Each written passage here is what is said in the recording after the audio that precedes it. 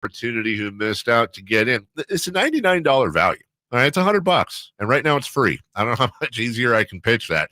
Normally $100, now $0. Let the American Energy team test your system, your connections, and all the moving parts of that system to make sure it's functioning properly. And you know who's going to be coming to your home? A group of people that have an A-plus rating with the Better Business Bureau. A group of folks that have been making the greater Sacramento area proud since 1981. $0 HVAC diagnostic. Normally a $100 value right now at American Energy Heat and Air. Go to AmericanEnergyAir.com or call them to make your appointment. 916-520-9990. Twin Peaks is the best in the game. Here, it's bigger game days and bolder fight nights. I mean, where else can you find a scratch kitchen that always comes in clutch? Every day, from lunch to late night. Only at Twin Peaks, the #1 sports bar. With conference championships around the corner, now's the time to register for the Dos Million Bracket Challenge. Sign up now at TwinPeaksBracketChallenge.com. Then fill out your bracket before the tournament tips off March 21st. Whether you prefer thrills or serenity, the 2024 Accord from Elk Grove Honda delivers both. With Honda Sensing Standard, the 2024 Accord is once again a winner of the 2024 Car and Driver's 10 Best Cars, making Honda the winningest brand in car and driver award history. Drive a 2024 Accord Hybrid and see for yourself what the fuss is all about. We're Elk Grove Honda in the Elk Grove Auto Mall, Highway 99 at Elk Grove Boulevard. I gotta get an Elk Grove Honda. Kevin Lewis of National Garage Door. Whether you need to repair a broken spring, install a new opener, or buy a quality Rainer door, National Garage Door is here for you. Call us today to see how we can transform your house with a new garage door. 638-4554 National Garage Door. Get in on the action at Sky River Casino in Elk Grove. With over 80 table games, more than 2,100 slot machines, and a thrilling high-limit room, you'll enjoy a casino experience on a whole new level. Visit skyriver.com today. Gambling problem? Call 1-800-GAMBLER. Increase leads and get more customers. We create tailored digital marketing strategies that deliver results. On your next campaign, aim higher. Go to aimyourdigital.com and get started today. aimyourdigital.com. KHTKAM Sacramento, KYMX HD2 Sacramento. From the Power Business Technology Toshiba Studios, your flagship station for the Beam Team. Should we light the beam? Light the beam, baby. Sactown Sports. Feeding your passion for local sports in the afternoon. It's the Drive Guys with Kevin Gleason and Kyle Drape on your radio at 1140 a.m. Streaming audio at SactownSports.com and the Sactown Sports app. You can also watch the show on YouTube at Sactown Sports 1140. Here are the Drive Guys with Kevin Gleason and Kyle Drape. What a glorious day to be a basketball fan in Sacramento. Got Whitey and Jay. Drapes will be with us any minute now. He must have been amazing last night having the call for that one. How about it, Jay?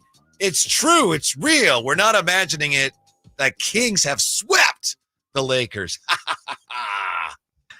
Pull out the broom? Yeah, the purple broom. The purple, is it a push broom or is it like one of the, Purple broom. Yeah, I think it's a big push broom, right? Yeah, don't you? Yeah. Get them up out of here. Yeah, that's the way the Lakers look right now. And they came in first quarter, and I thought they played with some force. I thought the Lakers brought some force in there, and they hung around. The Kings, they wobbled a little bit. Weebles wobbled, but they don't fall down, and they hung in there. Then by the end of that game, if they'd played another quarter, the Kings would have won by 50. Yeah, agreed. It was getting towards that way. You start seeing, like, even in the end of the third quarter and pushing into the fourth quarter, I thought the Lakers, they made a few runs, a couple of LeBron dunks, and Austin Reeves hit a long three. And, it was all fine and dandy. You heard a couple of little Laker fans try to put their hands in the sky, like they were at a concert. But it was all said and done. Yes. Then we as Kings fans, the media section, you're not supposed to root. Yes, you can. Kings fans put their hands in the air and said, bye, as the Laker fans left early. Yeah. Bye-bye. How about you? Thanks for coming. Did White Gleason put his hand in the air? No. Oh, you're professional. Yeah. Okay. You know what I did? Don't tell anybody. But I actually, where I was sitting, I was a little far away from the action. So I was moving up, and I ended up sitting in a media seat that was not occupied. And then the game ended, and I looked up, and Kendra Andrews was standing there. And I looked down. I was like, oh, this is your seat. I'm sorry about that. She was very nice about it. But we don't care about that, man. You this is Sacramento, brother. This is your town. Yeah, I know. She was very nice. She said, Doesn't no, matter. yeah. I'm telling you, this is your town. I'm putting it on my back. That's what I should have told her. Respect to all national media. When they come into town, they visitors. We lay out the red carpet for them. All right. So This next your time squad, I'll just say, hey, this is my town. That's it. Yeah. Okay. I got your back. Yeah. Well, speaking of ESPN, I thought it was interesting that today ESPN is in what can only be described as a full-blown tizzy over what did that Laker loss mean for the Lakers? You know, the Kings, whatever. But they're just coming apart at the seams on ESPN today because, well, that loss was terrible. And it is true. The Lakers just not only did they get beaten, they got beaten up last night again by Domas and the Kings. Well, that's what happens. And it was almost fitting. And I know, you guys will talk about it, but it was almost fitting. Domas, I think the picture of the night is AD on the ground on the court. And I'm glad he was all healthy because we're not talking about that. But I just think that it was fitting that you seen Domas, celebrating and AD on the floor. And you kind of see a bunch of Laker fans who, for whatever reason, snuck their way into the G1C, because that's what I'm going to call it. I know they might have paid their hard-earned money, but they snuck their way into it. Yeah. And it's just fitting to kind of, I guess, be a memento of the night and the season sweep. Mm-hmm. This is totally unfair because, if you've played basketball, you've ever been hit in the mouth, it really hurts. Totally unfair. But one of the things I thought of when, given the circumstances, given the way Domas has dominated AD, when AD got hit in the mouth with the elbow, whatever it was, he went down. I was reminded of Ronnie Lott story one time. They're playing somebody, I don't know, an Eric Wright or somebody gets hurt, and Ronnie Lott goes over and stands over his teammate and says, get up. Like, we don't let the other team see us down on the floor like that. I know football's a little different, but I thought given what was going on, that was the last thing AD could afford to do is roll around on there like, oh, my mouth. Like I said, I'm sure it hurt, but if I was LeBron or somebody, I would have been shouting, get up. Well, how about someone goes over there and helps them out? It took them so long for someone to even go over there and extend it. I'm pretty sure you've heard this legend. There's been plenty of times where I've heard veterans tell youngsters when they hit the ground, don't get up by yourself. We'll come and help you up. Yeah, you're right. And I thought it just took a long time. And I thought that was, very, it was a moment in this series this year and in the game last night that was really telling. Like, Domas has really handled AD, to the fullest. And I think these are the reasons that we've heard AD over the, throughout his course of his career in the NBA talk about he doesn't want to be a center. He doesn't like when someone comes right at him physically. Mm-hmm. I think Domas kind of knows that too, doesn't he? Of course. After the game, he was asked about it. And we'll play that audio later.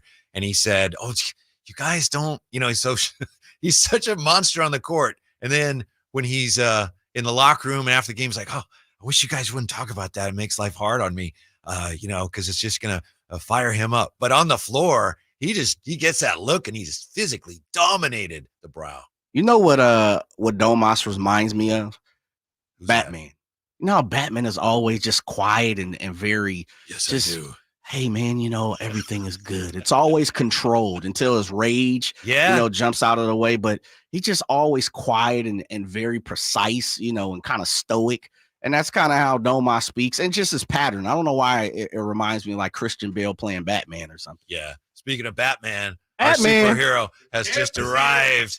Yeah, as we continue to bask in the afterglow of the Kings' season sweep push of broom, the hated baby. Lakers with a purple push broom, Drapes. Not that small one you get from the Dollar Tree. Right.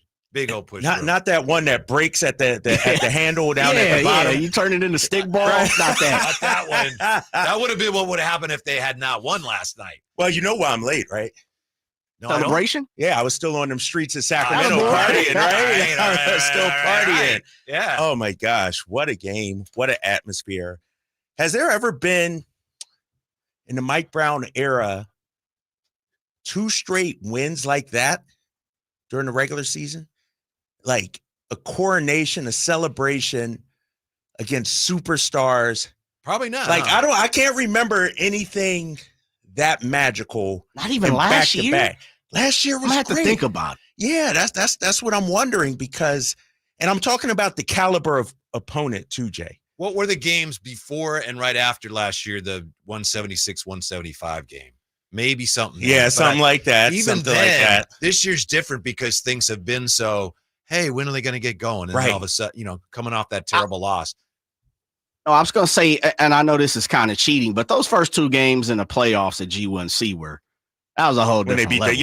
yeah. That's when they beat the Warriors. Yeah. That was. But I'm talking just regular season caliber opponent. And let's face it, all his hope is lost. Them. Exactly, they dominated.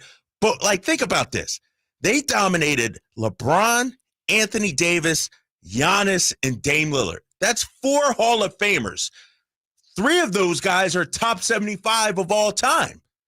And they dominated those guys. And there's only one of those 4 about whom you could say, well, he played well, right? Giannis had a good game. Yeah. The other 3 is like, whoa. Right. And LeBron may have got some late points, but by that time, it was a wrap. He was just padding his stats. And so he had no interest in guarding Harrison Barnes. I mean, and I'll talk about this coming up in Drape's takes. LeBron looked his age last night, I thought. And we'll dive deeper into that. I thought the Kings looked like the younger, hungrier team yesterday. Like they were running circles around the Lakers, I thought, last night. Mm-hmm. Yeah, and we celebrate today along with you, 339-1140, 1-800-920-1140. And we were just talking, Drapes, about how ESPN today, oh my goodness, they don't know what to make of this. What does that loss mean for the Lakers? Windhorse is saying, I can't take the Lakers seriously.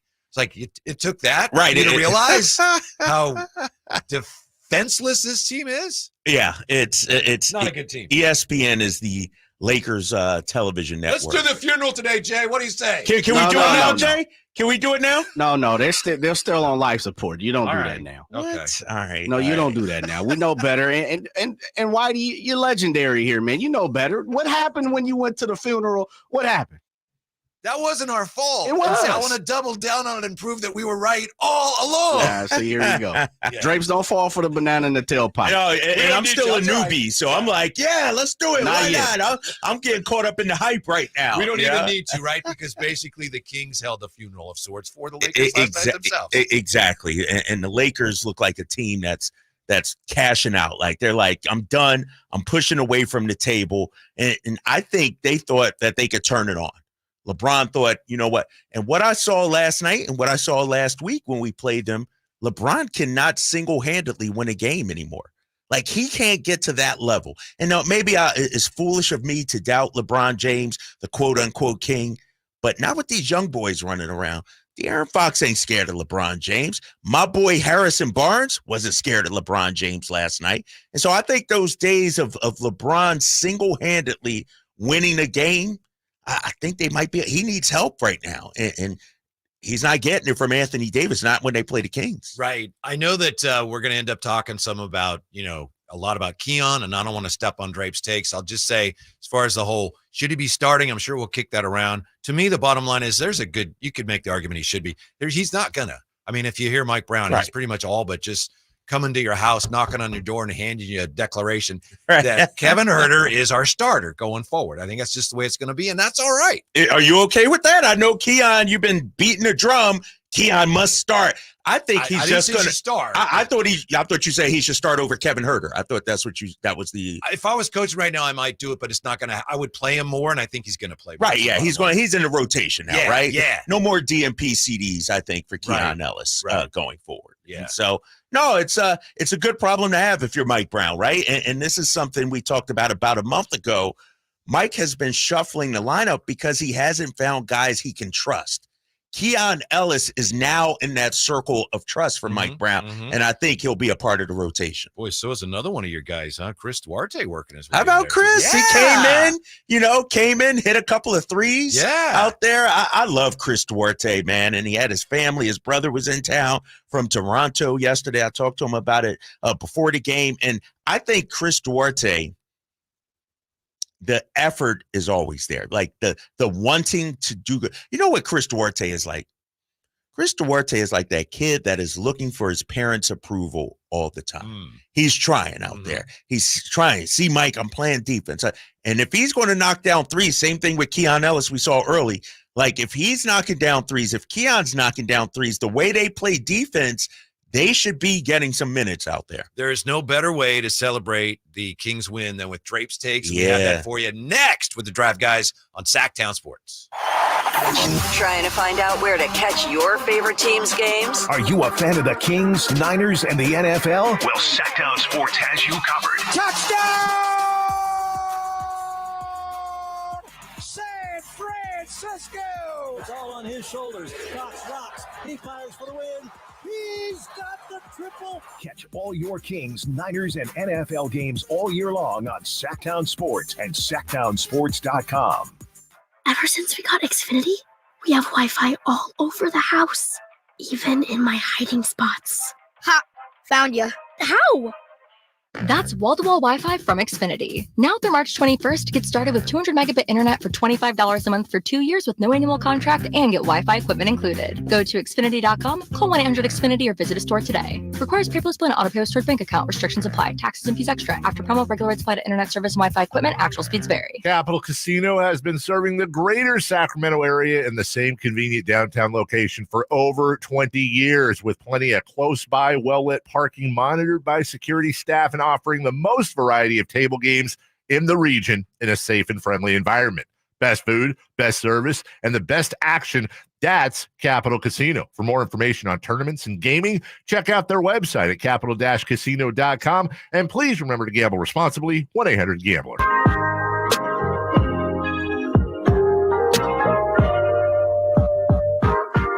Your home for Kings basketball for over 25 seasons. Sactown Sports.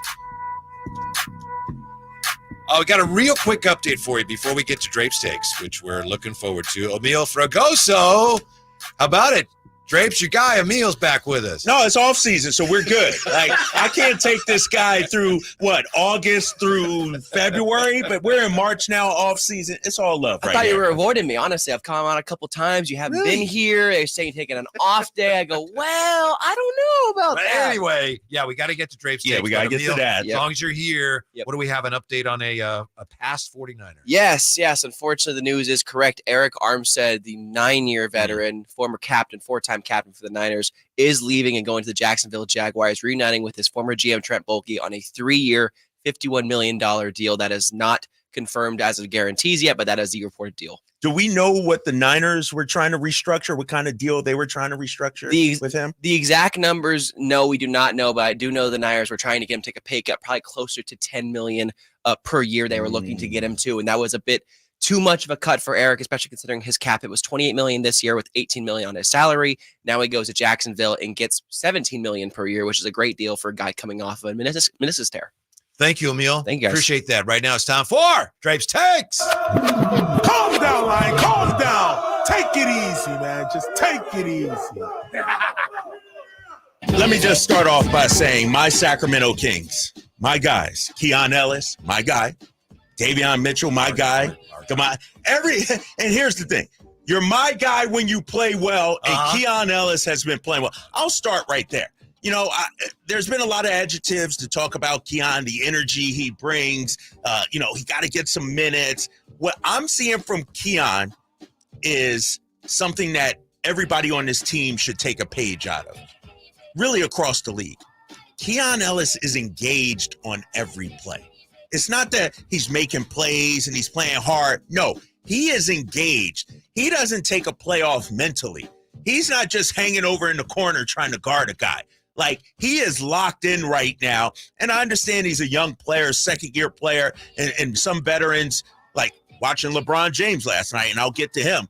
He knows different possessions throughout the game mean a little more. No, for Keon Ellis, every possession matters from the start to the finish, and I think that's something the Kings have been missing. It's sort of contagious. It's sort of breathed new life, I think, into this Kings defense. Keon Ellis is underappreciated. He's underrated. He's overlooked. He's also very determined. In a lot of ways, Keon Ellis is Sacramento. Ooh, I like that. I like that, and that's why this fan base is really gravitating to him. My second Drape stake has to do with Domantas Sabonis. And I know we've been singing his praises. We know he's an all-star guy, even despite what the coaches say. But one thing, and it finally hit me, and I kind of knew this, but it was on full display last night. Domantas Sabonis likes to get it from the mud. He doesn't like the aesthetically pleasing kind of game. He doesn't like the finesse game. He wants to deliver punishment. And what he did to Anthony Davis last night, he de-pantsed him. He undressed Anthony Davis. And here's the thing, Whitey. Domas is very much aware that he's undefeated against Anthony Davis. Anthony Davis went into last night's game aware of it as well. It seemed like Domantas Sabonis was out to prove something when it should have been Anthony Davis. Yeah. Like Anthony Davis looked like the guy that had, mopped the floor with Domas, was undefeated. And Domas looked like the guy with a chip on his shoulder. And the way he just took it to AD with the physical play. And then when Davis got hit in the chops and Domas, banged it in, and the flex and the scream. Like, we talk about statues. I need that statue with Anthony Davis with his legs up in the air. That was tremendous to watch last night. I was thinking of synonyms for cooking, and that's what Domas did to AD last night. He fried him. He barbecued him. But Filleted really, him too? He did. Yeah. But more than that, like you said, it was more about how he just physically dominated him. He destroyed Anthony Davis. He did, like, physically, like you said, he destroyed Anthony Davis. And Anthony Davis kept looking for the foul call, looking to the refs for help, and they did not give him any help last night. I thought Domas was truly amazing. My last Drape's take is this. Kings fans, I'm a self-admitted LeBron James fan. I like LeBron. I like watching him play. I've always been a LeBron James fan. But the dude is old, and he looked old last night. LeBron James looked like a former king, not the king. Like, the way the Sacramento Kings made LeBron look, and it's not about the numbers. LeBron James last night, 6 of 16, 18 points. It's not about that. When LeBron would go for a loose ball, Keon Ellis would race right by him. De'Aaron Fox, Malik Monk. He was slow to everything last night. Slow to rotations, slow to boxing out. Other than those two dunks back to back and maybe 1-3, I thought LeBron James looked like an aging star last night. I chuckle because I agree with you 100%. Those are the three plays that I would point to. But other than that, he was basically a non-factor. Right? And 0 points in the first. His defense was a positive for Sacramento. Yeah, and I've made excuses for LeBron James and given him grace on defense because the dude's 39. Like, and he's got a bad wheel. He's got a bad wheel. If you're expecting LeBron to play at that high level, but that's the issue with the Lakers right now. Their best player is still LeBron James. It should be Anthony Davis, but clearly he doesn't have the heart to go against a guy like Domantas Sabonis. And so the Lakers that we saw last year that put it together, trade deadline, buyout market, went on a run to the Western Conference Finals, it's not happening. It is not happening this year because LeBron just can't get to that level right now. And even if they do make it out, who's going to be the number one seed? We talked about it yesterday, the Denver Nuggets. Yep. Lakers want no part of Denver either. And so I think the Lakers run with LeBron James done, finished, kaput, it's over. Windhorse was pointing out that last year when the Lakers made their move, one of the things that fueled their postseason run was they actually were a really good defensive team. And right now, they are not. And it's a horrible point of attack defensive team. And when you can't stop the ball on the perimeter, we've seen it ourselves. Other than Keon Ellis recently and Davion and De'Aaron, guys have been able to blow right by us and really crack our defense. That's what's happening to the Lakers. And I do want to make one quick final Drape's take point. Bonus take? As much as we talk about the defense, Keon Ellis, Davion, De'Aaron, deflections, when the Kings hit threes, they're a completely different team. And maybe the defensive energy is translating to the offensive end of the floor and is keeping them engaged. But the three ball is still a big part of what the Kings do. Yeah, I think it's really important. As we were saying yesterday, they've got to match or outperform the other team's three-point shooting. And the Lakers, 14 of 32, that's good. But the Kings were better, 19 of 41. 19 of 41 from three-point range. That's a winning formula for the Kings. And these last two games, I said it last segment, two of the best stretches of Kings basketball since I've been here.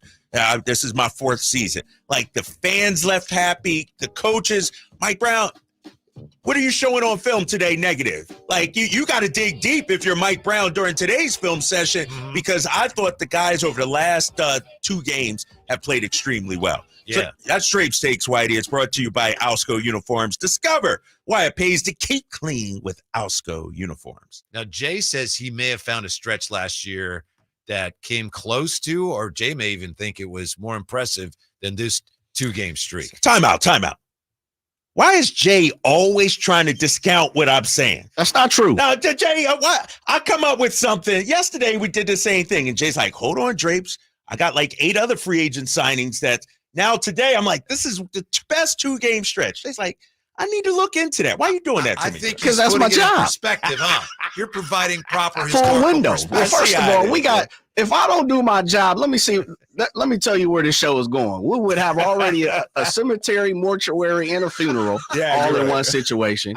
We would have conversations about this being the greatest Kings win and greatest King victory ever in this organization, even going back to Kansas City. I mean, we just can't do that. We are the show of not the people, but of our guys. So we got to keep it a buck on this show. You're the very essential Drive Guys restrictor plate. Absolutely. Right. I like it. We're bringing that miles per hour right on down. All right, what you got then, Jay? Please tell me why I might be wrong. I said you might be. I actually kind of agree with you, but I'm going back to last year because you only said Mike Brown. I'm not going back to 1985 and Reggie Theus and company. But I say this in the fact of last year, November 9th, it started on a Wednesday. Now, the Kings had only won 3 games at this point in time. They were 3-7 at this point. Then they played the Cavaliers, got the win, came back home. Went to Los Angeles. So they started here, went to LA Lakers, got the win. Played the Golden State Warriors back at home, got the win, and then got Brooklyn Nets. So I think that's a solid 4. But just the Cavs, Lakers, Warriors, that's a pretty good 3. Yeah, that is. And Jay, I'm going to throw in that Brooklyn one because remember, that was a nationally televised game. That's right. TNT, and that was a party that night too. Very true. You might be right. And so, but it's been few and far between since then, especially this season, where it's like back-to-back games where you're feeling against that level of competition in terms of star power that you're like, okay, this Kings team may have found something here recently. Right. And to Jay's point, at that time, that Warrior team, they were defending champions, right? At that time. Yeah. But to your point, these 2 games, given the way this has been so up and down, and what are they? I don't know. I don't know. They lost to the Rockets. To respond to that Rocket loss, home loss this way. How about this, fellas, real quick? And this is something to chew on for the rest of the show. Maybe we throw it out 916-339-1140. Is because I thought the Bucks game after them, the last couple of games, they come off a loss, things like that. And I don't want to say they're struggling, but I think they're trying to find their rhythm with Doc Rivers coming in. And we even heard that from Marcus Johnson, who's a friend of the show now. But was yesterday like the premier win for Mike Brown? There's only one that really pops in my mind, and I'll keep it. But I think yesterday was one of the most premier wins for Mike Brown here in Sacramento. Regular season. Yeah. The last 2 years. Yeah. Let me chew on that for a minute. I gotta think. Come back to that 3 o'clock hour. Yeah. Let me look at the schedule and think about that. Absolutely. And when we come back, we'll be joined by our Sactown Sports Kings insider, Frankie Cartoscelli. What does he think of the magnitude of last night's win? We'll find out next year. Drive, guys. Sactown Sports. Last season, the Sacramento Kings gave us a little bit of everything. A Pacific Division title, GM of the Year, Coach of the Year, Clutch Player of the Year, All-Stars and All-NBA performers. Plus, we got to light the beam. Here's a steal by Fox, the breakaway. He's got the rip with the left hand. What does this season have in store? Find out. Each and every Sacramento Kings game can be heard right here on your proud home of the Beam team, Sactown Sports at SactownSports.com. Sacramento weather is brought to you by the Arnold Law Firm. I'm Tamara Berg in the KCRA 3 Weather Center. We're looking at a bright and breezy day today with occasional gusts over 30 miles an hour this afternoon. It is going to feel mild with sunny skies and highs in the lower 70s. Get the latest forecast on the KCRA 3 News and the KCRA 3 app. The recent storm has caused dangerous driving conditions for us. The Arnold Law Firm has seen how a collision can turn anyone's life upside down. Be alert and stay safe. The Arnold Law Firm, providing real justice for you since 1975. Call 916-777-7777. Contact Tax Relief Helpers for details and restrictions. Attention anyone that owes money to the IRS. The IRS has restarted aggressive enforcement actions against taxpayers who owe back taxes that were temporarily suspended for COVID. If you owe $10,000 or more, you must hear this because now is the time to clear your IRS tax debt. A special toll-free number has been established so you can stop penalty fees, avoid liens, levies, and other hostile measures by the IRS. Call Tax Relief Helpers right now at 800-934-9217. Tax Relief Helpers will provide you with the maximum protection afforded by law. I got behind on my taxes and owed $48,000. I didn't know what to do. I called and they got my bill lowered to just $3,500. I owed $87,000 in taxes and it was scary. I got the amount I owed down to just $3,500. I saved $83,500. If you owe money to the IRS, don't wait another day. Call 800-934-9217 right now before the IRS enforces liens, levies, and other aggressive measures. The call and consult are absolutely free. Call now. Call 800-934-9217. 800-934-9217. 800-934-9217.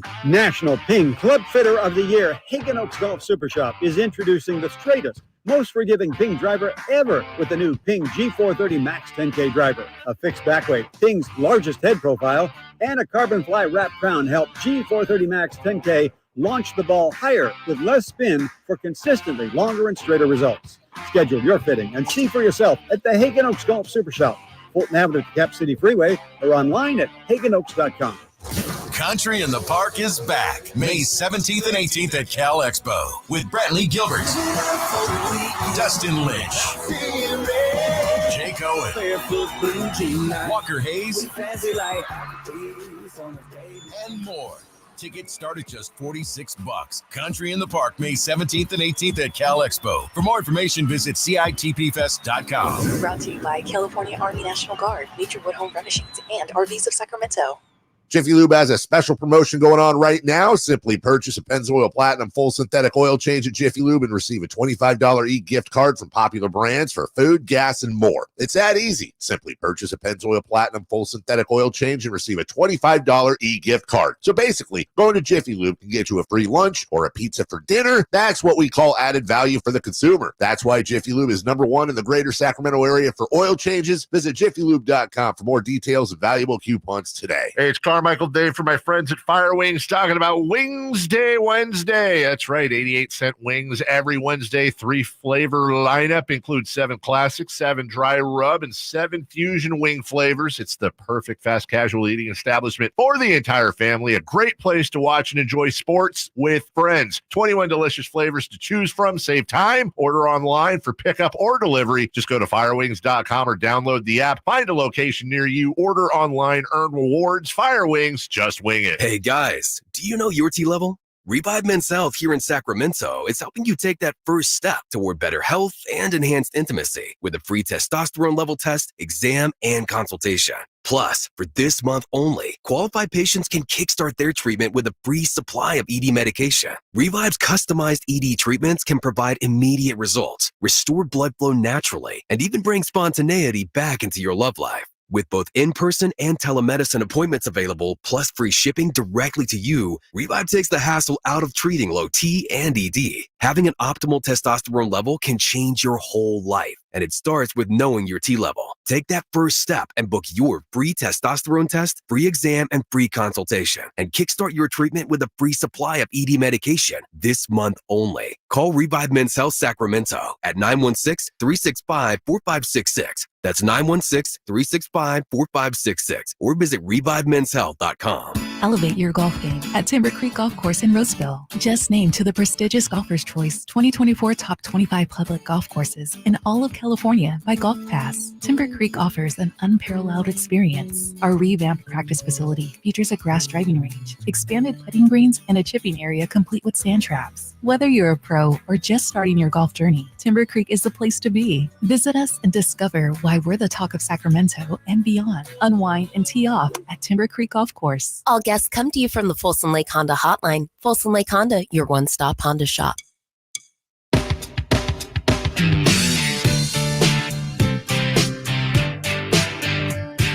I think coming into the game, we talked about, putting together 2 games in a row and obviously our struggles this year with back-to-back. So for us, I think to come out and play 48 minutes, stay poised throughout the whole thing, get a win, it was huge. Very matter of fact. Harrison Barnes last night. 339-1140, 1-800-920-1140. You want to check in here on the text line or give us a call. We're going to get to Frankie in just a moment. Before we do, on the chat here, we hear from Emmy. Haven't heard from Emmy in a while. Emmy's wondering any update on Sasha. Do we have an update on Sasha? No, I have nothing new on Sasha. Still a chance, as far as we know, that he'll be maybe available before the end of the season. But what was it? He's still being evaluated. Still being evaluated, right? I haven't seen him shooting or anything out there. So no update on Sasha right now. Compio says, I give Draper props for using the expression Ghostface Killer. Oh, my guy Compio. You heard that last night, man. You know what? Last night's game, it was such a blowout and such a great game played by the Kings. I just started throwing things out there. Whatever came to mind, I'm like, you know what? Yeah. I'm going to say it. And if it sticks, great. And my guy Compio heard that. Thanks, Compio. Very nice. Here's the original Ghostface Killer. Frankie Cartoscelli, our Sactown Sports Kings insider. How are you today, Frankie? Fellas, it's been a nice day. You know, I'm enjoying a day off, just watching all the national shows. I've checked in on First Take and NBA Today and all those shows, and just a pretty constant state of panic around Lakerland right now. So nice change of pace for things in this, used to be rivalry, I guess you could call it, but used to be rivalry. Not bad. Yeah. Our guy, Frankie Cartoscelli. Frankie, these last two games, what's been the thing that stands out most to you? And not from an individual player standpoint, but just overall, what are you seeing from the team the last couple of games? I think you said it in your Drape's takes that the three-point shooting is so important for this team. And I looked at the numbers here, and it's pretty staggering. When the Kings shoot 35% or higher from three, they hold a 30-9 record this year. That's 77%. You're winning 77% of your games when you knock down 35% of your threes. And again, I think Mike Brown really made a point about those spray threes and bringing those opposing defenses in when they're driving into the paint and guys are getting free on the perimeter. And you look at Harrison Barnes, Keegan Murray last night was a good performance. Keon Ellis has been knocking down threes aside from the things he's been doing on the defensive end.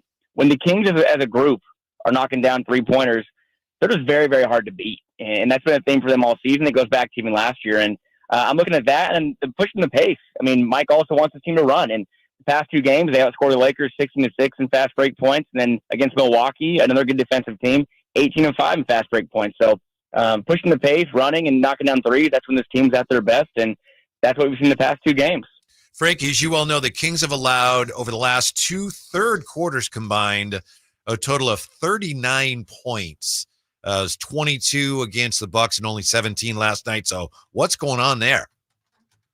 I mean, I think I saw, I don't know if it was Carmichael Day that shared it, but there was the NBA put up a video saying Lakers own third quarter. I think it said something like that, like a video from the actual NBA, and the Kings really have changed the pace that last night in the third. So I don't know. I think that really just letting teams kind of, I think not letting teams off the hook. I think the Kings, when they've lost games, they've let opposing teams have that one big quarter. And I know it might sound simple as far as outscore the other team in the quarter, but really just the defensive intensity to me has been very important and very notable at this group. And it comes to the small things too. Taking charges. Keegan Murray's been taking some big charges in these games. Keon Ellis, the intensity he brings on the defensive end. I'm sure you guys have talked about him, and I know the other guys in the other shows have talked about him today, just what he's been bringing. But it really has changed the way that this team operates. And if you watch the Kings every day, and obviously Drape's on the call, Whitey here at every game watching with us, this is just a different look from this team the past two games. And even it kind of goes back to past 5 games for the defense to me. I mean, I'm looking at the past 5 games. Kings have a 4-1 record. They're holding opponents to 112 points. Now, 112 points that's still a good amount of points, of course. But for this Kings team, they're outscoring opponents by 10 points on every given night. That's from a team that, on average, I think they're still flirting with a 1-point differential on average on most game nights. They're still kind of trying to improve their standing there. But the defense, to me, that was huge last night in the third, helped the Kings create separation. And against Milwaukee, not quite in the third. I think it was the second quarter they created separation with a good defensive showing. So they're choosing their time to get hot on that end of the floor at the right times, and it's paid off. Frankie Cartoscelli joining us, Drive Guys, Sactown Sports 1140. Frankie, What's the minutes count on Keon Ellis going forward? When everybody's healthy, how much should he be on the floor for this Kings team? Man, we were talking about last night, the media table. We were just kind of trying to figure out that pie chart of minutes, and it's going to be someone. I mean, it might be Harrison Barnes one night. It could be Keegan Murray if he's not feeling it like he has been the past couple of games. Of course, he's been playing through some ankle problems, but and then obviously Kevin Huerter, a guy who has been very sporadic with his minutes as of late. Mike Brown put him in late the past couple of games before he missed last night's game, but I think we're at a point now where you just can't really keep him off the floor. I mean, he's earned that right. As far as the personnel that you have on the roster, players that can be that active on defense, the deflections he causes, the disruption he causes on the defensive end, the fact that he can still push the pace, you can have him bring the ball down, he can play off ball and be a threat from the perimeter. I think he's around 37% from three this season. It's going to be someone that's going to have to take a little hit in their playing time. I think I'm looking at those two players that I just named before, Kevin Huerter and Harrison Barnes, players that are not always on the floor in crunch time. I think that Keon Ellis right now, and you can call it riding hot hand or whatever you want to call it, but I don't see any way you can resonate keeping him off the floor when he's proven that he deserves to be playing meaningful minutes on this team. And that just kind of goes to hand in hand with the story of Keon Ellis, is how he's come from an undrafted player. And Brendan Nunez and I were talking last night about what could he be for this team. They signed him to a full contract. He's under contract for 2 more years after this year. I think the way that Brendan and I kind of equated it to is like a Lou Dort type presence, not quite as far as body type and build, but just from their stories and what they can bring as far as skill set goes, being an on-ball and off-ball defender and being a guy who can knock down threes. Just the energy that he brings is undeniable. So I'd be very surprised if when Kevin Huerter comes back, Keon Ellis might not be starting, but playing meaningful minutes throughout the night. That, of course, is Frankie Cartoscelli with us, our Sactown Sports Kings insider. Frankie, after the game last 2 nights, as you know, I'm sitting right behind you there in the interview room. Mike Brown has been asked about Keon as a starter. The way I read it, I want to see if this is how you read it. We can debate how many minutes he should get or this or that, but Mike Brown to me is pretty clear here that is not an option for him. Keon Ellis is not going to be starting anytime soon. Is that the way you understood what he had to say as well? Yeah, and I do think I've kind of gone back and forth a little bit, because Mike did make a change early in the season, which I didn't really expect to happen with Kevin for Chris Duarte when he was trying to have more of a defensive punch in that starting unit. But I think at this point in the year, Mike has his guys, he has his systems, and I think that Mike's been very outspoken about the fact that he really does not care who starts that often, and he kind of scoffs that when the reporters ask about the starting lineups, he kind of jokes with us, and he really doesn't really read too much into it. I think that he cares a lot more, and he said this, he cares about more who's on the floor at the end of games. Who is going to be there that last 5, and it could change at any given night. You have your staples and De'Aaron Fox, Domantas Sabonis. I'd say I'd be very shocked if Malik Monk's not a part of that group too. But there's those 2 interchangeable spots. Usually it's Keegan Murray and then maybe Harrison Barnes or maybe Kevin Huerter. But I look more at the end of games. And I think that's more important. I think that getting off to a good start is very important as well, but closing out is more so. And Keon Ellis right now looks like a guy that just fits that mold of being a closing player, because in late game situations, you need stops. And the Kings really have struggled over the last year and a half of being consistent with picking up late game stops. And I think one thing they've done pretty well in recent memory is do that. I mean, going back to the Spurs game, which is, it's the San Antonio Spurs. They're last in the West, but the fact they're in that position is not great to begin with. But when they needed stops late, they were able to get them. And luckily the last 2 nights they haven't needed to do that. But Keon Ellis fits that mold to me more so than a starting spot right now. Our guy, Frankie Cartoscelli, joining us here, Sactown Sports 1140. Frankie, my co-host over here, is ready to have a funeral. He got on black actually today, a little black shirt there. Yeah. He's ready to bury the Lakers, put them 6 feet deep. Are they done, or can they make a run in the Western Conference? And will you speak at the services, right, Frankie? I don't see them as a finals contender. I really I haven't viewed them that way in a while. You can ask Brendan, Chris Watkins. I've said it since the beginning of last year. I think that when it gets down to those final couple teams, and last year we saw what the Denver Nuggets did with them. And I think you were saying earlier, Drape, about how LeBron, still incredible what he's doing. I mean, he's almost 40 years old. I'm also a big LeBron guy. I mean, I know that's a polarizing thing. You're the LeBron guy or not. I've been a LeBron fan for forever. Grew up watching him. And you can just kind of see he's a step slower. Chris Watkins actually put together a compilation of, LeBron's defending Harrison Barnes late game. Harrison Barnes was cooking in the fourth quarter, and LeBron wasn't even putting an effort into closing out at all. And again, the Lakers were still not out of. They were down by 9 with I think 7-8 minutes left.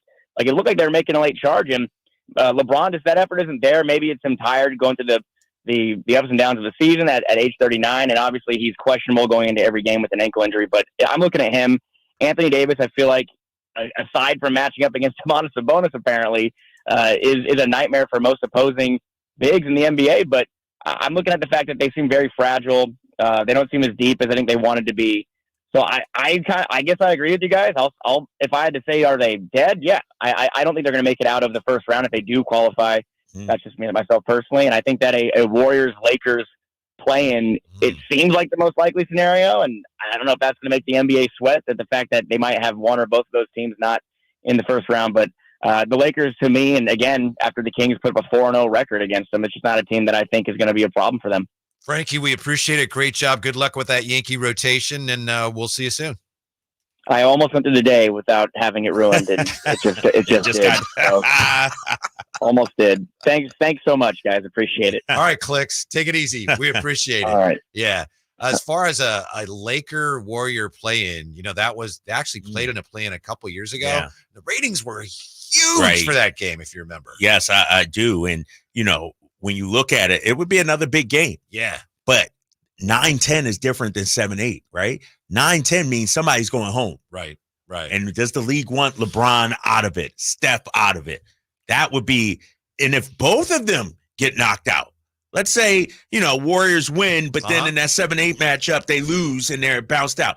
A playoffs with no LeBron or Steph Curry? Ooh. Just think if they had the plan right now, you'd have KD against Luka, and you would have Steph against LeBron in the play-in. In the play-in, you're talking, top 20 players. Luka maybe when it's all said and done, while the Kings just sitting back, relaxing, getting ready for the first round. When we come back, we'll look at the significance of this season sweep. Also, one of Wilt Chamberlain's records is in jeopardy of being broken by who?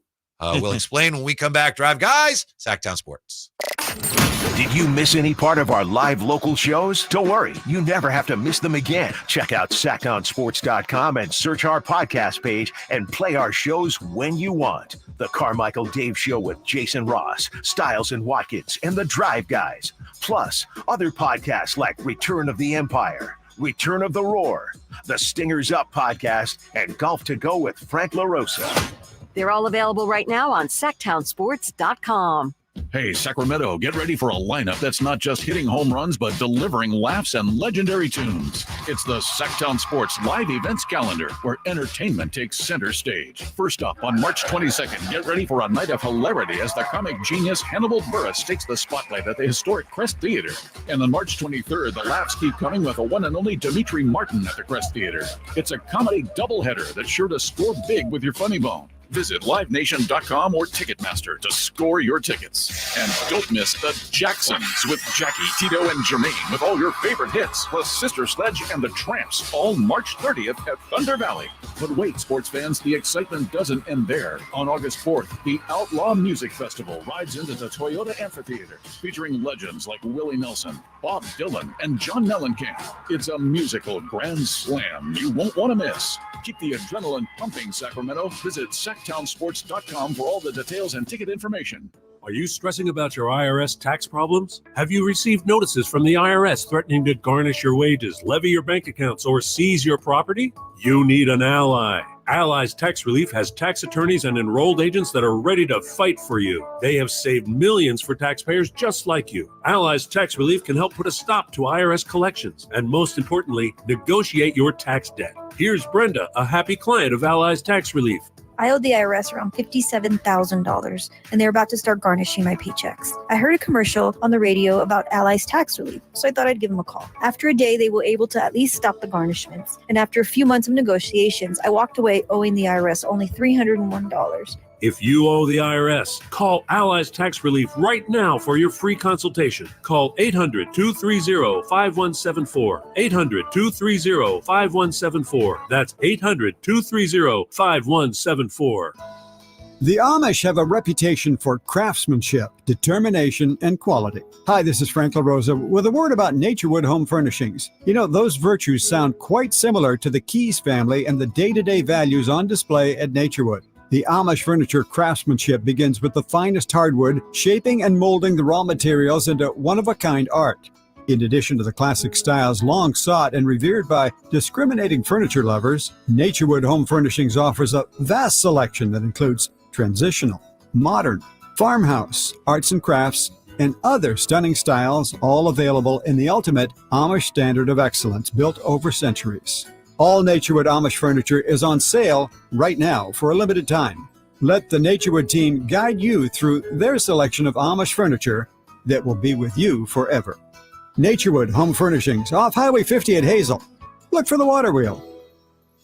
Get ready for your chance to win a $475 gift card by entering Sactown Sports Bracket Challenge on Monday, March 18th. Sponsored by Xfinity. At home or on the go, you'll get the fastest internet to all your devices. It's Coach Doug Christie here to remind you, if you want a deal that's a slam dunk, go see the winning team at Folsom Lake Ford. Folsom Lake Ford is your truck headquarters with all your American-made favorites, like America's best-selling F-Series, F-150s, and Super Duties, or spacious new Explorers and Expeditions, plus a huge selection of Broncos and Bronco Sports, all in stock now at Folsom Lake Ford, right here in Sacramento. You can buy any new Ford with zero down on approved credit, save big with low interest finance rates, and Folsom Lake Ford always pays top dollar for your trade. Check out the huge selection of inventory online at folsomlakeford.com or stop by the dealership to see their most recent arrivals. Looking for something special?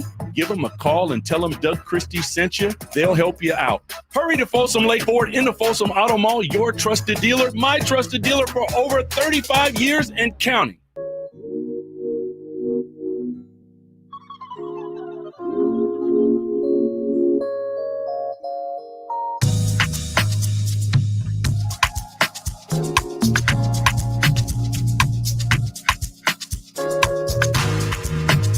Live and local. Live and local. This is Sactown Sports. Oh, what a day to be a basketball fan in Sacramento. Whitey, Draper, thanks for being with us. Drive guy Simone, keeping us on track here. I know that you have been really excited about everything the Eagles are doing. Before we get back to the Kings, slow down here. I don't know if you heard about this. NFL reviewing possible tampering violations for the Falcons and the Eagles.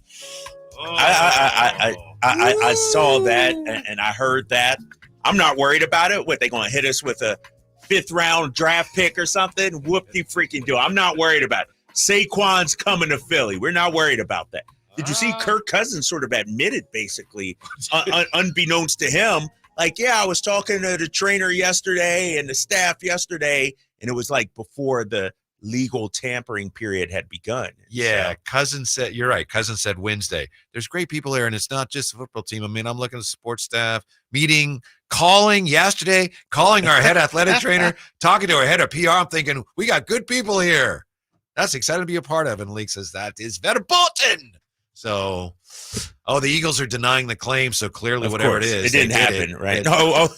I mean, you could tell with any NFL team. Why are any you pro taking sports glee team. in? I'm not. Okay, all right, buddy. I feel bad for you, and I just hope this doesn't end up costing you a draft pick or something. We ain't worried about it, man. We all about the Super Bowl draft picks.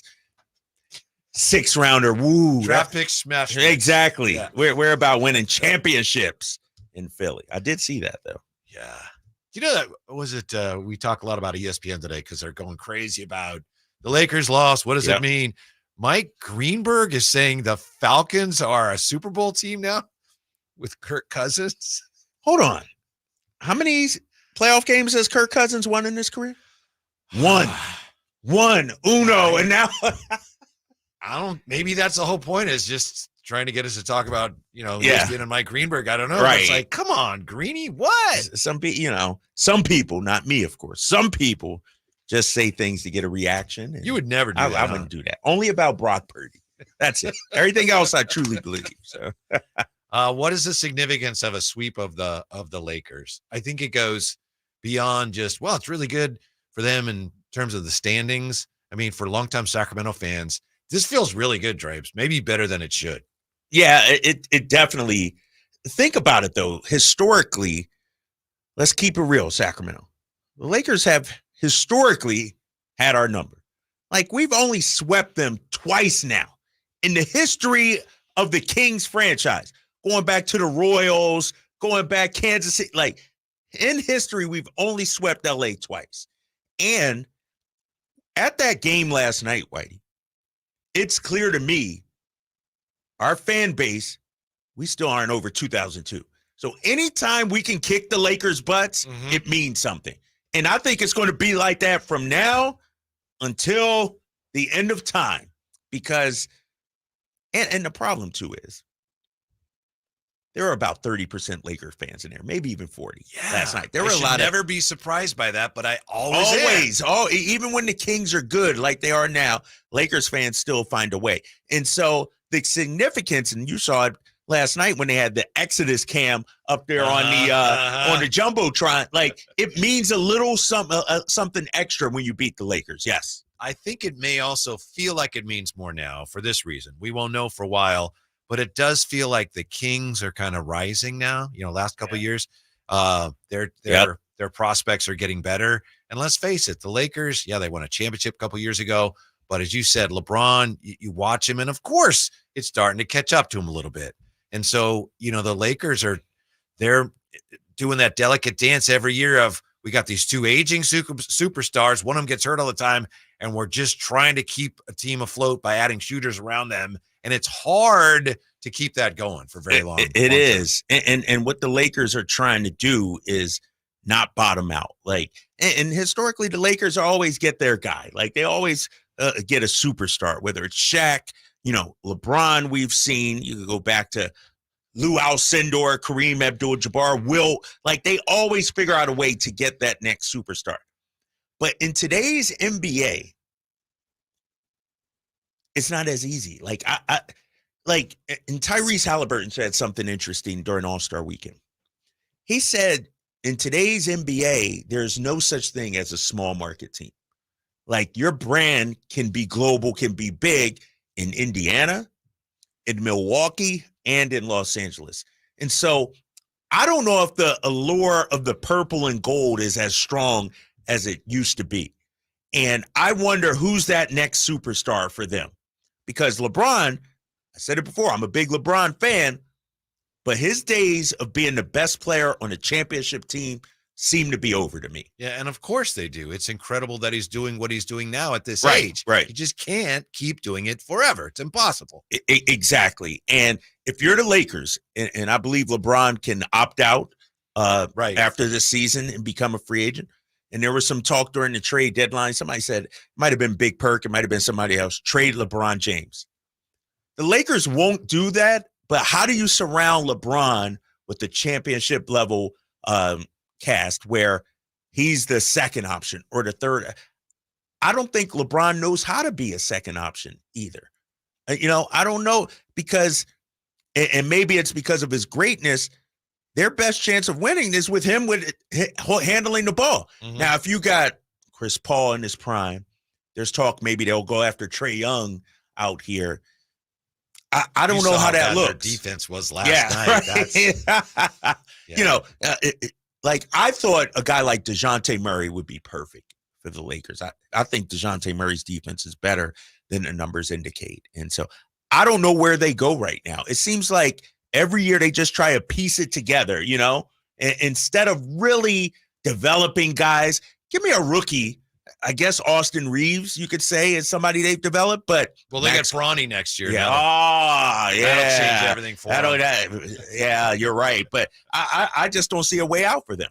Hey, real quick here. I mentioned somebody's threatening Wilt Chamberlain's record for consecutive field goals made. You know who it is? Wilt Chamberlain made 35 straight shots. I do know who it is. Do you want me to give you the answer? Yes. My boy Daniel Gafford down there in Dallas. Yes. He's made 33 shots in a row. He's too shy of the all-time record set in 1967. When we come back, should Keon Ellis be an everyday starter with the Drive guys? Next, Sactown Sports. The only place you'll find Harrison Barnes is Sactown Sports. He's got the bucket at the buzzer. Harrison Barnes. Hey, Sacramento, it's Harrison Barnes, and you're listening to the home of the Sacramento Kings, Sactown Sports. Your local sports leader. Try NyQuil Severe Honey Flavor.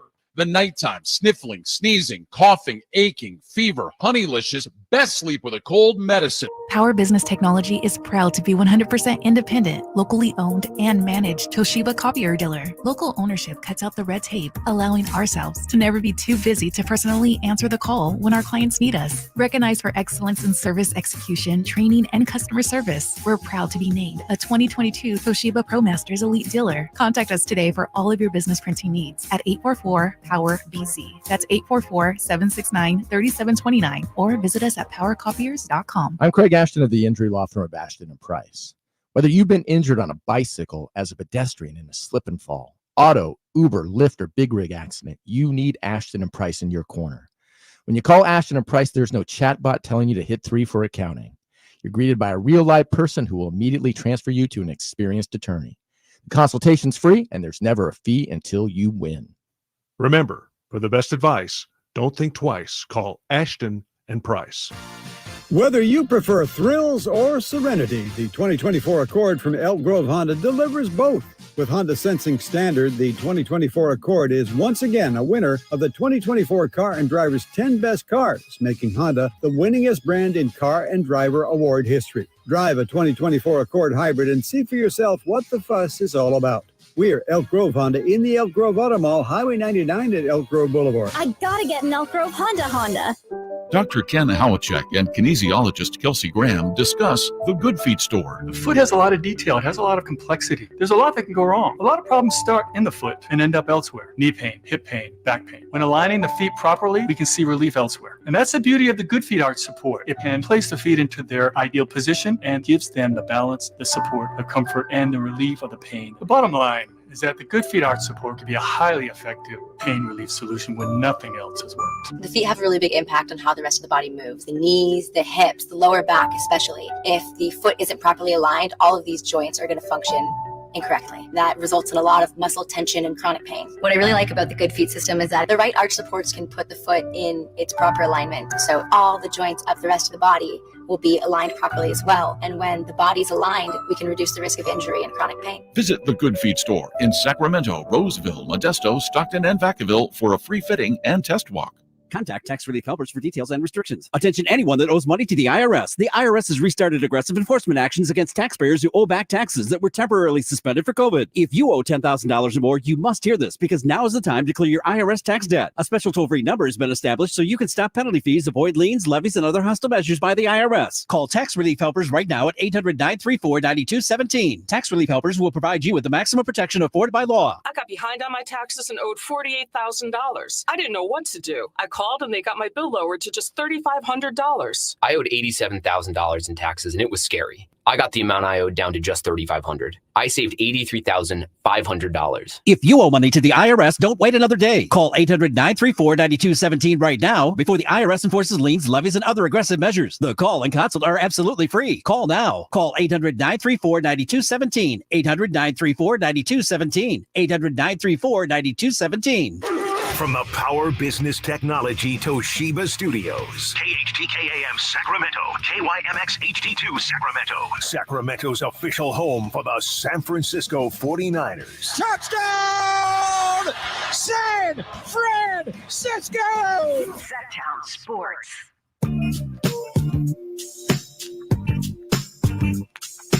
The only station in Sacramento giving you local sports coverage from 6 a.m. to 6 p.m. Monday through Friday. Sactown Sports. George Sedano's going to join us about 10 minutes here. Drive Guys celebrating, of course, that huge Kings win on the text line 339-1140, 1-800-920-1140 from the 209. It's funeral time, Whitey. Just people are actually saying that, huh? Yeah, it's just people get too upset at the mere mention of, no, don't do it. I don't want to upset anybody yet. How about this from Folsom Mike? Folsom Mike finding something to be a little bit perturbed about, even after that win. Another great win. I knew they would step up. But what's with some of these stats the NBA does? Like to give Sabonis a triple-double assist on that last pass when Fox had to pump fake to get open, dribble, sidestep, and shoot. Sorry, guys, that's not an assist. Debbie Downer, man. Folsom Mike, he always trying to rain on somebody's parade, man. Like, enjoy life, Folsom Mike. It's okay to smile and laugh sometimes. My gosh. He does go on to say he has 6-0 with Keon starting. Okay. Yeah, All right. and that's the question right now. And it's being thrown around after games. Mike Brown's been asked about it 2 nights in a row now. Keon Ellis, who was magnificent last night, and yes, as Folsom Mike says, 6-0 as a starter. Asking the question, should Keon Ellis be starting? What do you think, Drapes? Should he be starting? A regular starter? No. And let me tell you why.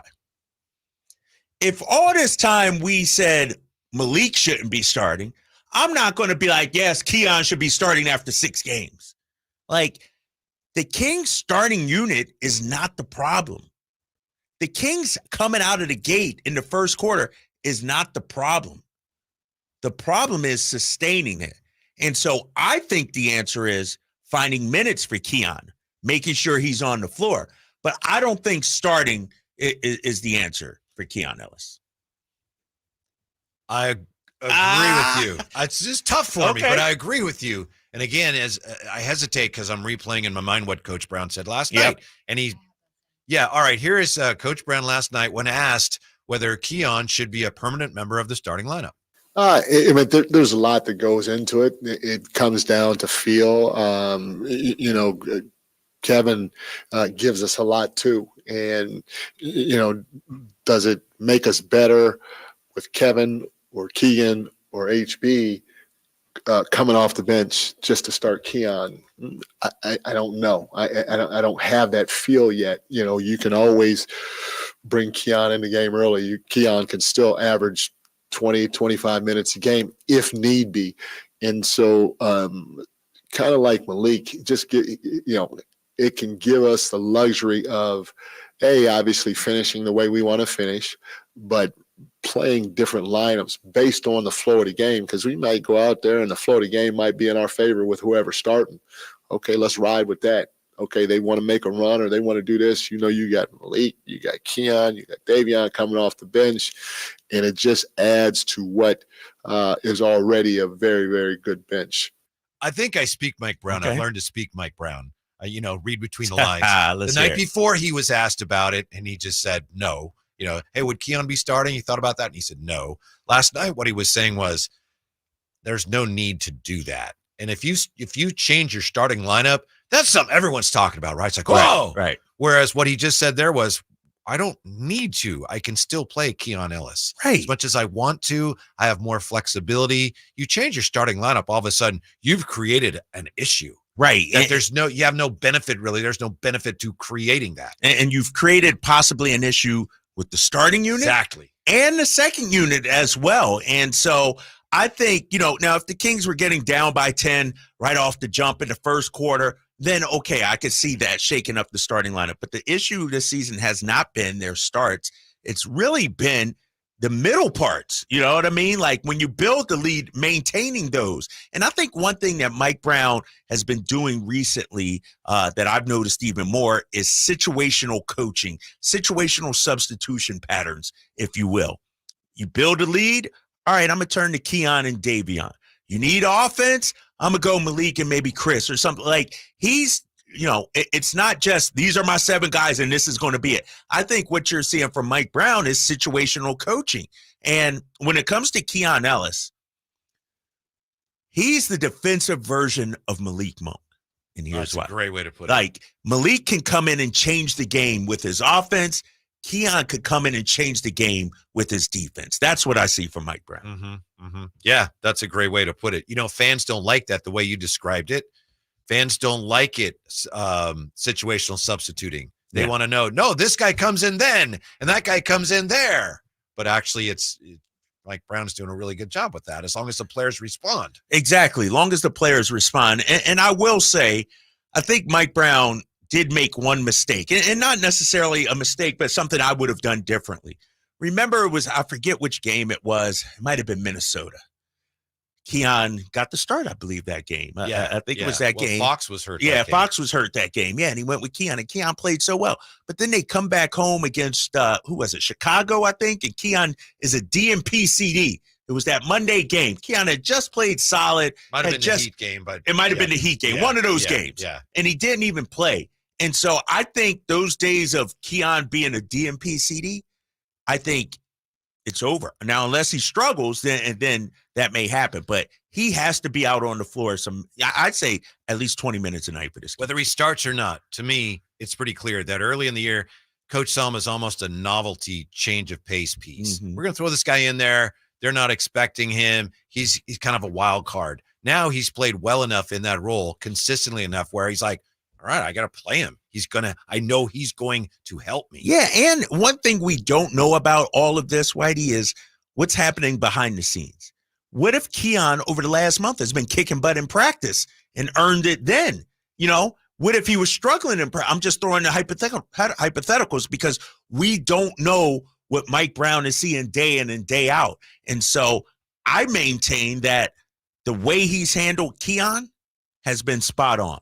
You don't want to throw him right into the fire, rush him in. And Keon has sort of earned his way into that rotation, not only with his play on the court, but I would also venture to say the play behind the scenes and the way he competes in practice as well. I agree with you, but can't you understand how a fan would look at this and say, my goodness, he started the last 2 nights. And even Drape said these are 2 of the greatest wins Mike Brown's had since he's been here. So why wouldn't you start him? I understand that reason. Well, and I understand that as well, but it's not. It's like all-star voting. Like I said before, if you want Keon to start, tell me who you should bench, and don't say Kevin Huerter because Kevin Huerter has had great stretches also. Like based on Keon Ellis's small sample size, Kevin Huerter has done it for a much longer sample size, more than 4 games, more than 6 games, and so that's why I think Mike Brown is not so quick to pull the trigger. Oh, a guy had a good week, so I'm going to change up the starting lineup. Kevin Huerter, in my opinion, has earned that over not just this season, but all of last season as well. I don't think you could say it any better than the way you just said it. Seriously, that Keon is the defensive Malik Monk. You like that, bro? That's perfect. I mean, it's right. just like, yep, it's just the truth. But the Kings have established the last couple of nights. Well, established maybe too strong a word, but they're showing a defensive fortitude that was lacking. And I think Keon Ellis clearly is a big part of that. So he's going to have a role at some point going forward. It's just a matter of how much bigger it's going to get. Yeah. And here's the thing too. It's too small of a sample size, I think, to make a drastic change. There's just no need to. Right. Yet. It's no need to just yet.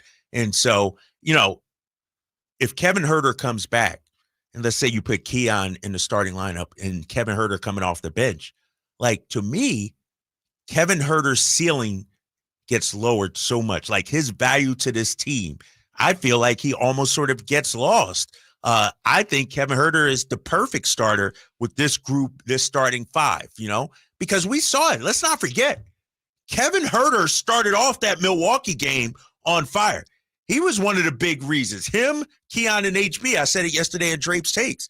Kevin Huerter came out guns a-blazing yesterday and was knocking down threes early or 2 days ago. And so I'm not ready to bury a guy on the bench or sub him out because of a 2 bad weeks or whatever it may be. 339-1140, 1-800-920-1140. Let's see what Dwayne has to say with the Drive Guys on Sactown Sports. Hello, Dwayne. Hey, guys. Hey. A little bit on the Keon little controversy going on the station. These are NBA men who are millionaires. They're not NBA 2K avatars or kids at Hardwood Palace. So just swapping them in and out doesn't cut it. Right. Mike's got to deal with a whole nother dynamic that none of us have to by just putting it in the YouTube chat or calling in or texting in. Yeah, that's a good point, Dwayne. How about this, Drapes, from Amadrock, I believe it's from Vallejo, so he knows what he's talking about on the text line. In my humble opinion, Coach Brown doesn't want other teams to get too good of a look at Keon in the starting rotation. He might be a starter during playoff. Oh, holding something back. Okay, Amadrock, I see you. I'm not buying it, but I see you. He's playing chess. Everyone else playing checkers. Exactly. That's the ace in the hole, right? You got that behind your back, and then you pull them out. Bam. No film on them, right? Yeah. Well, I'm surprised ESPN is even on the air today. I thought they would just shut down and go dark because the Lakers lost. But George Sedano was the sideline reporter last night during the ESPN broadcast. He's going to join us when we come right back here. Drive Guys on Sactown Sports. You never know what you might hear when listening to a Sacramento Kings game. Out of Keegan, going for another triple. Man, is he feeling it. Keegan, can he do it? Yes, there's number 11, Keegan Murray. Keegan steps back. He just knocked down his 12th three-pointer, a Kings franchise record. He's got 45 points. Never miss a moment of Sacramento Kings basketball with Sactown Sports and the Sactown Sports app. What's going on? We're talking to Chad Hoblet of Hoblet Dodge, Chrysler, Jeep, Ram, and Woodland. Chad, what's going on for Ram Truck Month? Right now, save up to $16,500 off MSRP on new 2024 Ram 2500 Laramies. One of the nicest, most capable trucks you can buy with the biggest savings of the year. This is huge, and we have over 200 available. Okay, so why choose Hoblet? We do things a little different here at Hoblet. We're here to help you find the vehicle you need at the best possible price. That's why we don't have a bunch of dealer markups, surprise add-ons, or hidden fees. And we've become California's #1 new Ram truck dealer. At Hoblet, you'll get the small town experience with the big city savings and selection. If you're looking for a truck, Hoblet should be your first and only stop. See their full selection at HobletDodge.com. Unbeatable prices, unbeatable selection. Nobody beats Hoblet, period. $16,500 total net savings after $10,500 factory rebates and $6,000 dealer discounts. Rebates include $1,000 case construction rebate. Must have purchased qualifying new case equipment from an authorized case dealer and $500 first responder bonus cash. Must be a member of qualifying first responder association. 10 at this net savings. See dealer for details.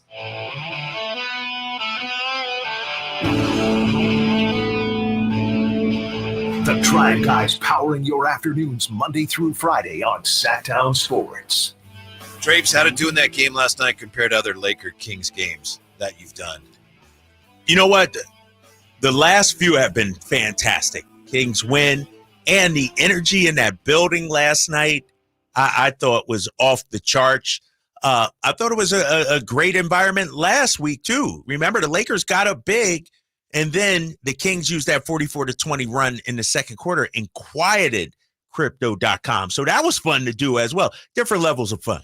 I thought, obviously the Kings won that thing going away, but I thought the first quarter was crucial because, to my eye, the Lakers came out with a lot of force. Yes. They really did, and the Kings were, I think the Lakers had their biggest lead in the first quarter. They were up 5, and the Kings were a little shaky here or there, but they hung on. They ended up tied at the end of the first quarter. I thought that was crucial, the way the Kings met that initial burst from the Lakers. Yeah, you're right. The Lakers came out with some pace, some burst, and like you said, as well as they played, you look up at the scoreboard and it's tied at 29. Mm-hmm. Nice enough to join us now. He was sidelines last night for ESPN NBA and radio host, the great George Sedano. George, thanks for your time. We, of course, are just talking all day here about that Kings win last night. Would you consider last night a statement win for the Kings? Oh, I don't think there's any question. I think the fact that they had already beaten the Lakers 3 in a row, and to get that season sweep for the second time in franchise history and the first time in 8 years, I thought was big. And I love the way they did it. They were so physical. They did it with defense really in the third quarter. That's kind of what gave them that extra push to get past them and then eventually hold on to the lead. Something that they struggled with, as you guys know very well, particularly at home. They've been a pretty bad defensive team. I think 29th in the league and then 12th on the road. So I don't get it. And I'm sure Mike Brown also wonders why they have those discrepancies. But I love the way they did it, and I think it meant a lot, certainly, for them and the momentum that they can have moving forward. Yeah, you're 100% right, George. Kyle Draper here, man. Just the physicality that the Kings played with, and especially at that center matchup between Domantas Sabonis and Anthony Davis. And we know AD has struggled with Domas over his career, winless against Domantas Sabonis. Why is that such a difficult matchup, you think? It's fascinating to me. There are a couple of guys that he struggles with, and Domas is clearly one of them. It's funny because of Domas's first 8 shots, all 8 were on against AD. He was 5 of 8 from the floor basically till the last 6 minutes of the game, and all 8 attempts were on Anthony Davis. He was going right at him basically the entire game. And I think it's that. I think that a lot of guys, when they play against Anthony Davis, can be a little tentative because of Anthony Davis's, athleticism and reach and things of that nature. And I think the guys who have the most success are the guys that go straight at his body. And Domas is one of them. Joker is clearly one of them. And interestingly enough, Yusuf Nurkic is the other guy. And I think those guys, because they play particularly a more powerful game and can put it right in his chest, I think those are the guys that AD struggles with a little bit because he's got to play more of a strength game as opposed to a more athletic game at that point. George Sedano with us from ESPN. And George, as you probably know, in Sacramento, we get a little overprotective of our players if we feel like they're not getting the respect they deserve. So I want to ask you about Domas, not from an emotional standpoint, but from a clinical standpoint, because you have, your national ESPN NBA perspective here. He leads the league in triple doubles. Why, in your opinion, does he continue to kind of fly under the national radar? That's a great question. I look at him as a guy who, to me, is a perennial all-star caliber player. I think that position, and if you look at it historically in the Western Conference, it's been a thing, even dating back to the days of KG and Dirk and all those guys, right? The power forward position has always been pretty stacked. Now, the NBA has obviously gone through a metamorphosis of sorts. So now it's like the center position is the old power forward position, even though it's kind of more of a hybrid at times, depending on who the player is. So I think but it's still the same thing. Basically, that big man position has become a position where there's just a lot of talent, right? Like look across the board. And there's new guys coming in, whether it's Chet Holmgren and Wemby and whatnot. I do think that there's always guys that are underappreciated. And I'll say this about the Champs, for example. Jamal Murray, to me, he's a guy that I believe is underappreciated in a big way. And I think that drives him and motivates him. And I think that whether it's Fox, who gets a little bit of that, he's slightly underappreciated, I think, as well, around league circles. And Domas, I think those guys can use that as motivation. Although with Domas, he's just such a nice guy, like off the court. I don't know if any of that stuff really bothers him. He's just a guy that has been dealing with being kind of, dealing with, I guess, living up to expectations for a really long time, whether it was his dad, even his brothers. Like he's the youngest of his brothers. So I think he's just used to that. And I don't think it gets to him mentally. I think it's just part of who he is. And he just plays the game at such a high level and doesn't think about all that other stuff. George Sedano joining us here on the Drive Guys, Sactown Sports, 1140.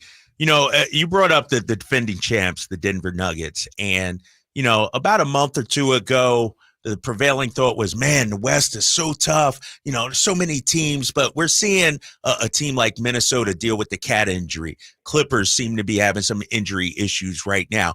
Is it Denver's and then everybody else in the Western Conference, do you think? It's the Nuggets and then everybody else? Yes, that's the short answer. And I think if you look at what they've done, really going back to last year, but this year they're even better at it. If you get to the last 5 minutes of the game and you don't have a significant lead on them, you're done because they're going to out-execute you every single time. I saw it last night against Miami before we tipped off in Sacramento last night. Mm-hmm. Miami, I believe, had like a 1-point lead with about 6 minutes to go. I left to go to the court. I looked on my phone because I saw we were about to tip, and I said, I wonder what happened. I looked at the play-by-play, and I looked at the final score, and it was a 10-point game. And that's what they do. Mm. They did it the other night. Toronto had a 21-point lead. Now, granted, that was in the third quarter. And then they just blew past them from that point on and ended up winning comfortably in that game. I saw them do it to the Lakers multiple times already this season. It's what they do. And that's what championship-level teams do. And you look at their starting five, that's the best starting five in the league right now. When you look at Joker, you look at Murray and that two-man game that they can run, and obviously KCP, Porter Jr., and Aaron. And what they do, I just don't know if anyone can match them. As good as Boston is, I just don't think they're as good as those five guys. George Sedano with us. And George, you made this point earlier, the last couple of nights, the Kings have had more of a defensive presence than we've seen for much of the year. That said, what would you describe as the identity of the Kings right now, and how would you expect that identity to play in the postseason? Well, they're clearly an offensive team. I don't think there's any question about that. They're incredibly explosive, and I think that is their identity. But I think we saw last year in the playoffs that they're capable of playing really good defense. And I think this year, because of the physicality that Kyle just alluded to a moment ago, and I mentioned as well when I came on, I think that's in their arsenal. And I don't know if you can bring that out regularly in the regular season. And I know coaches, that drives them nuts, that you don't see that with some regularity. But there is and I hate to call it a switch, but there is a different level of play in the postseason than there is in the regular season. And a lot of it goes into game planning and physicality, and the game slows down just a tad, and there's more half-court execution that needs to be done. And I think they're better suited, having gone through the experience that they went through last year. They certainly surprised me last year at times defensively in that series against Golden State. And now I've seen it in bursts for this team this year in the regular season. So I expect that to be a consistent thing for them in the postseason. So I think they're a dangerous team. Look, if they can get out of the play-in area, depending on the matchup, if you could just avoid Denver, and I would say this about almost any team in the West, if you can avoid Denver, I wouldn't be surprised if you found yourself in the conference finals. Ooh. Wow, you said conference. You didn't say win around. George, you didn't say win around. You said conference finals. Repeat that, please. Yeah, no, and by the way, again, I would say that about a number of teams in the West. But again, if you can avoid Denver to the end, I can make the case for you guys. I can make the case for OKC. I can make the case for Phoenix, the Lakers. I can make the case for a number of teams that they could get to the conference finals. I just don't know if anybody can beat Denver, but I can make that case, and I think that you guys are in that category. If the Kings aren't going to make it to the Western Conference, if they aren't going to win a round, is it their defense that'll ultimately come back to bite them, you think? You'd think so, because, again, it's just the way we've seen it this season, it's kind of an on and off switch, right? We've seen it on the road. We've seen it less at home by a wider margin, although yesterday, obviously, was a good sign. So, yeah, but if they defend with the way they play offense, man, come on. Like, the sky's the limit for this team in regards to getting beyond the first round. Like, I legitimately think, like I said a moment ago, you find yourself with the right matchups.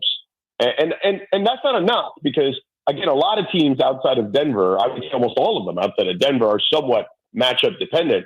You can be there facing potentially the defending champs in the Western Conference Finals. George, how crazy is this? And we know the standings are very volatile right now, but if right now they had the play-in games, you would have Luka against KD and you would have Steph against LeBron in the play-in games. That's insane. It is insane. I don't know how much, if you gave the NBA truth serum, they'd love that they'd have some of those huge stars at the bottom and they'd be knocked out pretty quickly potentially, or at least two of them would be knocked out. But it certainly brings incredible drama, right? A hell of a lot of drama for that first round of the play-in because, and honestly, it's funny. I don't like to switch sports and cross sports comparisons, but it's kind of like what baseball did for a number of years where they had that one game playoff. Yeah. I actually think they made a mistake by going best 2 out of 3 in this wild card round that they did last year. I think there's a lot of fun watching a one-game scenario. Mm-hmm. It's what makes this time of year so much fun for basketball fans because we get to see the NCAA tournament. George Sedano, thanks very much for your time. Great job last night. We appreciate it. Hope to talk to you again soon.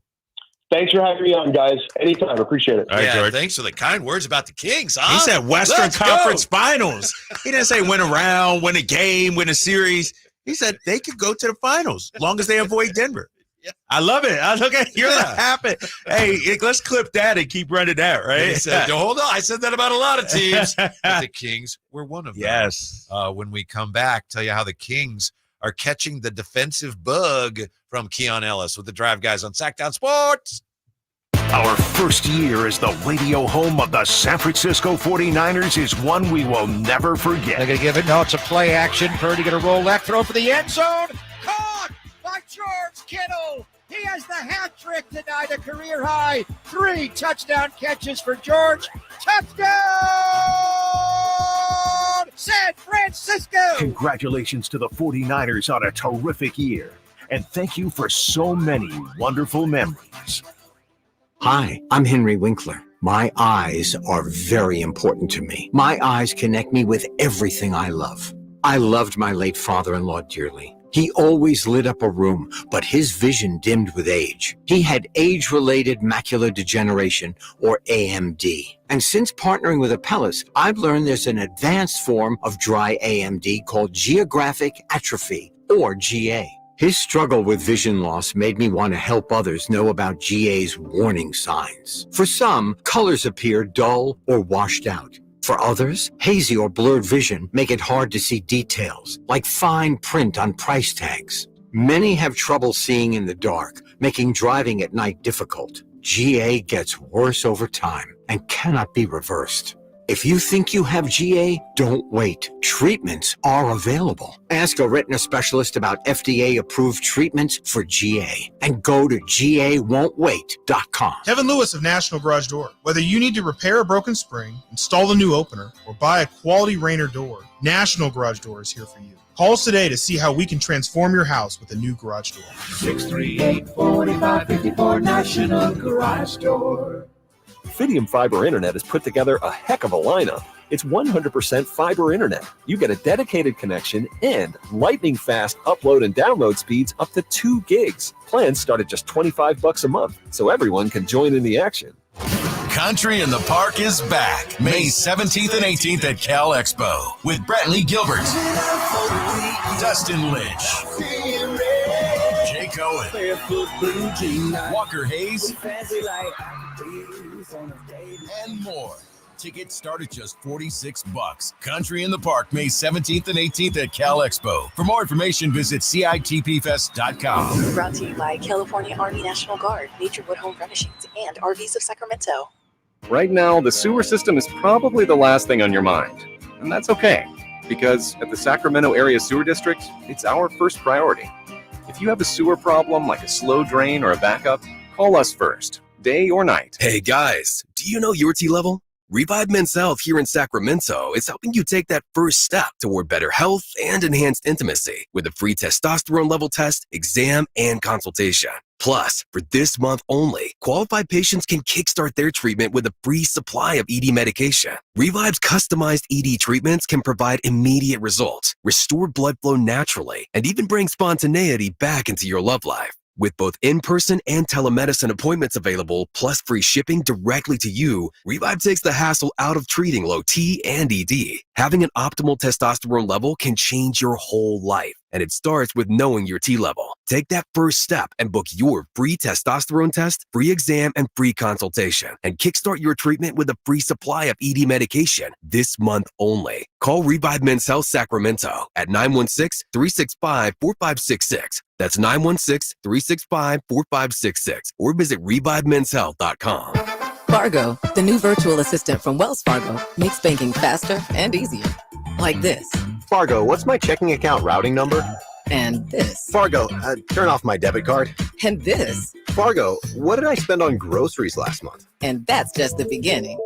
Do you Fargo? You can in the Wells Fargo mobile app. Learn more at wellsfargo.com/getfargo. Terms and conditions apply. Your mobile carrier's availability and message and data rates may apply. Wells Fargo Bank, N.A., member FDIC. When it's chilly cold at night, don't just add another blanket. Add a new furnace system instead. Now for as low as $5,999 with 0% interest and no payments for 18 months. Bonnie.com. Some restrictions apply. License 696-355.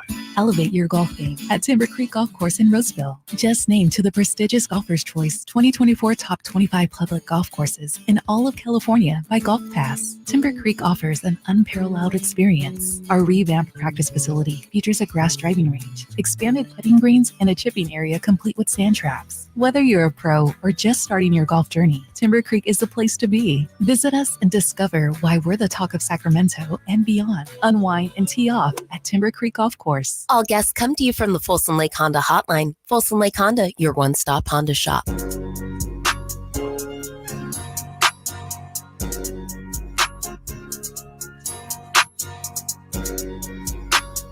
The Drive Guys powering your afternoons Monday through Friday on Sactown Sports. All-Star break was finished, that first game, we know that every game is like a playoff game. There's 3-4 teams that are fighting for that 5th, 6th spot, and any kind of game that we just lay an egg or something is going to cost us a lot at the end. Boy, whenever Domas is talking in the locker room to somebody, he's like, was it a library? Do they have people studying in there? They're very respectful of everybody else in the locker room, aren't they? All the players. Yeah, 100%. And Domas, he was raised right anyway. He's a respectful guy, Yeah, his poor kid didn't know what to make of the beam last night. Did you? Oh, he wanted mama. Did you see the little tiger wanted mama? And I guess it's Tiger's birthday today. 2 years old, I think. I saw Domas's wife put out there. And so happy birthday. Yeah, absolutely. Poor Scott Moak's like, oh, okay, but we got to do this. I think he's on some kind of schedule or something. Yeah. Well, Domas had the interview with ESPN afterwards, and then he had to go see the, wife and family and everything. And we're like, let's go. Everybody's standing around waiting for the beam. And so it was well worth it, though. Do you think that might end up on that Netflix series? Oh, that's going to be on there, right? It has to be, right? Yeah. It should have nice family kind of. Right. Is that the one that we're not supposed to talk about, or? I didn't know we weren't supposed to. Oh, no, you were. Maybe I'm not supposed to. Oh, okay. I don't, yeah. Did they put out a release on that or no? Yeah. They did? Okay, I might have missed it. They said Domas is a part of it. All right, all right. Okay, then I can talk about it. Okay. There was somebody jumped the gun or released it earlier, and they're like, just wait till it's officially. And I didn't know if it was officially official. Yeah. It's official. And it's funny because there have been a few moments here or there where some of us in the media are looking and going, oh, I think Frankie was talking about that moment after the Warrior game in San Francisco when Domas was fielding questions from De'Aaron Fox's wife and the coach. Oh, yeah. That was funny. It's like, well, it's probably going to be on that. Probably going to be on that. Yeah, exactly. And I need to pay better attention because apparently, because De'Aaron's wife asked Domas, I don't know if it was blow a kiss or something to your family, to your wife. Where your wife is. Yeah, to your widow. Yeah. So I need to keep an eye on his eyes and where he's watching, during the game. What's interesting about that is that's how we found out that one of his nicknames is Sabi. Oh, yeah. She called him that. Oh, can we call him that? I'm not calling no grown man Sabi. I'm not doing that. You could probably get away with it. I might be able to. I called him D yesterday when I saw him. I said, but then I realized, it's only one D. De'Aaron is D. You call De'Aaron D. Domas. Huh. See, I called him D yesterday. That still works. I think so. Yeah. But on that team, you say D, everybody usually thinks you're talking De'Aaron. Mm-hmm. Yeah. Well, after the game, De'Aaron Fox was among those fielding questions. And here's something I've been thinking about, with defense. Because, in basketball, anybody who played basketball, that sometimes when a team's struggling, somebody makes a shot. Then all of a sudden, it seems, quote unquote, contagious. Right? Yes. He made a shot. Yep. Then he made a shot. Yep. Then he made a shot. You see that at the highest level. I was wondering if that happens defensively. So after the game, I asked De'Aaron, does that happen? At the NBA level, does it happen with a guy like Keon Ellis? Definitely, because especially when it's the guy that's pressuring the ball, whenever he's come off the bench and him and Davion have started pressuring the ball like that becomes contagious. That you feel that type of energy when you see a guy, turning someone in the backcourt 2 or 3 times, your defense feeds off of that. And he's definitely been great for us. And I think that's a big reason why our defense was the way that it was the last 2 games. It's really interesting to me. You've probably noticed this too, Drapes. If you watch De'Aaron when he's talking about Keon and playing with Davion, he gets really animated. You can tell that he's like, oh, I love being on the floor with those guys. Yeah. So it makes his job so much easier. And to his point, man, you could physically see the energy that a guy like Keon brings to this team, And there were several plays yesterday, and I forget what he said. Mike said he had 8 deflections or something like that. He never gives up on a play, and it is contagious. Just like 3 balls, a 3-point shot becomes contagious. Once somebody gets hot, once you see a couple go in, I think the one thing this team is learning during this stretch, Whitey, is that everybody plays an integral part. Keon is playing his part right now, defensive energy. That helps De'Aaron. But I also believe the bench plays a part too. And the guys on the bench, Keon gets after it, creates a steal. Then my guy Mason Jones is up on the bench. JaVale McGee, like all of this is in lockstep right now. And I think, this is something this team is learning, that, even if you aren't making the play, even if you aren't on the floor, you still can impact the game. And right now, man, they seem to be on a tight string with each other. Like they are in lockstep. I'm not hearing any animosity about the coach or anything. Nobody's questioning, are they tuning Mike Brown out or anything? All those little things that people were saying when they were struggling, you don't hear that anymore. And I do think they've turned a corner. And I know it could change Saturday against the Knicks, or even more so Monday against Memphis, but you would hope that they are seeing the blueprint on how they need to play, and they'll bring it every night. I thought last night was crucial from the standpoint of you have to build at home on that win over the Bucks. Yeah. Especially when you've been you got some home games coming up here. You got to start to establish the home court because it's there for you. The sixth seed is there for you. And they did. And it's funny, we talk a lot about numbers, basketball fans, and I know you always give me a hard time. Stop looking at the box score. We talk about this number, that number. Mike Brown has his whole set of numbers that we don't, the coaching staff, they have things like, what is that? You mentioned the deflections. He was raving last night, was Mike Brown, about the 8 deflections in, 28 minutes? Yes. He said 8 deflections in 48 minutes is astounding. Yeah. So he was raving about that number last night. And that's why I believe Keon is going to be in the rotation, because Mike Brown is a defensive-minded coach, and this is the exact kind of effort and impact that he wants from his guys night in and night out. And, the thing about the Sacramento Kings, and you started on this point just a second ago, and it struck me. We're talking about how big of a game against the Lakers is, how critical of a stretch it is in March with all these games at home. We're looking at the standings. And at times this season, I wondered do they feel that? You know what I mean? Like, we're talking about, this is a massive game. You got to win this one, a must win. You can't lose to Detroit. And I wonder, do they think that? And for the first time, it's like, well, yeah. They knew they had to back up Milwaukee with the win against the Lakers last night. And so for the first time, I felt like they were feeling the same way we were. Like, okay, you beat Milwaukee, now what? Back it up. And they did that. And I'm hoping that's the trend going forward, because when we see Memphis on Monday, we're going to do the show from the arena. And I guarantee one of us will say, you can't lose to Memphis, right? You can't lose to these guys, right? And so that's what I'm hoping the players feel on the inside as well. To that point, and I agree with you, they just seem much more focused as a group. It's impressive.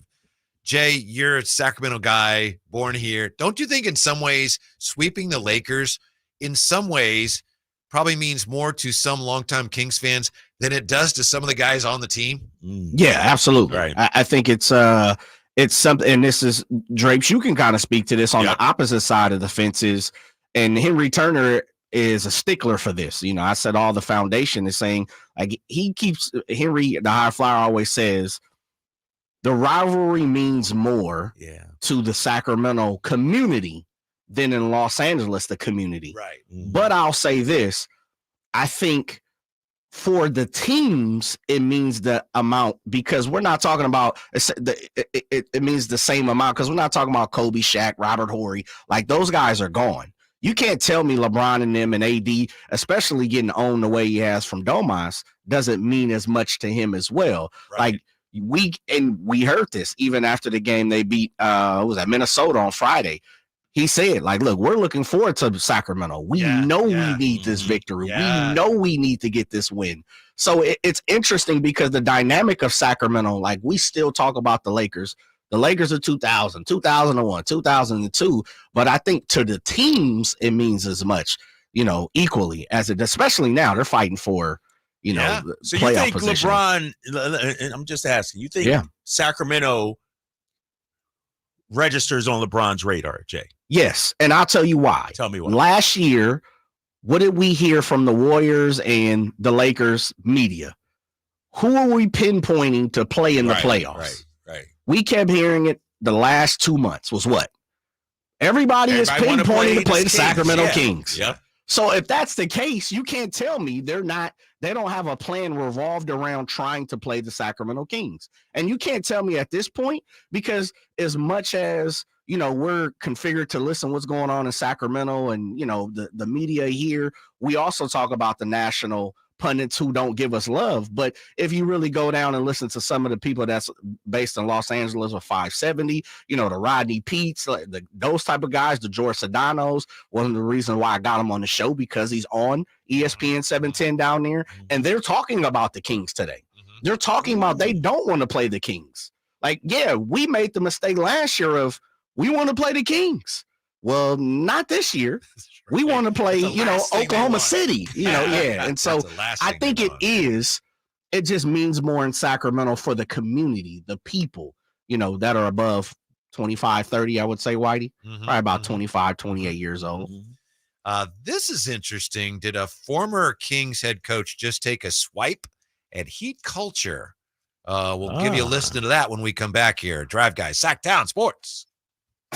March Madness is here, and the UC Davis Aggies have earned the 2 seed for the Big West Tournament. Pepper, inside the lane, step back, 17-footer, got it, nothing but net for Eli Pepper. The man is unstoppable, and the Aggies lead. Join us Friday night at 8:30 as UC Davis looks to advance to the conference championship. Follow the Aggies' quest to reach the big dance. Friday at 8:30 right here on Sactown Sports. Sacramento weather is brought to you by Folsom Lake Kia. I'm Mark Finan in the KCRA 3 Weather Center. Skies will stay clear through the night tonight. It'll stay a little breezy. Overnight lows will drop into the upper 40s. Tomorrow, look for gusty winds in the morning, diminishing in the afternoon, with highs in the mid-70s. Get the latest forecast on the KCRA News and the KCRA 3 app. Shop Folsom Lake Kia during their spring event and save big on your favorite models. You can even buy with zero down on approval of credit. Shop your trusted Kia dealership for over 25 years and tell them DC sent you. FolsomLakeKia.com. Tax Talk with Straight Talk.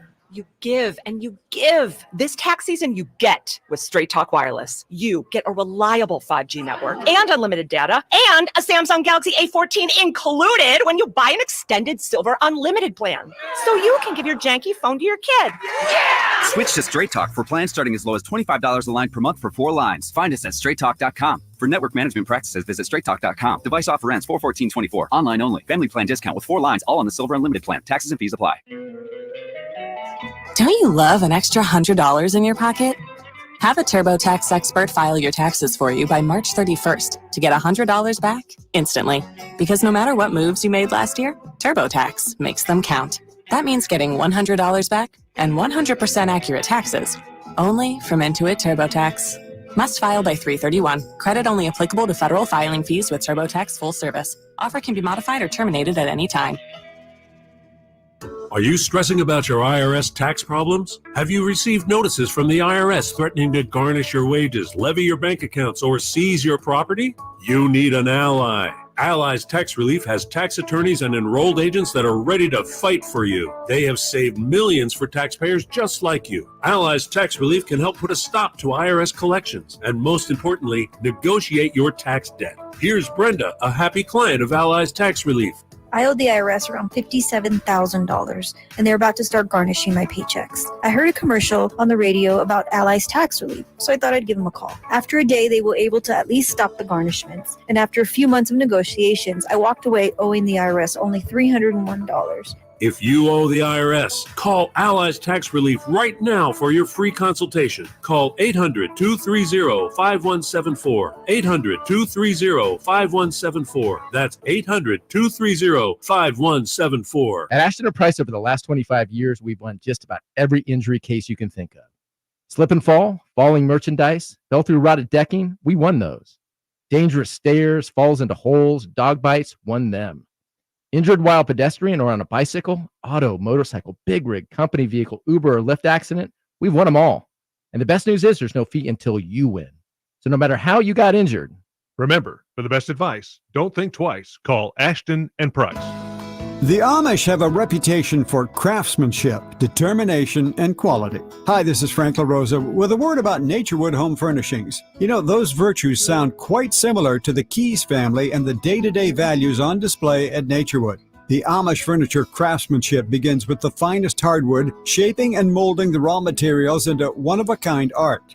In addition to the classic styles long sought and revered by discriminating furniture lovers, Naturewood Home Furnishings offers a vast selection that includes transitional, modern, farmhouse, arts and crafts, and other stunning styles, all available in the ultimate Amish standard of excellence built over centuries.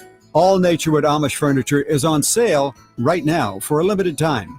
Let the Naturewood team guide you through their selection of Amish furniture that will be with you forever. Naturewood Home Furnishings, off Highway 50 at Hazel. Look for the water wheel.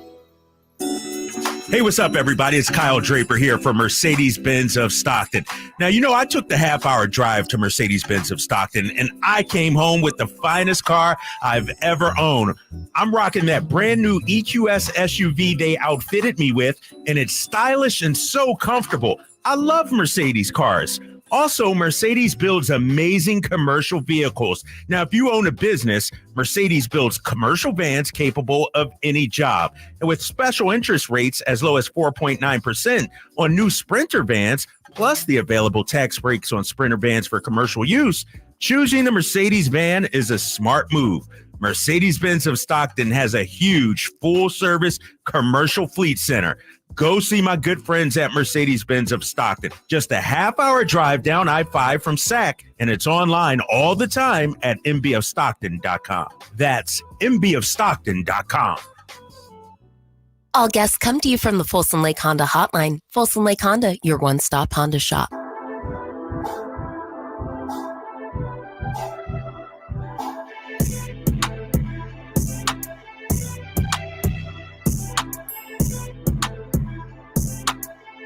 Your flagship station for the Beam Team, Sactown Sports. The Beam shone brightly last night after the win over the Lakers. Drive Guys here. Glad you're with us. Question for you, Drapes, dear listener. Jay, this is from X, and a guy who used to work here and is a really keen basketball observer. We've had him on the show, John Dickinson. He tweeted this earlier this hour. Just want to know what you think of this tweet. And again, this is from a guy that right now he covers the Warriors, but he was at the game, the Bucks game, and he's covered the Kings his whole life. He says, quote, those who don't watch Sacramento nightly or only watch their playoff series versus Warriors when Sabonis struggled, think De'Aaron Fox is the Kings' best player, and he was in the playoff series. JD says, but Sabonis has easily been their best player overall in each of the last two seasons. What do you think of that? I thought De'Aaron was the best player last year. I thought, and don't just look at the stats. When it was winning time, De'Aaron Fox, even Domas will tell you it's De'Aaron Fox's team. He was the best player. This year, though, I think Domas has played the best out of anybody. Yeah, he's been way more consistent than anybody. He delivers night in and night out. And we said it yesterday. I didn't know that he could take a step farther in his game. Like, he's gone up another rung on the ladder in his game. And so I would say this year it's been Domantas Sabonis. Mm-hmm. Fox last year, I think, again, you're hot today. You hit the nail on the head, in my opinion. Last year, Domas would dominate for 3 quarters. Yeah. Couldn't stop him. And then fourth quarter's like, all right, here you go. De'Aaron. He even said that, right? He said, fourth quarter, I just get out of the way. And let De'Aaron do his thing. Yes, he said exactly that. And the thing about De'Aaron, it didn't matter who the matchup was last year. Like, he dominated.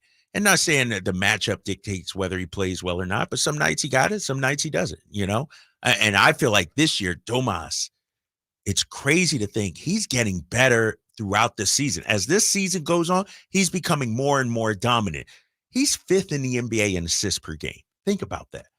A center, and he leads, of course, the NBA in rebounds per game at better than 13. Like, he's putting up numbers like only Wilt Chamberlain has done. And I didn't know he can even take it up to that level and be any better. Mm-hmm. And again, just so hyper efficient last night with how many shots did he take last night? I got so many box scores. I know. See, king of the box score. That's why I don't look at the box score. Last night he only took 10 shots. 10 shots, unbelievable, and dominated the game on 10 shots. He is just, and the thing is, and Katie had the stat last night during the broadcast. The Kings have played 65 games. Domas has had a double-double in 61 of those 65. Like, he's the fastest person since the great, and we mentioned him, Moses Malone yesterday, to get the 60 double-doubles in a season since Moses. Moses had 60 in 63 games. Domas had 60 in 64. And so he's just wildly consistent and at an elite level. It's just unbelievable. I really loved last night the shot distribution, too. We talk about this sometimes. Barnes 15, Murray 13, Domas 10 shots, Keon 8 shots, which for him is a lot. De'Aaron Fox 20, Monk 10, and then Davion had 6. It's like it's hard to guard a team when you got so many guys. That are chipping in. Yeah, so many guys. And this is the Kings blueprint, right? It's like, we know that the top tier guys, Domas and Fox, are going to be who they are. But this team has multiple guys that can gas you for 15 to 20 points. And we saw it on full display. Like, look at this. And I should have given him some love in Drape's take. Harrison Barnes was the leading scorer last night. I don't hear those Harrison Barnes haters out there. He had 23, hit some big 3-pointers out there last night. 7 triples last night for Harrison Barnes. From what I saw, the numbers, if you look at the numbers, you could quibble. But Harrison Barnes outplayed LeBron last night. Oh, yeah. 100%. Like, LeBron was a non-factor for most of that game. He had a good 3-4 minute stretch, but Harrison Barnes, I thought, was more consistent throughout that game. And HB, there were several times he's had to guard Anthony Davis out there as well. Like, and he got the defensive player of the game crown yesterday, Harrison Barnes did, because I thought that was an elite two-way game. That much more impactful when he scored. Those were impactful buckets. Now, I know you were briefly in the media dining area, and we had the TV on in there. I don't know if you caught any of this, but they did have the Nuggets and the Heat on. Okay. And the reason I mentioned that is because the Heat, their jersey said Heat culture. Did you see that? Oh, I didn't see that last night. No. Yeah, they it had said that? Heat culture on the jersey, which was kind of odd. So the Nuggets go in there and they win. They're back in first place now, 100-88. After the game, Michael Malone was talking about, let's see, what he was talking about is how Jamal Murray and KCP told him to let Reggie Jackson stay on the court longer, blah, blah, blah. And Reggie Jackson pushed through his slump. So Michael Malone was talking about Nuggets culture, and he said, quote, part of culture, because we do have a culture in Denver as well, part of our culture is being selfless, getting over yourself. And I think that's another example of how our team is always getting over the individual and thinking about the collective, end quote. So people thought that's kind of a little shot. We have a culture in Denver as well. Maybe he's heard a little too much here about, having played them in the finals, probably get sick of all this talk. Heat culture. And I'm with Michael Malone, and I respect what Miami has done, but when's the last time they won a chip? Michael Malone and the Denver Nuggets got a culture. They just smacked them up in the NBA Finals. They just like it. So I hear you, Michael Malone. He's one ornery guy, though, huh? I love it. Last year they eliminate the Lakers. LeBron says, I might retire. Michael Malone says, who cares about him? We just won. Right. I love that. He is emboldened. He's been empowered now with the success of his team, and you can't say nothing back to him. They're the reigning champs. They just beat Miami again last night. And this whole Heat culture thing, it's real. It's a thing. I get it. But I could see how Michael Malone could be upset about that and tired of hearing it. He's like, yeah, Heat culture, but didn't we just wax them in the NBA Finals? Yeah. Yeah. So what kind of culture do the Kings have right now? I don't know. I think it's still to be defined. Because when you think of Kings basketball, what is it? What is it, and what would they like it to become? I think those are two different things. I think, when you look at Kings basketball, it's up pace, balls flying around, but that's one side. When you walk in and you're playing the Sacramento Kings, and we talked about this last week, opposing teams feel like, it'll be an easy night. They won't be physical with you. And so the culture, what it is different than what they want it to be, if that makes sense. Like, I still think it's evolving, and they're trying to move it to what they want it to be. I think culture is something you have to, plant and cultivate. So if you look at it as a plant, here's the way I look at it. Miami Heat culture, it's a full grown, some kind of bush, and maybe it's getting, some of it's getting a little straggly because it's been around a while. The Warrior culture now, it's like, ooh, somebody needs to water that. Yeah, or it's drying out, it's right? Been, drought stricken or something like that. And I think Kings culture to me right now, it's just a little sprout still coming up out of the ground. But that's impressive because for years there was nothing there. It was just nothing. Sand and heat. There was nothing growing there at all. Let me ask you guys this, because I haven't been around, obviously. It's only my 4th season. Did the Kings have, and I know they didn't have continuity with the coach. I know they didn't have continuity in the front office.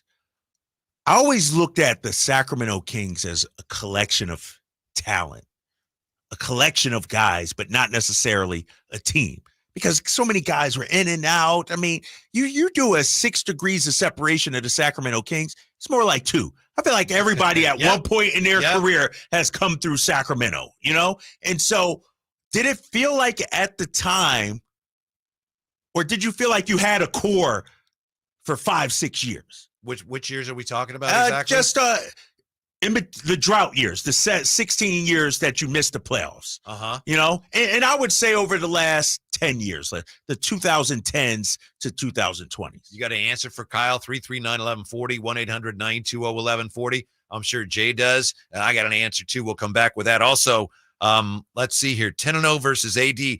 Domas says, please stop talking about that. Next with the Drive Guys on Sactown Sports. The Sacramento Kings play here. He's got the triple. Sacramento takes the lead. Get your Kings fix all season long right here on your home of the Sacramento Kings, Sactown Sports and SactownSports.com. Flooring is your game. We'll help you win it. Because at LL Flooring, all we do is floors. You want decor? Try. You want plumbing? You're out. LL Flooring has been helping pros knock it out of the park for over 30 years. Visit one of our 400 nationwide warehouses for one-on-one service, extensive inventory, and exclusive pro pricing. Get the pro treatment you deserve. Enroll today, online or in-store. LL Flooring, every step covered. Hey, what's up, Sacramento? It's Kyle Draper. Turn up the cleanliness at your restaurant, healthcare, or industrial business with Alsco Uniforms, the official sponsor of the Sacramento Kings Mop Crew. We've got you covered with crisp uniforms, hygienically clean linens, floor mats, and of course, mops delivered weekly. But that's not all. Alsco Uniforms also offers weekly services for first aid and restroom supplies. Discover why it pays to keep clean with Alsco Uniforms. Just go to alsco.com to learn more. Again, that's ALSCO.com. Ever since we got Xfinity, we have Wi-Fi all over the house, even in my hiding spots. Ha! Found you. How? That's wall-to-wall Wi-Fi from Xfinity. Now through March 21st, get started with 200 megabit internet for $25 a month for 2 years with no annual contract and get Wi-Fi equipment included. Go to Xfinity.com, call 1-800-XFINITY or visit a store today. Requires paperless bill and auto pay with stored bank account. Restrictions apply. Taxes and fees extra. After promo, regular rates apply to internet service and Wi-Fi equipment. Actual speeds vary. Whether you prefer thrills or serenity, the 2024 Accord from Elk Grove Honda delivers both. With Honda Sensing Standard, the 2024 Accord is once again a winner of the 2024 Car and Driver's 10 Best Cars, making Honda the winningest brand in car and driver award history. Drive a 2024 Accord Hybrid and see for yourself what the fuss is all about. We're Elk Grove Honda in the Elk Grove Auto Mall, Highway 99 at Elk Grove Boulevard. I gotta get an Elk Grove Honda. Dr. Ken Howachek and kinesiologist Kelsey Graham discuss the Good Feet store. The foot has a lot of detail. It has a lot of complexity. There's a lot that can go wrong. A lot of problems start in the foot and end up elsewhere. Knee pain, hip pain, back pain. When aligning the feet properly, we can see relief elsewhere. And that's the beauty of the Good Feet Arch support. It can place the feet into their ideal position and gives them the balance, the support, the comfort, and the relief of the pain. The bottom line is that the Good Feet Arch support can be a highly effective pain relief solution when nothing else has worked. The feet have a really big impact on how the rest of the body moves. The knees, the hips, the lower back especially. If the foot isn't properly aligned, all of these joints are going to function incorrectly. That results in a lot of muscle tension and chronic pain. What I really like about the Good Feet system is that the right arch supports can put the foot in its proper alignment. So all the joints up the rest of the body will be aligned properly as well. And when the body's aligned, we can reduce the risk of injury and chronic pain. Visit the Good Feet store in Sacramento, Roseville, Modesto, Stockton, and Vacaville for a free fitting and test walk. Contact Tax Relief Helpers for details and restrictions. Attention anyone that owes money to the IRS. The IRS has restarted aggressive enforcement actions against taxpayers who owe back taxes that were temporarily suspended for COVID. If you owe $10,000 or more, you must hear this because now is the time to clear your IRS tax debt. A special toll-free number has been established so you can stop penalty fees, avoid liens, levies, and other hostile measures by the IRS. Call Tax Relief Helpers right now at 800-934-9217. Tax Relief Helpers will provide you with the maximum protection afforded by law. I got behind on my taxes and owed $48,000. I didn't know what to do. I called and they got my bill lowered to just $3,500. I owed $87,000 in taxes and it was scary. I got the amount I owed down to just $3,500. I saved $83,500. If you owe money to the IRS, don't wait another day. Call 800-934-9217 right now before the IRS enforces liens, levies, and other aggressive measures. The call and consult are absolutely free. Call now. Call 800-934-9217. 800-934-9217. 800-934-9217. From the Power Business Technology Toshiba Studios, KHTK-AM Sacramento, KYMX HD2 Sacramento, the only station in Sacramento giving you local sports coverage from 6 a.m. to 6 p.m. Monday through Friday. Sactown Sports.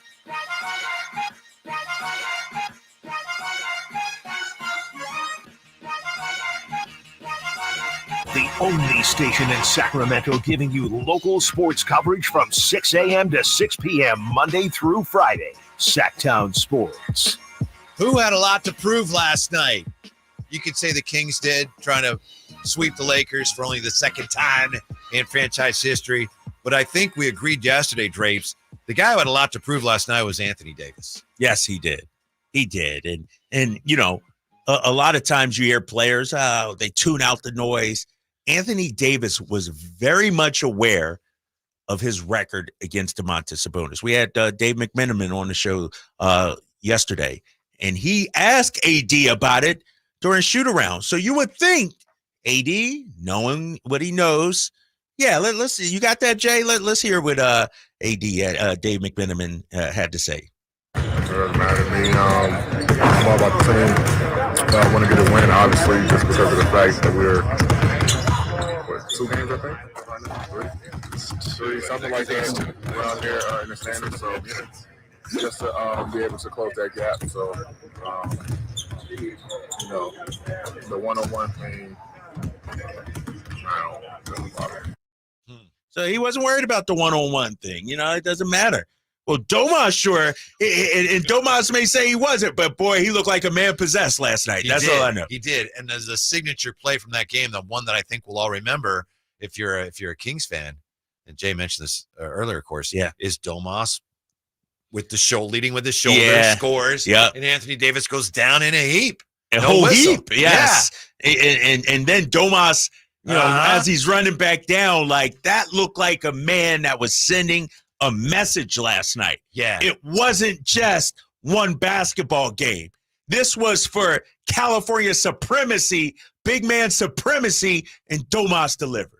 I was saying that earlier that, hey, Anthony Davis needs to just get up. I know that hurts, but look, the guy just bowled you over. Get up. And Jay was saying, would have been nice if one of his teammates had come over. Right. Helped him up. Yeah, exactly. Lakers are a flawed team right now, and Davis is flopping around and begging for a call. And, you're right about that. So I don't know how much it means. AD says, I'm not worried about it. But as we know, Domas is now 10-0 versus Anthony Davis. He was asked about it, was Domas last night. I think it was Sean Cunningham who asked him about that in the locker room after the game. Here's what Domas had to say.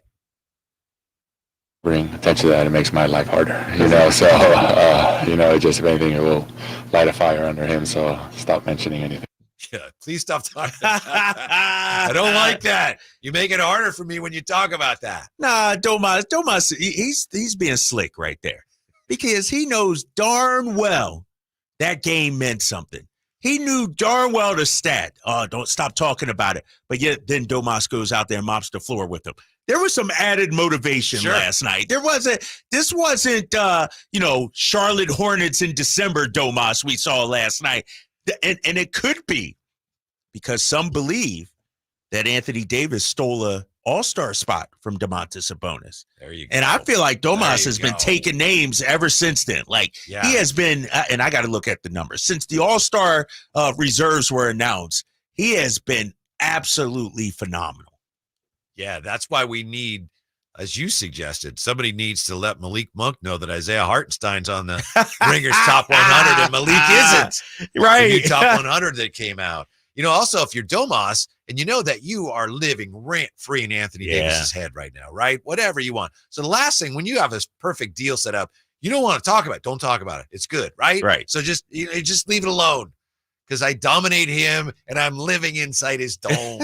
I've been in there very comfortably for a long time now. I look forward to a long stay. He should be paying rent. He's living there so much, right? Like, seriously. It's beautiful to see because, and Dave McMenamin said it yesterday, like Anthony Davis could be a top 5 player in this league. And Domas routinely destroys him. And that tells you where Domas, in my opinion, ranks. And somebody said it yesterday. It might have been on Twitter or on TV or something. Like Domas might not be just all NBA. He might be first or second team all NBA. He might be a second team all NBA kind of guy behind Joker, I think, on who's going to be first team. But this season, who's the second best center in the league? Because Embiid got hurt, so he's out of the mix. Domas could be a second team all NBA guy. It's either Domas or Isaiah Hartenstein. Right? I think it's kind of that battle. That'll be a matchup come Saturday. Is it what? Follow me here. What if AD got the second team and Domas got third team, and Domas is absolutely, taking AD to the school all season? The woodshed, huh? No, Jay, and we're marching on the zero league offices. Right? Exactly. You don't think so? I'm saying we got a million-man march. Okay, going to see Caucus or wherever Adam Silver is. Like there's if that happened, what would happen though, dude? That I would just boycott, man. I'd be like, there's no more we can do. Yeah, like this guy mops the floor with him every time, and that shows me. Now, but who votes all NBA? That's a media thing, right? I believe it is. Yeah. See, so do you get to vote? Nah, I should. No, team broadcasters. Yeah. You can't vote. Yeah, but I need to get our boy. I think Chris Haynes has a vote on that, and so that would be interesting. I know no one wants to praise the Lakers today, but AD, I know he's kind of broken down now, and he's still obviously a fine player. Man, he was good. He was a really unique player. I remember when he first played on the Olympic team after he came out of college, and every so often he'd do something. It's like, whoa. Why do you think? Because he's going to be a Hall of Famer. Tremendous career.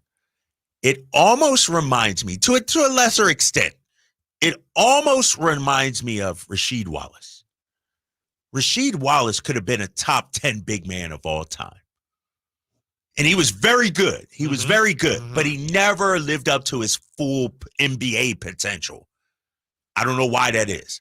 But Anthony Davis, he could be transcended on both ends of the floor. He has his championship, yes. He'll have a nice Hall of Fame career, but why hasn't he reached that potential, that full peak? Perhaps because he lacks that one thing that the true greats all have, which is just that drive. Maybe it was, and that's the motor. Fine. Yeah, you can't, it's when I was a kid, you're like, why doesn't that guy want to win? And then you get older, you realize people are wired differently. Right. And maybe he's just not wired. And he's still, as you say, he's a Hall of Famer. Right. It's still a very good one career. Thing that's kept him from being like that next level. I mean, he was, if any really old people are listening, they're going to get really mad. He was kind of almost Bill Russell-esque, I think, in some ways. Yeah. And a guy that can impact on both ends. Yeah. Especially defensively. And really quickly here, I mentioned Domas's numbers since the All-Star reserves were announced. I think I got the date correct. It may be off just a little bit, but since January 25th, Kings played Golden State 25 games. Over the last 23 games, Domantas Sabonis, 20.2 points, 15 rebounds, 9.4 assists. You know how, he's nearly winning. And his team's winning. He's nearly averaging a triple-double over his last 23 games. And I think the all-star snub, he probably won't say it, but I think that has fueled him as well. That's a good point. Yeah. Now I'm just hoping that our guy Jerry Reynolds isn't listening, and he listens a lot. Yeah. Because if I said Anthony Davis was like Bill Russell, I may hear about it. Oh, yeah. I'm sorry, Jerry. Yeah. You know what I mean, though, right? When we come back, guess what? The national view of the Kings, it looks like it's shifting a little, and we'll get back to Kyle Draper's Kings culture question when we motor right back. Drive Guys on Sactown Sports. Subscribe to Sactown Sports on YouTube and watch the Carmichael Dave Show with Jason Ross, Stiles and Watkins, and the Drive Guys, live Monday through Friday from 6 to 6. Plus, view archive shows and exclusive content. Subscribe at youtube.com/Sactown Sports. For a precision-crafted performance, the decision is easy. A new Acura from Acura of Stockton. Get the driving experience you've been waiting for in a new Acura. Get the best selection and customer service you deserve from Acura of Stockton. Shop in person or use our online express store at AcuraofStockton.com. Acura of Stockton will buy your trade, even if you don't buy from us. Don't settle for less than precision-crafted performance of a new Acura from Acura of Stockton and AcuraofStockton.com.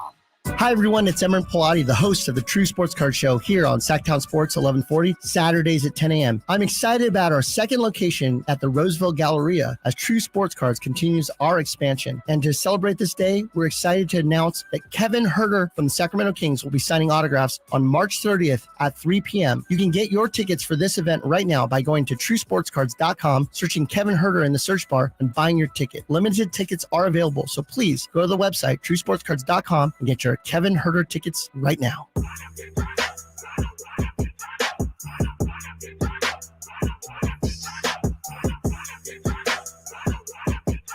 The Drive Guys powering your afternoons Monday through Friday on Sactown Sports. Can you believe this? It looks like the national narrative on the Kings may be shifting. Obviously, the Kings are getting a lot of national, at least some respect today from ESPN. Really, it's just kind of a, byproduct of all the talk about the Lakers. Well, it was a bad loss for the Lakers. They lost to the Kings. Kings beat them. But, what does this mean for the Lakers? But obviously, there's some respect for the Kings built in there. But how about this from the Ringer? Zach Cram, I believe, is the writer. He writes, should the Kings be taken more seriously? Kings aren't as good as they were last season. This is what he says. When they took the West by surprise, 48 wins, defense still lacking. He says, yet there's a funny thing about this Kings team. They've held serve against every possible playoff opponent, with the exception of the Clippers and New Orleans, the latter of which is also in the bottom half of the playoff race. So he has a Kings record versus contenders, and we all know this. Lakers 4-0, Mavericks, Kings are 2-0, Nuggets 3-1, Thunder 2-1, Timberwolves 2-1, Warriors 2-2, Suns 2-2, Clippers 1-2, then the Pelicans 0-4. So throughout the Pelicans, and the Kings are 18-13 against those teams. Even with the actually it's 18-9 if you throw out the Pelicans. With the Pelicans, 18-13. So what he says is, for months now, the Kings have profiled as one of the West's weakest postseason squads. Maybe it's not quite that simple. Interesting. End quote. Now, I was excited about this, and then Jay said, hey, this guy is one of the members of that Ringer panel. You got to dig deeper. Yeah. There's a backhanded compliment coming in somewhere with those guys, right? Yeah, that panel that doesn't have Malik in the top 100. But that, raises the question, man. What is the Kings' ceiling, right? Like, they've beaten the best of the best. And we had our guy, George Sedano, on a few segments ago. And he said something very interesting about the Kings and perhaps making the Western Conference Finals. We'll play that a little later. But I wonder how far this Kings team can go. Because in that article you just read, he says they're not as good as last year. Last year, they made it to Game 7 of the first round. Is that this team's ceiling this year? I think they can go deeper than that. So by my calculations, that would mean that they're a better team than last year. Also, there's something happening right now. Okay. And maybe it fizzles out. But you can see it. We all saw it the last two nights. I don't know what it is. Somehow the team is playing together more. They've got the home games coming up. The defense is better. It's not great, but we see it. Keon Ellis has made a difference. Yeah. You can see it. The numbers say it, the players say it, right? So it's not something that we're just seeing because we wish to see it. The offense has been, the last 2 games, the offense has been pretty good. So it's possible that right now they're starting to play their best basketball, which is the way you want it to happen. At this point of the season, right? Yeah, 17 games left to go. You want to be sort of hitting your stride right now. And, you know, if I'm a Kings fan, I wanted this back in day one, because here's the thing. You were there, media day. They talked about the hunger and how coming up short last year is fueling them. And then we really haven't seen it. It's like they've been sort of up and down, resting on their laurels a little bit. But, man, these last 2 games, they've been dialed in, fully engaged. And, you know, this is what you want. Like, and I said it 2 weeks ago, 3 weeks ago, the playoffs in my mind has already begun. They've already begun, because seeding, I think, is so important in this year's Western Conference.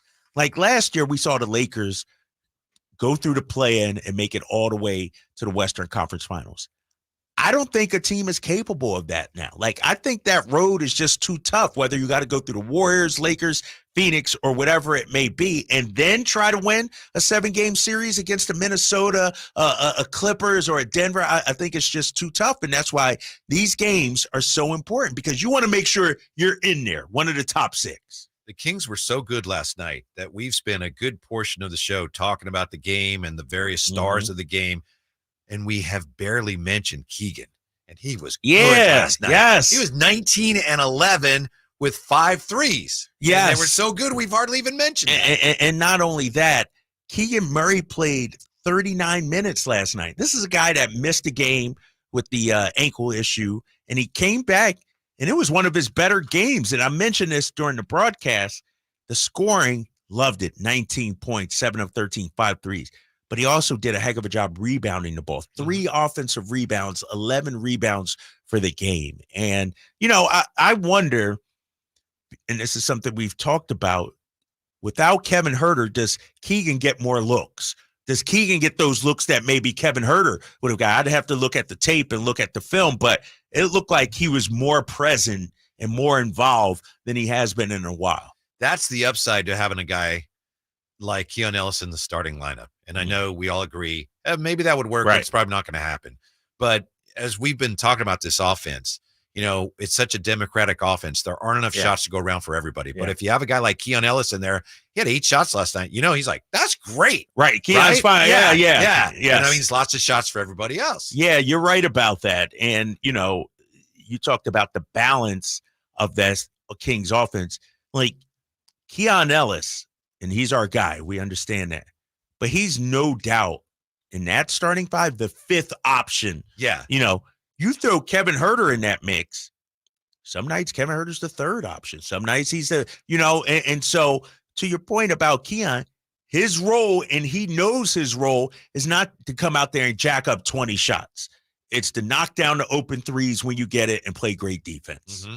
So maybe that's something, you know, like we said, it won't happen, but I'm coming around. I'm warming up to Keon being a starter in terms of how he fits with the other group. I don't like what it would do for Kevin Huerter and his, you know, coming off the bench, because you already got your offensive 6th man. That's Malik Monk. So now you're behind Malik. Also, Kevin, you're the 7th man. I don't like that role for him. Yeah, at the very least, I think long-term, it's something you have to keep in mind. Long-term. Right? Beyond this season. Yeah. Okay. Yeah. Okay. Now, you asked an interesting question about the Kings culture, and you asked where those of us who've been around before you got here, where we saw the Kings culture. Yeah. Yeah. The question was, you know, I from an outsider's point of view, it seemed like, the Kings had, you know, some good players, DMC, of course, Rudy Gay, but then it just seemed like a collection of guys, you know, whether it's other teams,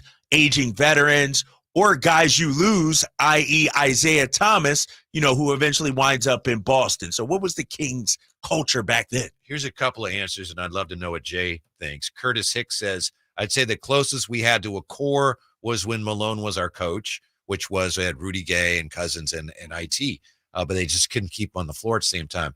Jack says, I thought they'd made some noise when they hired George Karl and had Gay, Cousins, and Rondo. That team had potential to have a great offense, but too many me-first players that played no defense. How do you answer that question, Jay? What was the Kings' culture before the Kyle Draper era?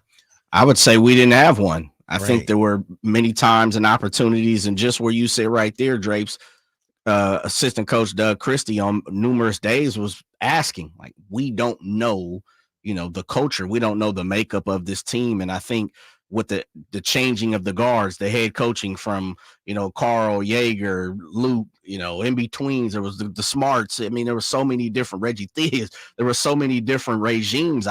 I felt over the 15 years, there really never was one, but I do agree that was the closest. I just thought, and it's no disrespect to George Karl, I thought he was that was the piece that couldn't put the culture together. I thought Rondo, the ITs, the DMCs, as we played Alphabet Boys and Rudy Gay, I thought they were close. And as I think it was Curtis, they weren't healthy enough altogether, but I thought you needed a leader, as a head coach in that clubhouse, excuse me, not the clubhouse, but inside the locker room. Yeah. The teams with successful, culture, be it the Warriors or the Spurs or the Patriots or the whole Bill Walsh 49ers, it's everybody pulling together for the same goal. It's like, what are we doing? Yeah. Well, I may not like you that much, but we're together on this.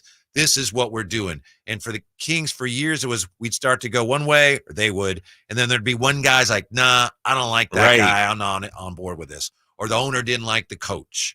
Or the coach didn't like the star. Yeah. Or in the How case did of George Karl work out? Yeah. He was trying to trade Cousins. You know that whole story? No. Like, he thought they'd be better off without Cousins, and I guess he wanted to trade Cousins, and ownership, no, we're not going to trade Cousins. And George, went and tried to work out a deal with the Lakers anyway. And at that point, that was done. That is, you can't have the culture was a culture of dysfunction. Yes. Right? Yes. Okay. Yeah, that's a great way to put it. Yeah. And to this point, I thought Whitey, please speak on this, and Drapes from the outside looking in. I know you're asking the question. Yeah. I thought a lot of the blame was placed on DeMarcus of not having a culture.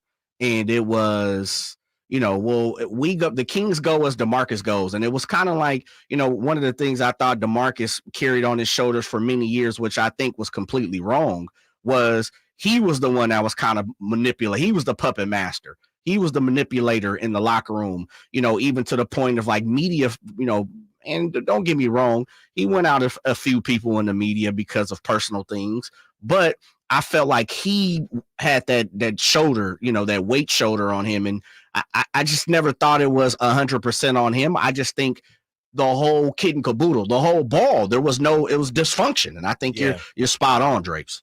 What do you think, Whitey, on that? I think DeMarcus was a guy they looked at to be a foundational piece. And I don't think he was, as a basketball centerpiece, stable enough to be that.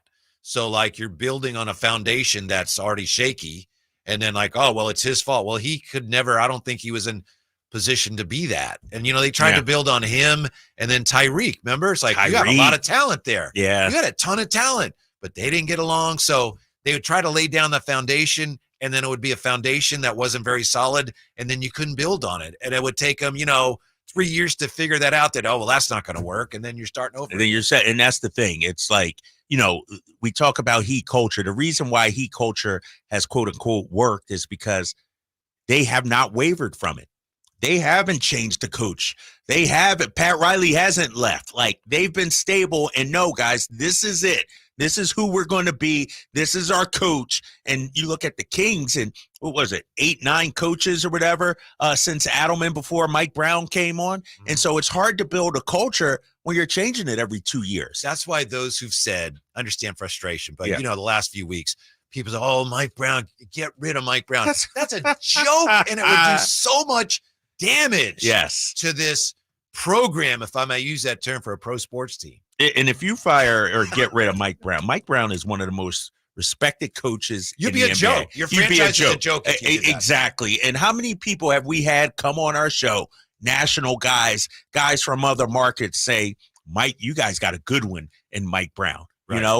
And so, no, we're not changing the coach. I just think it's going to take some time to build that culture. And also, I might add, sometimes you got to shake up the roster and bring in the guys who fit the culture that you want to be as well. And so I think this is a process for the Sacramento Kings. This is a journey that they're on right now. You know, the other parts of it, and I think you're speaking to it, you're kind of almost scratching the surface and digging a little deeper, Drapes and Whitey, is when all you know is dysfunction and something goes wrong, what do we normally do? We revert to bad habits. We revert to what we know. And I think that's where some of the Kings fans are fighting internally of the, like, listen, oh my goodness, they lost 3 in a row and they lost 2 to the Rockets, or they lost, a bad game. And then it's like, oh no, throw our hands in the air. Let's get back dysfunctional. And I think that's what you guys are here for. And, the half glass full of fans where it's like, listen, steady. Let's just ride it out. Right. This isn't dysfunctional anymore. Right. Like, learn the difference between dysfunction and just a slump, or a bad game, or a bad night. Yep. And so I think you guys do a great job of that. That's a great way to put it. Thanks. When we come back, we're going to talk to Rick Camla, NBA TV and radio host. He's a host of Give and Go on SiriusXM. He says he invented fantasy basketball. Did you know that? My gosh. Him and Al Gore, huh? Right? I'm going to ask him about that. His national view on the Kings. Rick Camla coming up here with the Drive Guys on Sactown Sports. Keep it here to Sactown Sports for the Sacramento Kings push toward the postseason. Get analysis from our local shows, breakdowns from our Kings insiders, and all the thrilling moments from the G-Man. Keegan, quick catch, quick strike. There's another one up in the lights and in the well. 10 3-pointers made. Keegan Murray putting on an all-time scoring exhibition tonight. Sactown Sports is your proud home of the Sacramento Kings. Sacramento weather is brought to you by Bonnie. I'm Mark Finan in the KCRA 3 Weather Center. Skies will stay clear through the night tonight. It'll stay a little breezy. Overnight lows will drop into the upper 40s. Tomorrow, look for gusty winds in the morning, diminishing in the afternoon, with highs in the mid-70s. Get the latest forecast on the KCRA News and the KCRA 3 app. When it's chilly cold at night, don't just add another blanket. Add a new furnace system instead. Now for as low as $5,999 with 0% interest and no payments for 18 months. Bonnie.com. Some restrictions apply. License 696-355. When you take the time to shop at Folsom Lake Honda, there's one thing you'll always find. Happy people ready to serve you. As a family-owned and operated dealership since 2009, customer service is our #1 priority. Our customers love doing business with us, and you will too. Looking to own or lease? During the spring sales event, drive a brand new Accord or Civic. Visit us today at FolsomLakeHonda.com, your one-stop Honda shop. Folsom Lake Honda. Your one-stop Honda shop. The sewer system. It's probably the last thing on your mind, and that's okay. Because at the Sacramento Area Sewer District, it's our first priority. As the region's largest sewer utility, we own and maintain thousands of miles of sewer pipe. And our job is to get to your sewer problem before it interrupts your life. So whether you've got a slow drain or a backup, call us first, day or night. The Sacramento Area Sewer District. It's a dirty job, but we're happy to do it. Country in the Park is back May 17th and 18th at Cal Expo with Brantley Gilbert, Dustin Lynch, Jake Owen, Walker Hayes, and more. Tickets start at just $46. Country in the Park, May 17th and 18th at Cal Expo. For more information, visit CITPFest.com. Brought to you by California Army National Guard, Major Wood Home Furnishings, and RVs of Sacramento. Power Business Technology is proud to be 100% independent, locally owned, and managed Toshiba copier dealer. Local ownership cuts out the red tape, allowing ourselves to never be too busy to personally answer the call when our clients need us. Recognized for excellence in service execution, training, and customer service, we're proud to be named a 2022 Toshiba ProMasters Elite Dealer. Contact us today for all of your business printing needs at 844-POWER-BZ. That's 844-769-3729, or visit us at PowerCopier.com. Hey guys, do you know your T-level? Revive Men's Health here in Sacramento is helping you take that first step toward better health and enhanced intimacy with a free testosterone level test, exam, and consultation. Plus, for this month only, qualified patients can kickstart their treatment with a free supply of ED medication. Revive's customized ED treatments can provide immediate results, restore blood flow naturally, and even bring spontaneity back into your love life. With both in-person and telemedicine appointments available, plus free shipping directly to you, Revive takes the hassle out of treating low T and ED. Having an optimal testosterone level can change your whole life, and it starts with knowing your T level. Take that first step and book your free testosterone test, free exam, and free consultation, and kickstart your treatment with a free supply of ED medication this month only. Call Revive Men's Health Sacramento at 916-365-4566. That's 916-365-4566, or visit ReviveMen'sHealth.com. Every beer has a history, but not every beer is as legendary as Coors Banquet. Brewed only in Golden, Colorado. Born of the Rocky Mountains. There's only one beer in the history of beer that has been as stolen, smuggled, and sought after as this one. It's time to find out why. Coors Banquet, brewed in Golden, Colorado. Served everywhere. 2022 Coors Brewing Company, Golden, Colorado. Celebrate responsibly.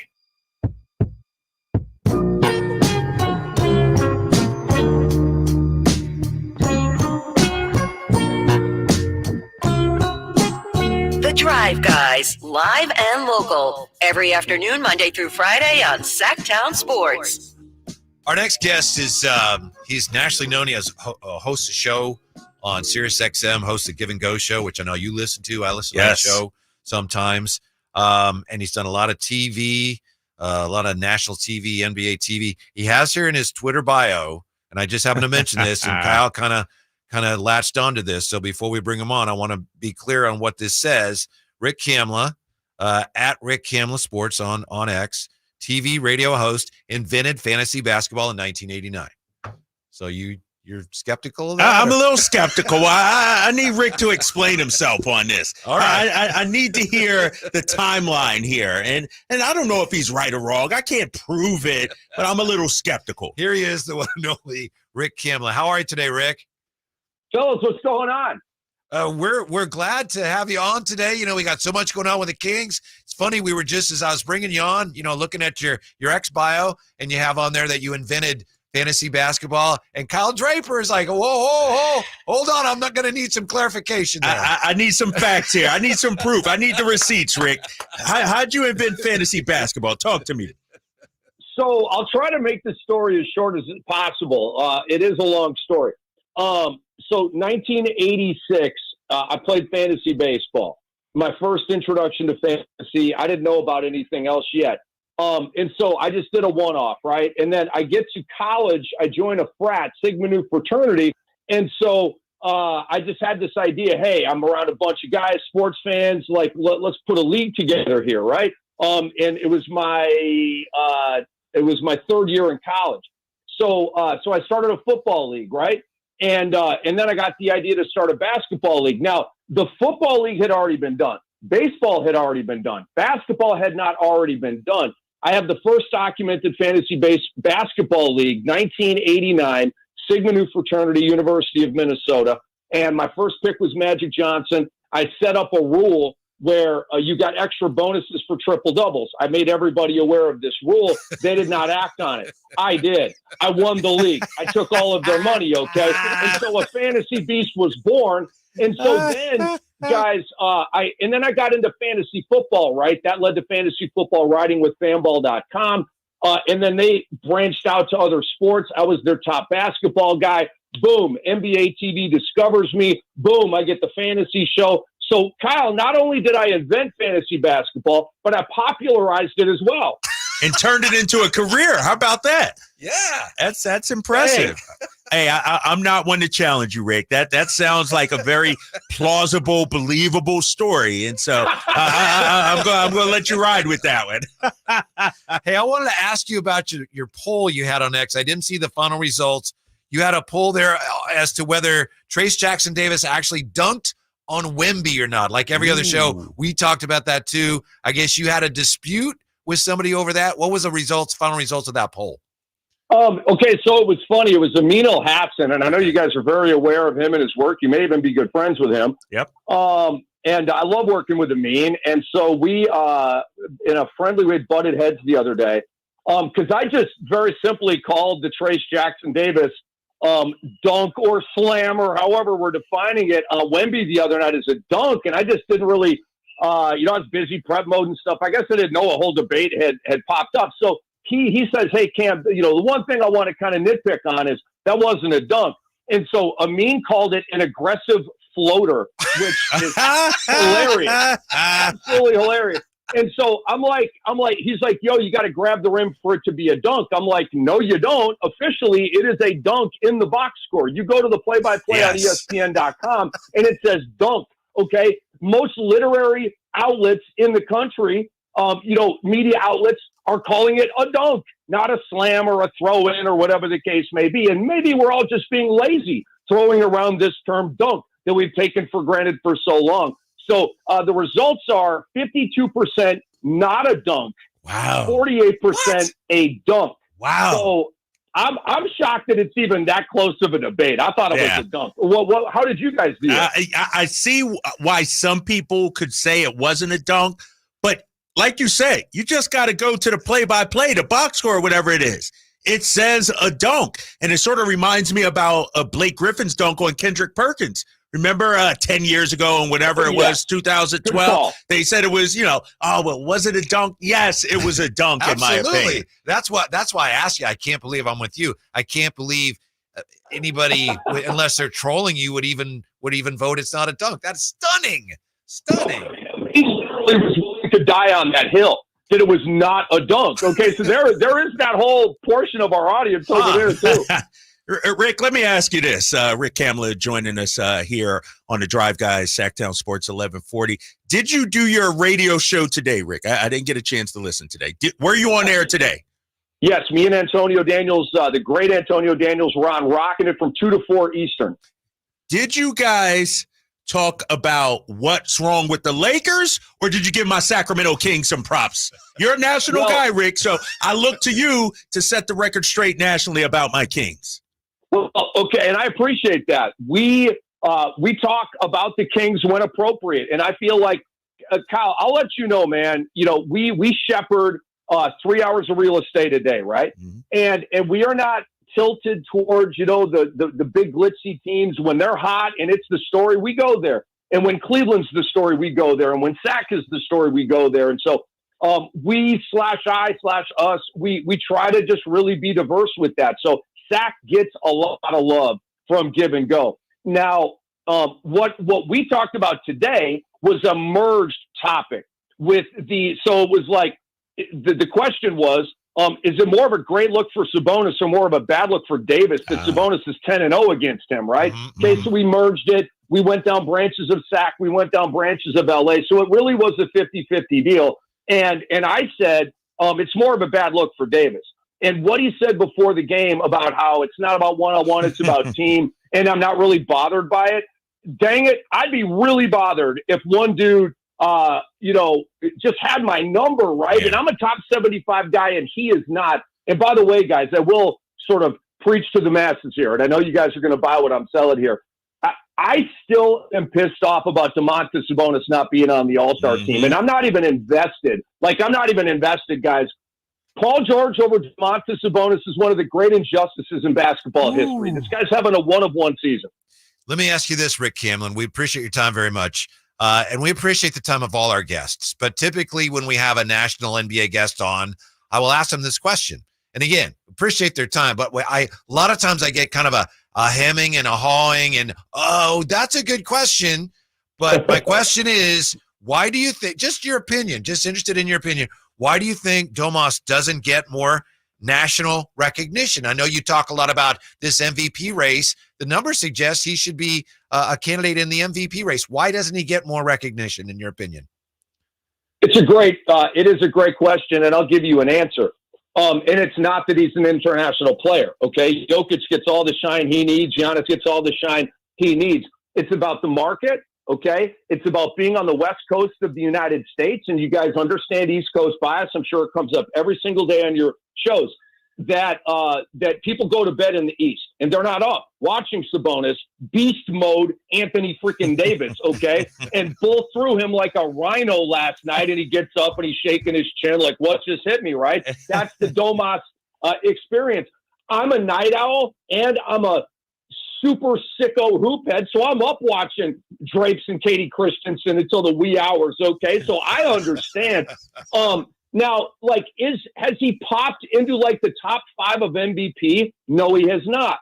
To me, there's a clear-cut top 5. But when you start going to number 6, number 7, number 8, and then that second bracket, right, it's Brunson, it's Ant-Man, it's Sabonis, it's maybe like a Halliburton. And you guys know the big 5. It's Jokic and Sabonis at the top. Then it's a blend of Luka, Giannis, and Tatum. And then you get the rest. And so it's no slight to Sabonis. Like, I am completely unbiased with the thing, right? Completely even, Steven.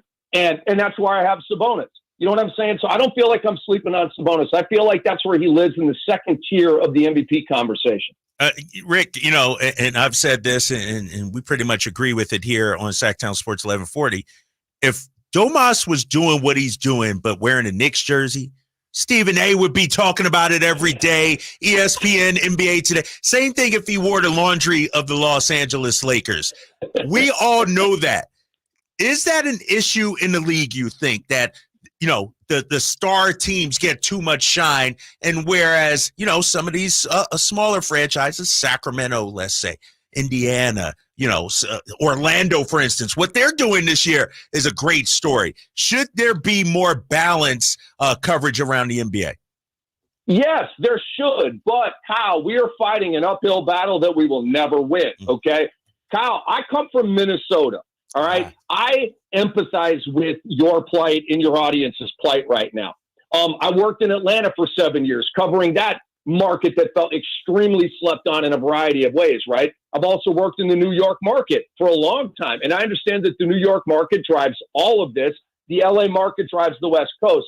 So it's always going to gravitate towards those teams in those areas. And it even bleeds over to Boston and Philly in terms of that whole Northeast thing. They just get more shine than anybody else. And that's just how it's been, it's how it is, and it's how it's going to be. Kyle and Kevin, it is on us, national broadcasters, to continue singing the songs of the Indianas and of the Minnesotas and of the Sacramentos. Again, when warranted, we're not going to try to shoehorn a story in that's not valid on a national radio platform, but just know that day to day, we are looking for all of the opportunities we can to get into those conversations.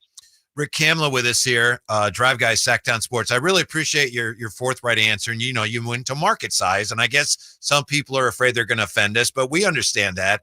As far as Domas goes, I have another theory as to why he's overlooked, and I agree with everything you said. If you look at Basketball Reference Top 10, the MVP award tracker, of the 10 they have listed, Domas has the lowest points per game average. And I think that we as basketball fans at large, when you're looking at who's the MVP, people go right away, they gravitate to who's scoring the most points. And I think that's another reason Domas gets overlooked. He's not a big-time scorer. Would you agree with that?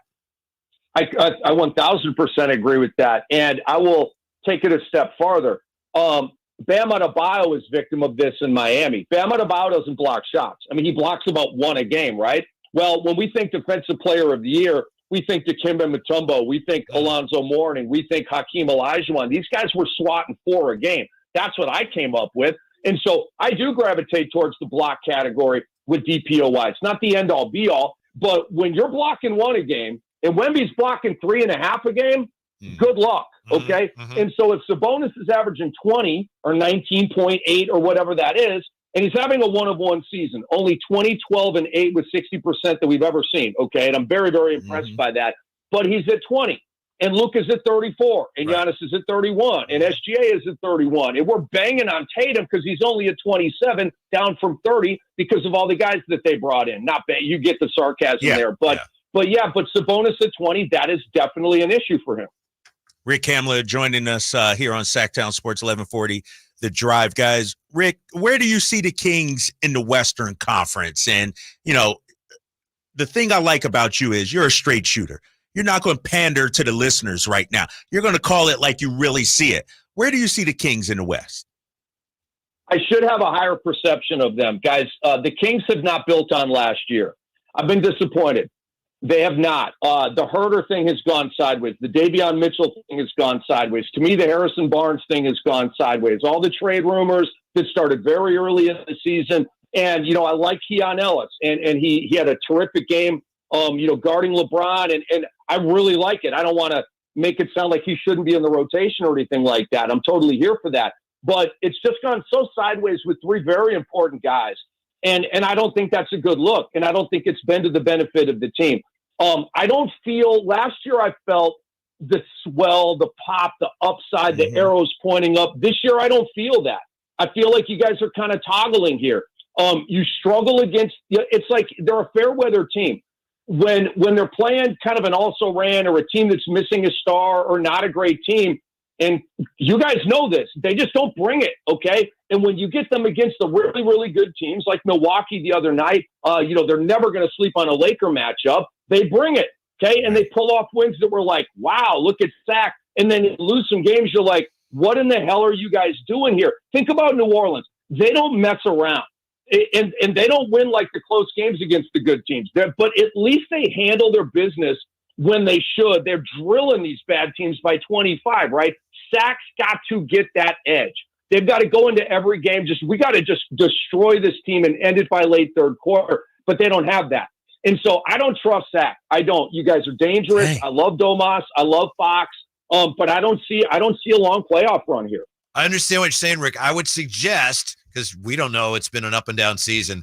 The last couple of games, it looks like maybe they've gained some traction a little bit defensively. And look, just keep an eye on them. I understand what you're saying, but the last couple of games, it's looked like, all right, they might, I don't want to say have turned a corner, but just keep an eye on that, because some of those things you addressed, there's reason to believe that they might finally be dealing with those things. I hope you're right. Yeah. I hope you're right. I love the Sac story. I love breaking the playoff drought last year. Mike Brown, unanimous coach of the year. Like I said, I like a lot of your players. I'm a huge Keegan Murray fan. Okay. And last night it was on, right? He had a bunch of field goals, Keegan Murray. I think that's awesome. I geek out when I hear that, man. So I'm into the Sac thing, man, but I got to shoot you straight. And that's how I view the team. Yeah. Which NBA team has surprised you the most this year, for better or for worse? Minnesota, because top of the West. And here's the thing, like OKC, yes, it's very surprising that they're up there too. But guys, I lived the Minnesota experience. I lived passing on step twice, the Joe Smith fiasco, all the bad draft picks, all of the failures. I lived it, okay? And so I thought that the Wolves were not going to escape their history, that the Gobert thing was just going to be a disaster, because that's just how the Wolves operate. So I am surprised that Chris Finch has pushed all the right buttons and found, the fit for Cat and Gobert. If we all expected Ant-Man to continue to make an ascent and be this badass that he is, right? Now, that's surprising nobody. The fit with Gobert, being number one in defense, historically good on the defensive end, being 1 or 2 in the West basically all year, okay? Very, very surprising to me, because OKC didn't have that, drag on them of me and my emotional history with the Timberwolves, right? So I'm looking at OKC, yeah, you have no playoff experience, blah, blah, blah. But I really love your starting five, and I don't think that you guys are just historically career choke artists like the Minnesota Timberwolves are. So I thought that they had a little bit more upside than that, but I would say Minnesota's been the most surprising team for me. Would you be surprised if both the Lakers and the Warriors don't finish in the top 8, actually in the playoffs? Could they both be bouncing, and how shocking would that be to you? I would be surprised if neither of them were there. If both of them missed the playoffs, I'd be very surprised, maybe shocked. I would not be shocked if only one of them they're coming out of the 9-10 hole, right? And we all kind of I don't know. They rested Draymond the other night. Obviously, Steph had a little bit of an injury. Are we really even going for it to try to get to 7 or 8? The Lakers seem to be playing with their food in that regard as well. It's almost like both of those teams think, we got this. We just need to get in a one-and-done scenario. The problem is they're going to be playing each other. One of those dudes is going home after the 9-10 game. Man, that's unbelievable. Rick Camla joining us. Rick, you're a Minnesota guy. You went to university. Are you born in Minnesota too? Yes. What part? Where at? Edina. You guys know where Edina is? I do. You ever heard of a small school called Winona State University? Oh, yeah. That's where I graduated from. I'm a Winona State Warriors. Are you serious? First job in TV was in La Crosse, Wisconsin, right across the river there. Gosh. Oh, yeah. You got to be kidding me. Small that world, is so man. Cool, man. That is so cool. I love to hear that. We're out there representing, Rick. Appreciate you, man. Right now, where were you born? Were you born in Winona? No, I'm from Philadelphia, though. That's the thing. I'm from Philly. Long story, Rick. I met a girl, and there you go. And that's the end of my life right there. I met a girl, and she said, come out to Minnesota. I had no idea what I was getting myself into, man. Oh, man, I love it. I love it. I mean, I tell you what, I'm in Florida right now, guys, and I'm not bragging. I mean, you guys are in California, okay? But I'm in Florida right now.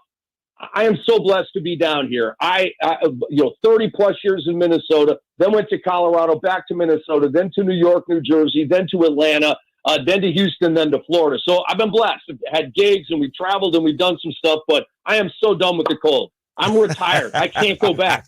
Like my hands are literally going to freeze and just crack and disintegrate, and I'm going to have stumps if I have to live in that weather again.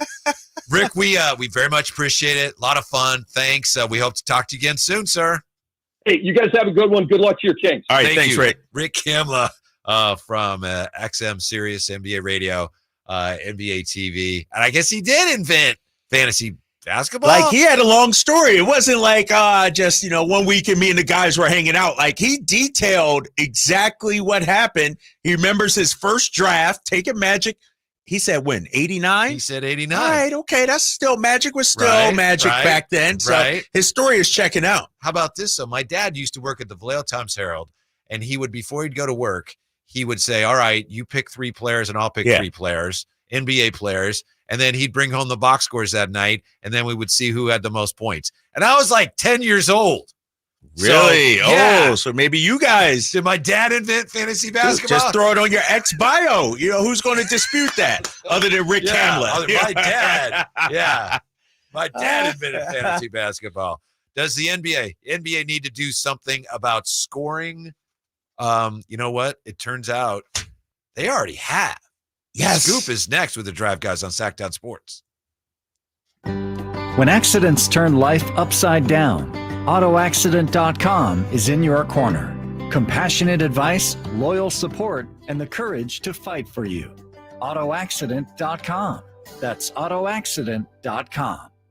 Golf to Go is brought to you by the Hagen Oaks Golf Super Shop. Here's Frank LaRosa. In 1923, the Field and Flint Company launched what they believed to be the best shoe on the market, using the brand FootJoy for the first time. Their tagline, a shoe that's different. And 100 years later, that tagline could well describe the launch of the latest iteration of the FootJoy Pro SLX Carbon Golf Shoe. Pro SLX offers performance innovation engineered from the ground for advanced traction, control, and comfort. The all-new Power Track system delivers stability and no-slip grip when you swing. A carbon fiber X-Wing distributes the energy to the shoe's perimeter for increased traction and control. And Stratofoam provides all-day comfort. In the end, it's about tradition, it's about performance, and it's about comfort. 100 years ago, this FootJoy Pro SLX Carbon would have seemed a shoe for a spaceman. Today, it's a great shoe for 18 holes right here on Earth. Try a pair at your local pro shop or learn more at FootJoy.com. That's your Golf to Go. I'm Frank LaRosa.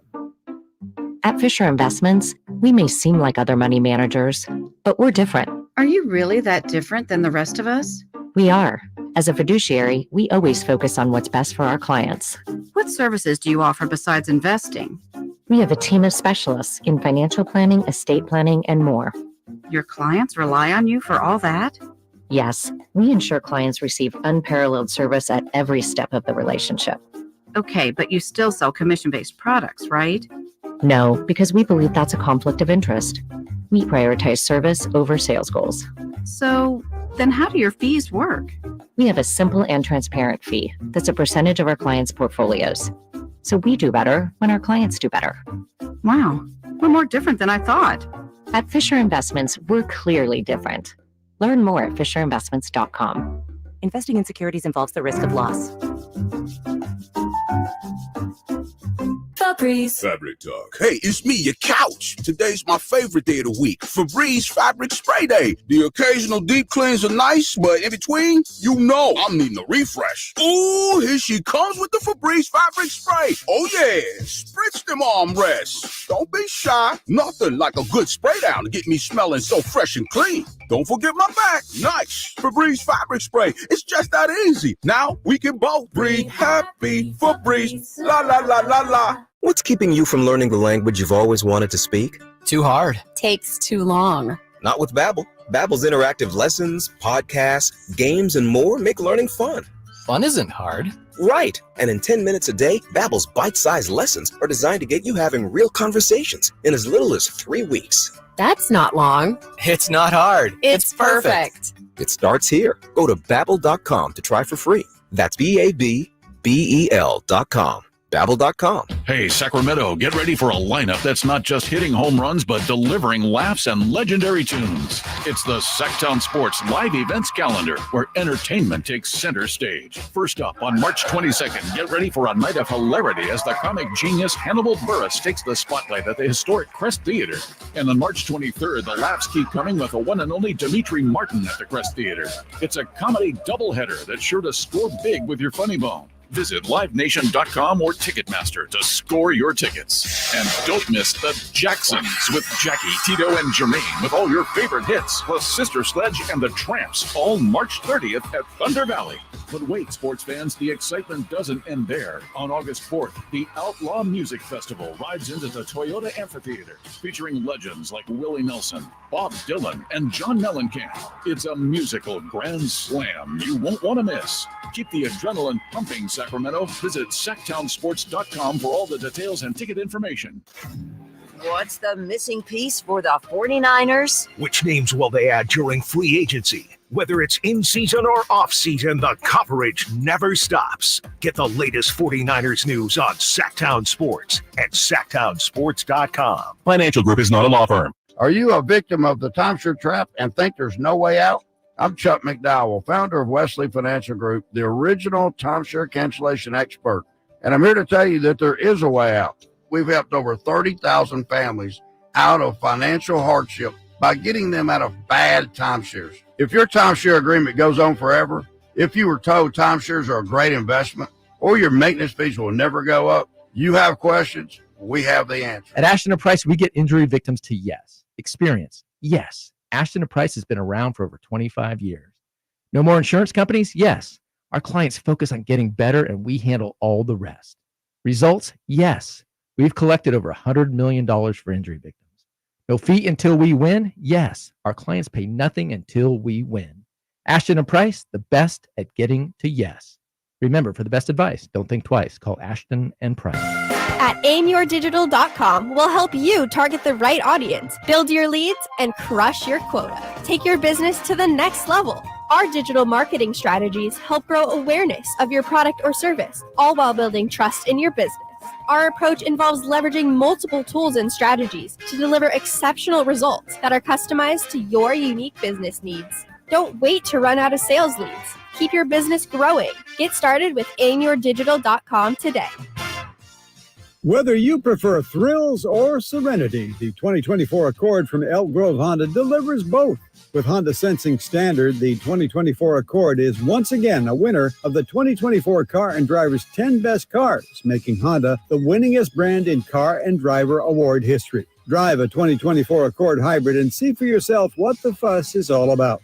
We're Elk Grove Honda in the Elk Grove Auto Mall, Highway 99 at Elk Grove Boulevard. I gotta get an Elk Grove Honda. Contact Tax Relief Helpers for details and restrictions. Attention anyone that owes money to the IRS. The IRS has restarted aggressive enforcement actions against taxpayers who owe back taxes that were temporarily suspended for COVID. If you owe $10,000 or more, you must hear this because now is the time to clear your IRS tax debt. A special toll-free number has been established so you can stop penalty fees, avoid liens, levies, and other hostile measures by the IRS. Call Tax Relief Helpers right now at 800-934-9217. Tax Relief Helpers will provide you with the maximum protection afforded by law. I got behind on my taxes and owed $48,000. I didn't know what to do. I called and they got my bill lowered to just $3,500. I owed $87,000 in taxes and it was scary. I got the amount I owed down to just $3,500. I saved $83,500. If you owe money to the IRS, don't wait another day. Call 800-934-9217 right now before the IRS enforces liens, levies, and other aggressive measures. The call and consult are absolutely free. Call now. Call 800-934-9217. 800-934-9217. 800-934-9217. Country in the Park is back May 17th and 18th at Cal Expo with Brantley Gilbert, Dustin Lynch, Jay Cohen, Walker Hayes, and more.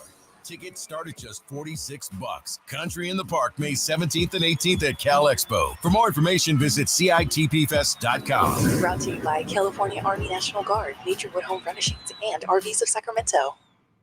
Dr. Ken Howachek and kinesiologist Kelsey Graham discuss the Good Feet store. The foot has a lot of detail. It has a lot of complexity. There's a lot that can go wrong. A lot of problems start in the foot and end up elsewhere. Knee pain, hip pain, back pain. When aligning the feet properly, we can see relief elsewhere. And that's the beauty of the Good Feet Arch support. It can place the feet into their ideal position and gives them the balance, the support, the comfort, and the relief of the pain. The bottom line is that the Good Feet Arch support can be a highly effective pain relief solution when nothing else has worked. The feet have a really big impact on how the rest of the body moves. The knees, the hips, the lower back especially. If the foot isn't properly aligned, all of these joints are going to function incorrectly. That results in a lot of muscle tension and chronic pain. What I really like about the Good Feet system is that the right arch supports can put the foot in its proper alignment. So all the joints up the rest of the body will be aligned properly as well. And when the body's aligned, we can reduce the risk of injury and chronic pain. Visit the Good Feet store in Sacramento, Roseville, Modesto, Stockton, and Vacaville for a free fitting and test walk. From the Power Business Technology Toshiba Studios. Your home for Kings basketball for over 25 seasons. No look, Bibby to Weber, down the lane, flying jam. There's your play of the night right there. It's inside is Sabonis, a two-hand rip, a brilliant pass from De'Aaron Fox. KHTKAM Sacramento, KYMX HD2 Sacramento. Sactown Sports.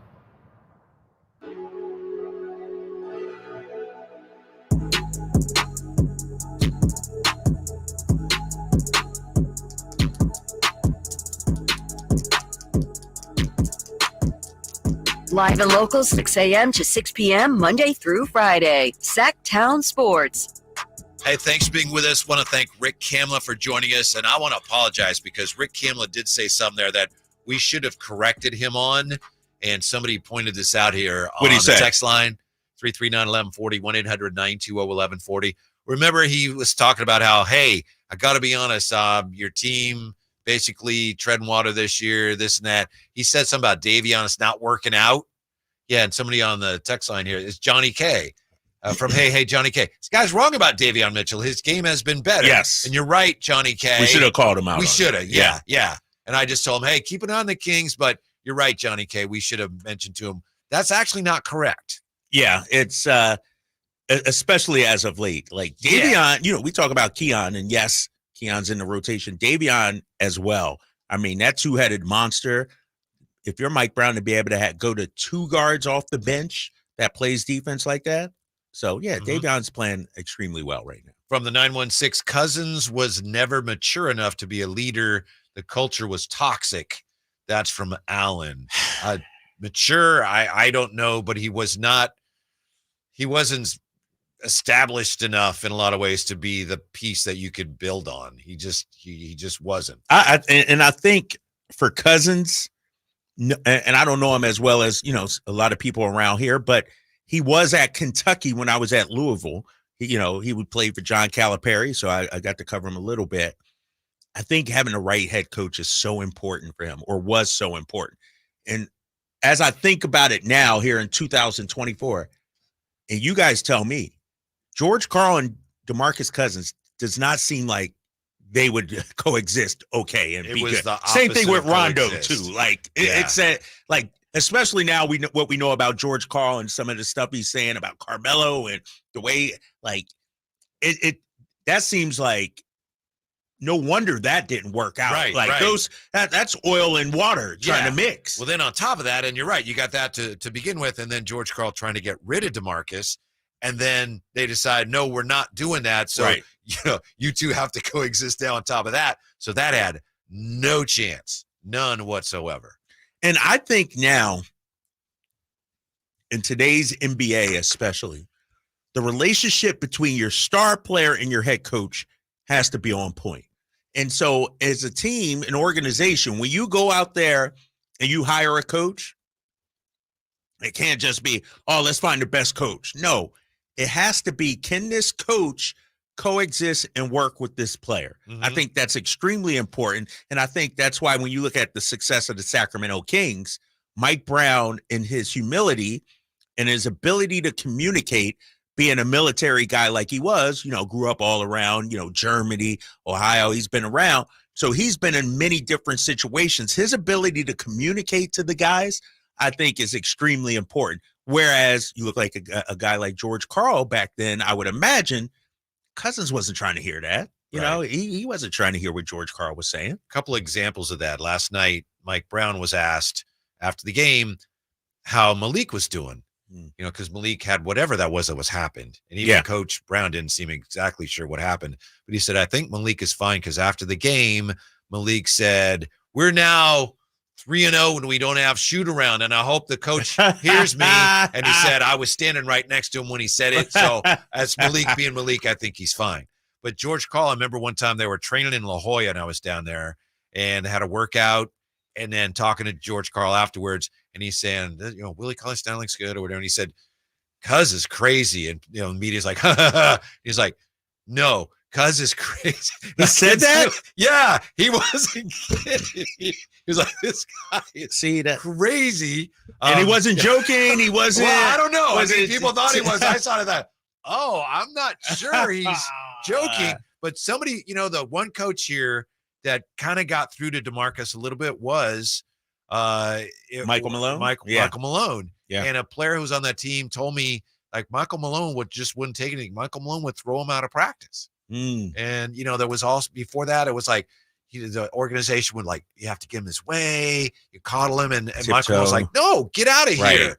And you notice when DeMarcus was making his comeback, he ended up playing a little bit more. For Denver. Now, they didn't want him back either. But, that spoke to that. You had a coach there who wouldn't, like, this is the way we're doing it. And if you don't like it, too bad.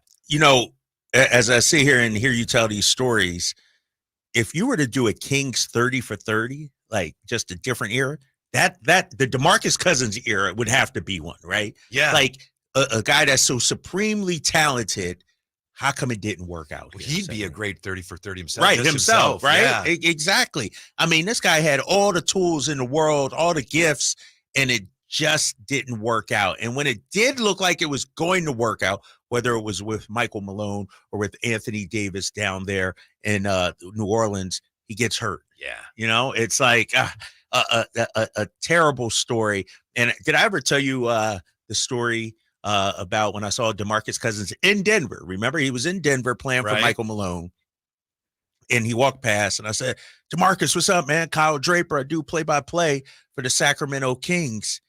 And I was like, he said, oh, my God, thank you for taking that job. Like, he was gracious to me. And I was like, no, thank you, big fella. I wouldn't be here. And so there's a little bit of respect there. DMC is my guy. And like I said, I saw him when he got recruited and played his first year at Kentucky. I was there. Yeah, I think I've told you this story before, but real short story. We were doing a radio interview with Harold Presley one time, and Harold said he had to call Calipari about something. And it was something about one of his boys or something. And he says he calls up Calipari. Calipari sees 916 and answers with, what did he do now? Seriously, that's what Harold says. And he's like, what? Right. Well, and he assumed it was something about DMC. Yeah. Hey, man. I was speaking of John Calipari, I was at the Hall of Fame induction ceremony when he got inducted, and he had all his former players up there, Cousins, John Wall. I mean, the fraternity that he has put together and his players so loyal to him, it's been amazing to see. We noticed that the NBA has been talking a lot lately about what are we going to do about all this offense, right? Did you know that offense has gone down since the All-Star break? Through Tuesday's games, teams are scoring 4 fewer points per game after the All-Star break. And I know this is a lot of, mumbo jumbo and nerdy and wonky, But points down 115 a game to 111. And here's the thing. Referees are calling fewer fouls. Yes. We're talking about DeMarcus. Got DeMarcus on the brain. De'Aaron Fox said last night, at one point he was answering a question. He said, look, we can pretend they're not, but they're calling the game differently now. Oh, 100%. 100%. And a report came out back in February that the league in the offseason was going to look at scoring and try to curb it. And Mike Brown had a stat, and this is like 4 or 5 games after the All-Star break, where the number of fouls and free throw attempts were down in the NBA. And so I think it's a concerted effort by the league to address it this. appears to be. Referees calling fewer fouls. The NBA contends it gave no instructions to the officials. No. Nothing to see here. What's interesting about this piece in the Ringer is they point out that fewer fouls and fewer free throws would only account for part of the decline. But the more research they do, basically it comes down to this.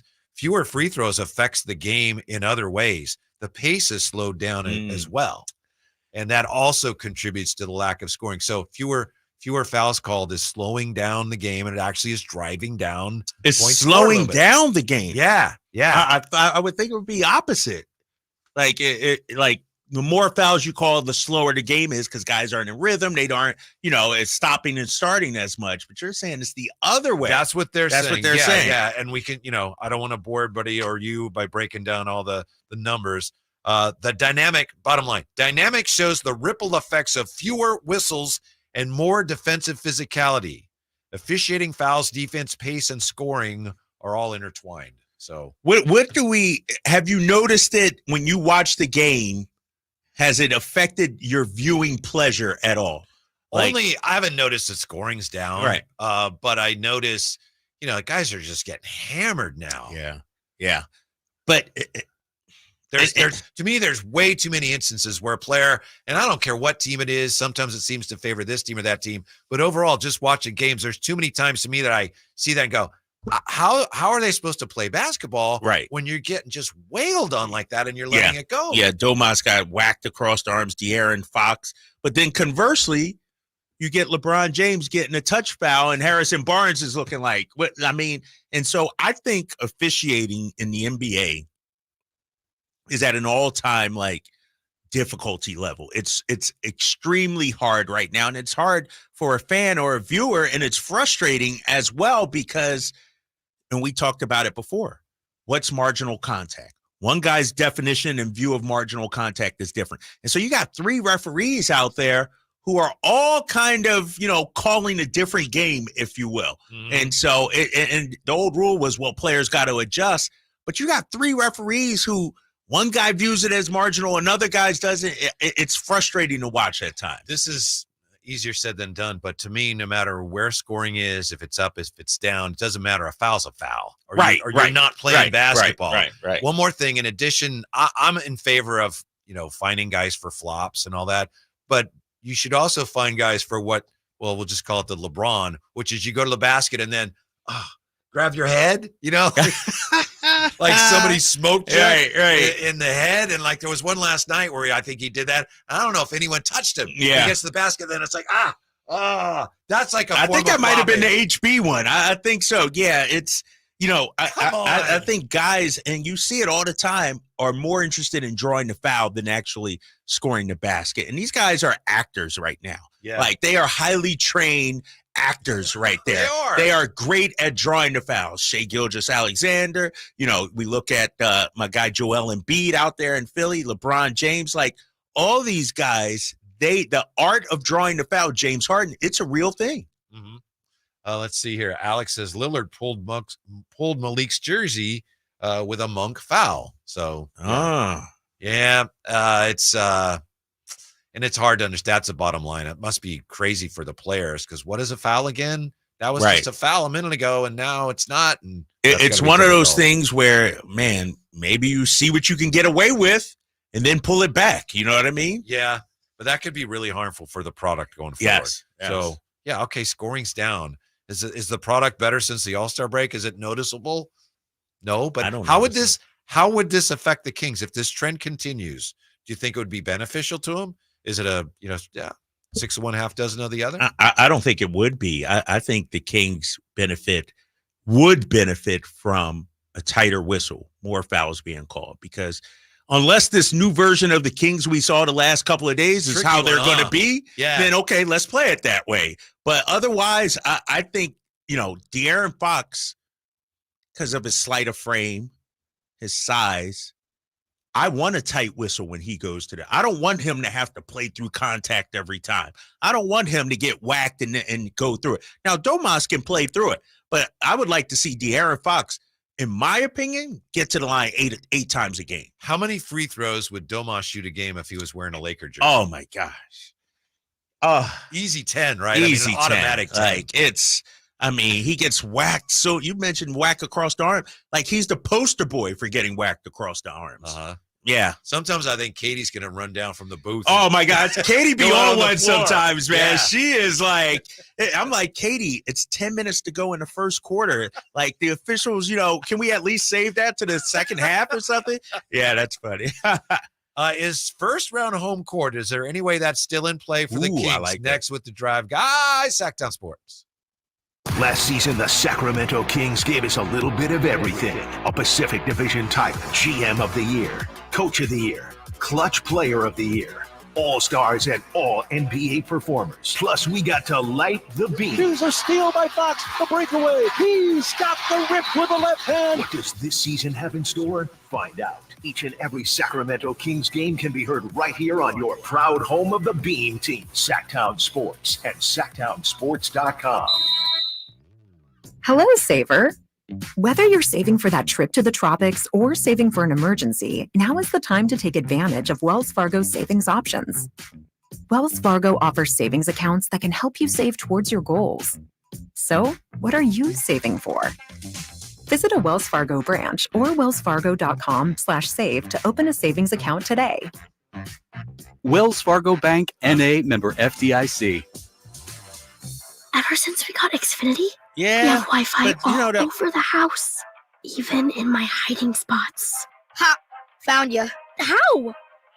That's wall-to-wall Wi-Fi from Xfinity. Now through March 21st, get started with 200 megabit internet for $25 a month for 2 years with no annual contract and get Wi-Fi equipment included. Go to Xfinity.com, call 1-800-XFINITY or visit a store today. Requires paperless bill and auto-pay with stored bank account. Restrictions apply. Taxes and fees extra. After promo, regular rates apply to internet service and Wi-Fi equipment. Actual speeds vary.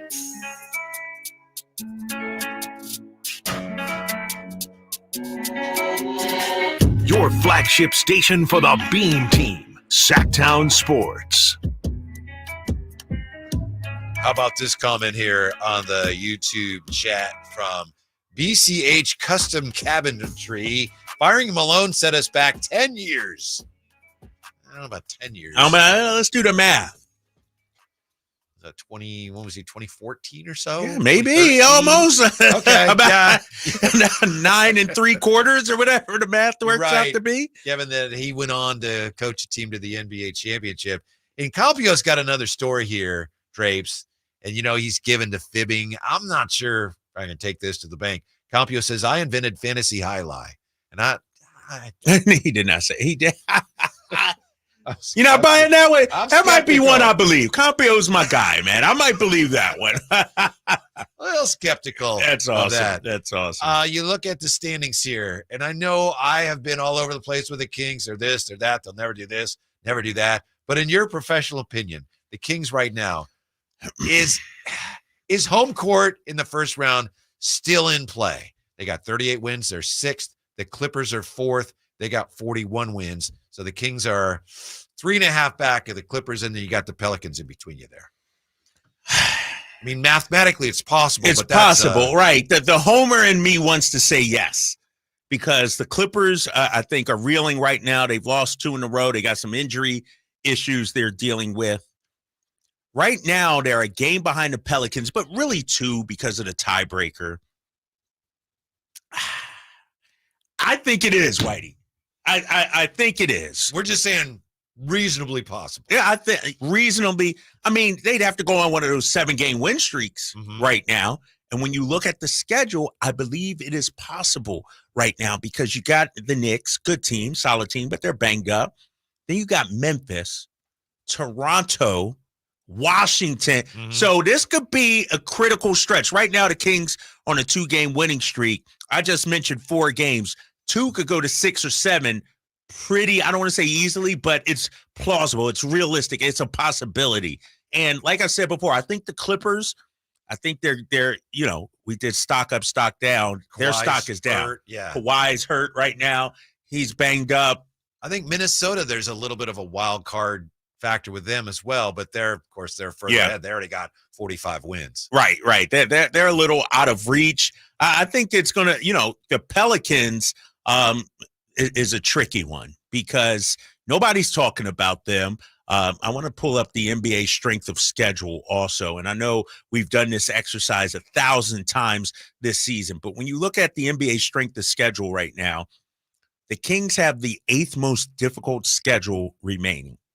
And that is based, again, just solely on the win-loss records current of standings, the teams. right? Doesn't factor in home, road, doesn't even factor in the injury situation. And so we got the Clippers still 1 game, but they're banged up. Remember about that. You got the Knicks twice. Ooh, that's you still got the Knicks in Boston. Meanwhile, the team we're talking about, the Pelicans, they have the 11th most difficult schedule. They got Phoenix twice. So that could be something interesting. And the Clippers, meanwhile, let me scroll up here. The Clippers have the 13th most difficult schedule. And so I think it's possible that the Kings can make a run to that number 4, most likely number 5 spot. But they're going to have to go on, like I said, a nice little 7-game win streak or something like that. Obviously, I think most Kings fans would be thrilled just with the 6th spot. Mm-hmm. And if the Kings end up in the play-in and they got to fight their way through that, if they do, all good. Right now, the Suns are trailing the Celtics 54-51 late in the first half. Other games that factor into the race tonight. Yeah. Got the Mavericks at OKC. Is Luka out, right? Yeah, he's out, right? He's banged up. And so, you asked me yesterday who we should be cheering for. What was it? It was Dallas and Golden State. And, I actually was cheering for Dallas, and here's why. That loss by Golden State last night means, to me, they're out of the picture. Really? I don't have to worry about them no more. Same thing with the Lakers losing last night. They're not a factor to me. I'm not worried about them. I'm not looking in the rearview mirror when it comes to these guys. And so thank you, Dallas Mavericks. And the fact that you still have 2 against Dallas, you can control your own destiny with those guys. So I was cheering for Dallas to get that win last night. Don't you think that given how it looks like the Kings may have found a new kind of identity, a more physical style of play, that's really going to be put to the test against the Knicks? We'll get a good idea whether that's sustainable and real or not against that team. Yeah, and Jalen Brunson, you talk about, and there's Coach Tom Thibodeau also. I love Tibbs. But you talk about an identity, a culture. I feel like the Knicks are starting to develop it, tough. That's another culture nose. built out of just wasteland. Right, exactly. There was nothing, it was the local dump, and somebody put some money into it, came in. And I think when you get a guy like Jalen Brunson come in there, you get Josh Hart. These are tough, hard-nosed, physical guys. And I think when I mentioned earlier the Kings culture versus where they want to be, I look at how the Knicks play. And that, to me, in terms of their physicality or their toughness, is how Sacramento wants to. They got OG back, too, don't they? Yeah, he just came back the other day. Yeah. No Julius Randle, though. I believe Julius Randle is still out. But this is going to be a tough matchup. And this, in my opinion, is going to be a matchup where that 3-guard lineup with Keon and Davion and Fox or Malik, that you're going to see a lot of that, I think, come Saturday. 339-1140, 1-800-920-1140. It's time for Check It. Mic check. With TC. What's up, TC? Yes, sir. Check it. Whitey Drape, what's up? What's up? Hold on, you got your own music now, bro? Yeah. Oh my gosh. Are you tapping in or what, TC? Drape, I'm moving up in the world, man. I'm learning from you. Next thing you know, you're going to be driving a Mercedes-Benz from Mercedes-Benz of Stockton, straight down I-5. Yeah. What you got, sir, man? But look, hey, what I got is, right, so I'm going to come from the standpoint is, don't nobody want to play us, bro. We're scary. Like you said, I'm not worried about the Lakers. And the Kings, if we got to get into a play-in, I'm not worried about them, bro, because we could beat both those teams. But I think, honestly, we're going to get the 5th seed. Check it. Hey, with Keon Ellis, I feel everybody when they say they want to throw him in the starting position, but we need all hands on deck. And why I say that is because this summer, I truly believe we're going to move off of Herter. And Monk is going to move into that starting position with a new contract, and Keon Ellis is going to take Monk's position. Y'all dig me? Y'all with me? Yeah. I'm hearing you. Yeah. I hear you. You know, so that's why I say, you know what? Don't fool with Herter because you already got Herter's head messed up. But right now, listen, Whitey and Drape, Jay in the back, we need all hands on deck. So, Herter, you can keep starting. As long as Keon is getting his minutes, and as long as Davion getting his minutes, as long as Alex Lane is getting his minutes, Kessler, the boy Jones we picked up, whoever off that bench, we need all hands on deck for this playoff run. I promise you, that's the main focus right now. Playing tweaking with the lineups, we'll do that in the playoffs, and I think that's what Mike got in his bag right now. Mike gonna throw a lot of teams off with the lineups, thinking that, they just gonna have a traditional. Oh no, we're gonna throw people off in the series. Watch my words, boys. But look, check it. Don't mess with the lineup, man. Everybody all hands on deck right now. Yeah. TC. Check it. Yeah. Check it with TC. Heard only here with the Drive Guys on Sactown Sports. He brings up an interesting question, which we'll answer, and we'll get back to the phones as well. 339-1140, 1-800-920-1140. Drive Guys, Sactown Sports. Harrison Barnes plays here. Harrison Barnes drives it, hammers it. The Black Falcon soaring into the night sky on a Monday evening in Northern California. Sactown Sports is your proud home of the Sacramento Kings. Sacramento weather is brought to you by Folsom Lake Kia. I'm Mark Finan in the KCRA 3 Weather Center. Skies will stay clear through the night tonight. It'll stay a little breezy. Overnight lows will drop into the upper 40s. Tomorrow, look for gusty winds in the morning, diminishing in the afternoon, with highs in the mid-70s. Get the latest forecast on the KCRA News and the KCRA 3 app. Shop Folsom Lake Kia during their spring event and save big on your favorite models. You can even buy with zero down on approval of credit. Shop your trusted Kia dealership for over 25 years and tell them DC sent you. FolsomLakeKia.com. Hey guys, do you know your T level? Revive Men's Health here in Sacramento is helping you take that first step toward better health and enhanced intimacy with a free testosterone level test, exam, and consultation. Plus, for this month only, qualified patients can kickstart their treatment with a free supply of ED medication. Revive's customized ED treatments can provide immediate results, restore blood flow naturally, and even bring spontaneity back into your love life. With both in-person and telemedicine appointments available, plus free shipping directly to you, Revive takes the hassle out of treating low T and ED. Having an optimal testosterone level can change your whole life, and it starts with knowing your T level. Take that first step and book your free testosterone test, free exam, and free consultation, and kickstart your treatment with a free supply of ED medication this month only. Call Revive Men's Health Sacramento at 916-365-4566. That's 916-365-4566, or visit ReviveMen'sHealth.com. Welcome to the March Mania sales event at Kia of Vacaville. Get ready for an extraordinary showcase of our 2024 vehicle lineup. Experience the latest in cutting-edge technology, innovative features, and the sleek Kia design that defines excellence. During March Mania, we're excited to offer unbeatable lease options on our top models. Step into the future with the all-new Kia Sportage, where captivating design meets exhilarating performance. Explore the remarkable fuel efficiency of the Kia Niro, a hybrid marvel that extends your journey with every mile. Discover the luxury and versatility of the Kia Telluride, seamlessly blending sophistication with practicality. Don't miss our eco-friendly Kia hybrid options, perfect for those who prioritize efficiency without compromising on style. And with the EV9 in stock, Kia of Vacaville is your destination for electric excitement. Visit us today during March Mania and take advantage of exclusive lease deals and special offers. Model availability, lease options, and features may vary. Please visit the Kia of Vacaville for more details. Capital Casino has been serving the greater Sacramento area in the same convenient downtown location for over 20 years, with plenty of close by, well-lit parking monitored by security staff and offering the most variety of table games in the region in a safe and friendly environment.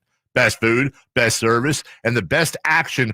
That's Capital Casino. For more information on tournaments and gaming, check out their website at capital-casino.com. And please remember to gamble responsibly. 1-800-GAMBLER. Hi, I'm Henry Winkler. My eyes are very important to me. My eyes connect me with everything I love. I loved my late father-in-law dearly. He always lit up a room, but his vision dimmed with age. He had age-related macular degeneration, or AMD. And since partnering with Apellis, I've learned there's an advanced form of dry AMD called geographic atrophy, or GA. His struggle with vision loss made me want to help others know about GA's warning signs. For some, colors appear dull or washed out. For others, hazy or blurred vision make it hard to see details, like fine print on price tags. Many have trouble seeing in the dark, making driving at night difficult. GA gets worse over time and cannot be reversed.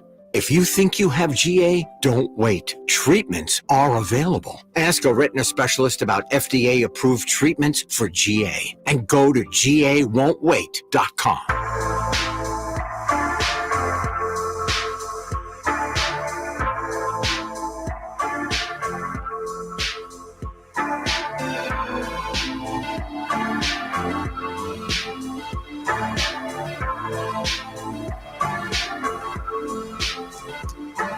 Your flagship station for the Beam Team, Sactown Sports. What a win for the Kings last night. A sweep. Get out the purple broom and sweep away the Lakers, who look like they're declining. Maybe it's a little Schadenfreude taking joy in someone else's misery. But not only are the Kings ascending, it looks like, wow, the Lakers are just trying to figure out how to hang on to stay where they are. They're slipping away. And they don't have any help coming, right? Like their roster is, and I know they got some guys banged up, but Cam Reddish ain't going to come to the rescue. I don't think so. That's not going to happen. Jared Vanderbilt ain't going to make that much of a difference. And they're at a loss right now. Like they are, we got Gabe Vincent coming. Oh, our guy, Vincent, not wrong with former Stockton King, UC Santa Barbara. But hearing what AD said the other day against the Timberwolves, after the Timberwolves win, about how important last night was, and for the Kings to once again smack them up, you would think we get the Lakers' best shot last night. It didn't happen. Mm-hmm. Well, like we both said, that first quarter, the Lakers brought it. That first quarter was, whoa. Right. Yeah, they was not sustainable for them. Sort of like last week in L.A. Remember, they came out like gangbusters, looked good, built that 19-point lead, and then the second quarter happened, and Kings ran away with it. I was not happy the way Austin Reeves was lighting it up a little bit. It didn't matter, but I was not happy with that. He looked like Anthony Davis should have been. Like the way he looked like he understood he had been struggling against the Kings all season long. I mentioned it several times during the broadcast. Austin Reeves this season before last night averaged 10 points a game against the Sacramento Kings. He was awful against the Kings. Last night, it looked like he wanted some payback. Really good game, but it didn't matter. We just had another great episode of Check It with TC. He brought up an interesting thing talking about next year, and who knows what's going to happen next year. He says maybe they move off a Herter, and then you have Monk in the starting lineup. And that's what I thought was really interesting. What if, in order to keep Malik, you had to say, look, okay, you want to start? We want to keep you. You'll be a starter here. You'd have to do it, wouldn't you? If he demanded on being a starter? Because he says, look, I can go to wherever. San Antonio's offering more money than you and a starting job. I want to stay here, but, I mean. I got to be a starter. Help me help you. Yeah. Yeah, you have to. I think he's in a position of leverage right now. Yeah. Because, and we talked about it yesterday, there aren't many people like Malik Monk walking the streets right now that you can just go out there and get. He is the perfect six man. He's perfect for this team. His relationship with Darren is well documented. And that's the thing about this Kings team. Sure, we might want to improve the roster, improve the talent. But when you look at the group together, they all seem to like each other. They enjoy playing. They fill their roles. Their personalities all seem to mesh. And so that's hard to replace. So if you let Malik walk, it's like a family member. You can't replace that overnight. It's going to take some time, and I think you take a step back. And it's not a family member that you don't like. It's right, exactly. It's a vitally important family member. Exactly. It's somebody that you wake up looking forward to see every day. And then you wake up one day and he's not there? Come on, man. Yeah. And again, we have no way of knowing whether I don't know what he wants. Mhm. And I'm not suggesting he's making these demands, but he certainly would be in position to make that demand, potentially. I think so. I think when you look at the list of free agents, and I'll have to pull it up, but I would imagine he'd be one of the more coveted guys because he's only 26 right now. I think he's just now entering his prime. And, we've talked about Orlando, maybe San Antonio, some of these teams that need creators, a guy that can not only get his bucket, but also get everybody else. He's earned himself a lot of money with his play this season. Yeah, and also some of those teams wouldn't benefit from having that infusion of that whatever swagger. it is. Yes. That unique, yeah. that unique Malikness. Yes. Ooh, can I use that? Please. Did you see, I think it was him that hit a 3 from the logo last night. And I was ready to say, ooh, this is a perfect time to say Malik from Stockton or whatever. And I couldn't get it out in time. I just called it a logo 3. King I of was the like, Kings. darn it. King of the Kings. I like that, he says. Let's talk to, is it Brenda? 339-1140, 1-800-920-1140. Give me Mitch. Can you give me Mitch on Sactown Sports? Hello, Mitch. How are you? How's it going, guys? Good. What's up? What's on your mind today, Mitch? Hey, two things. They don't like to call walks or travels or palmable. I see that so much. I can't on TV. I can't even count the steps. Yeah. And you say the scoring is down. I'm seeing much improvement in Keegan and Mr. Harrison Barnes. He's having a better career now than he did when he was in his 20s.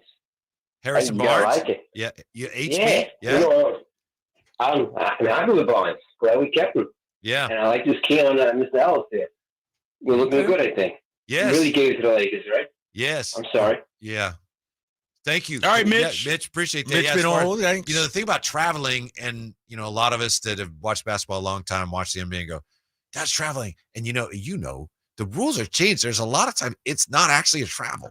They allow the gather and it's a different game, right? It's not actually a travel. It's not a travel. It's I follow I forget B-ball breakdown or somebody on Twitter and X, and they're like, actually, when you look at it, it's the gather step, and it's like, I don't know what a travel is. Right. I don't know when guys establish the pivot anymore. Like, seriously. Yeah. It's totally different. It's far cry from what if you grew up playing, basketball rec leagues or high school, and this was a travel. It's like in the NBA, they've literally changed the rules. Also, on a drive, like you get a step and a half, right? No, you literally get, is it 2? I think it's 2.5. 2.5 now, yeah. By rule. Yeah. So people go, that's a travel. This is crazy. Why don't they call it? Well, because they changed the rules for LeBron. It's not actually a travel. And what's so crazy about it is check out youth basketball. Because kids will try to emulate what they see in the NBA. Yeah. But on that youth level, high school level or whatever, it's getting called every time. You know what's funny, Kyle, is around here when Jay Will was, making magic, and you'd watch kids on the playground trying to do what he did, and it's like, no, you can't do that. Right. Yes. All right. How about Rick? Rick. Hey, Rick, what's going on? Oh, not much. It's kind of funny listening to you guys compared to a couple days ago when trying to decide who to trade for. But, the Kings are so different when they're not turning the ball over. And I just think they're playing to win instead of playing not to lose. It's a huge difference. But the main thing catching your conversation is about Malik Monk and starting position. Sometimes that can be a very bad move because then you lose a valuable sixth man and you lose depth off your bench. So, moving someone up to that starting position, boy, I hope if they choose to do that they choose someone that can score off the bench. But, kudos to the Kings for not panicking and trying to make a trade just to make a trade, just to make things happen. What happened is they're just playing better basketball. Anyway, thanks, guys. Have a good afternoon. All right, thank you, Rick. Great job. That's a great point as it applies potentially to Keon starting too. As you talk about, when you put somebody in a starting lineup. It changes a lot. And that's why, again, anybody who heard Mike Brown knows that he was been pretty clear each of the last 2 nights that Keon's not, they're just not starting Keon Ellis, but they love what he's given them. All right, why do you think there's an infatuation with who's starting? Because people think that, well, those are your best players and they're playing the whole game. And, it's like, no, that's not it. That's not that. That's not how it works. Yeah. Malik closes every single game. When it's money time and time to win, Malik is always on the floor. And I told you, I said it yesterday, and I'll say it again today. The starting 5, the start of games is not the problem for the Sacramento Kings. When I looked at it yesterday, I think they were 7th in offensive rating in the first quarter or something like that. So they get off usually the good starts. It's, how do they sustain that and maintain that? And I think that's where Keon can really help them out. Jay, didn't we have a deal around here that 1999 year, if I'm not mistaken, maybe it was a year after, where Corliss was starting and Peja was coming off the bench, and you could see, Peja's going to be phenomenal, but it was like, well, okay, but he's coming off the bench right now. He's not. Remember that? Sounds a little familiar. Yeah, it does. Yeah. So we've like most cities, we go through that from time been to time. through that before. But it takes a while before that guy is ready. There's no benefit to rushing into those decisions. Right. I mean, this is a guy talking about Keon who 2 months ago was a two-way player. Now we're trying to start him on hopefully a contending team. And so, of course, he is 6-0 as a starter. Come on, man. And his offense is coming around. And his offense is. That's right. No, please don't say that, Jay. Why'd he said that after he scored 2 points one game? His offense is coming. No, he had 5 that game. You said that, but remember that a couple weeks ago? What did he do the night I said that? Yeah, 15, didn't he? 18, 15, 18. Yeah. I need to see more. And I don't know, like we talked about, now's not the time. You're late in the season. You're juggling starting lineups right now. I don't know. You save that for the playoffs, right? Yeah, the X factor. Yes, sir. Like Alex Len last year. Where's this guy? All of a sudden, the playoffs. And Chris Watkins was mentioning that. Doug on Sactown Sports. Hello, Doug. What's on your mind? Hey, how you guys doing tonight? Good. What a day to be a Kings fan, huh, Doug? It is indeed. Oh my gosh, I saw a few people in Laker outfits today. I had to let them know. But you were talking about traveling a minute ago, and I grew up watching basketball with my dad and played it all through school. And the thing that they do now, you're right. They must have changed the rules because it just seems so bad in so many cases. But the other thing that drives me crazy is when they palm the ball for so long sometimes that it seems like they stop dribbling and then they start again, and that's like a double dribble. And I call that to the TV every time, and nobody listens. It just drives me crazy, and I just wanted to get your take on that whole thing. Do they change that rule too? You can do it twice, or what? Sorry, Doug, I wasn't listening. No, I'm kidding. I'm just thank you. Yeah, I know that. Talking, as I said, I talked to Jerry Reynolds. He that drives him crazy too. Does palming, it? The palming, it's definitely different. But but they haven't changed the rules. They haven't changed the rule. Yeah. But this isn't 1960s when you got Bob Cousy head down dribbling like that, and like that. I mean, there's some swagger to the game right now, and so I think what you're seeing is a little more. It's more closer to what you see on the streets and the playground and everything like that. It's more artsy, if you will, and it's Allen Iverson, the one that sort of changed that whole narrative. Remember that when he crossover and he would bring it up big time, and so I don't mind it as much. If a guy's just dribbling up the court, you do see this a little bit more nowadays. They carry, the turnover a little more, but it doesn't bother me. I wonder, in the history of the NBA, has there ever been a player who was called for the palm who said yes? Because they always see a guy try to go behind his back and carry it on his back, for 5 steps, and they'll whistle him, and he's like, what? What? What I do? Yeah, it's and who was it? Dame did something the other day. He caught the ball and sort of walked with it, had it for 3 steps, and then finally put it down and no whistle. I think if it doesn't affect the play, I don't think officials are inclined to call it as much. 339-1140, 1-800-920-1140. Any closing thoughts you have on the Kings? We'd love to hear them when we come back.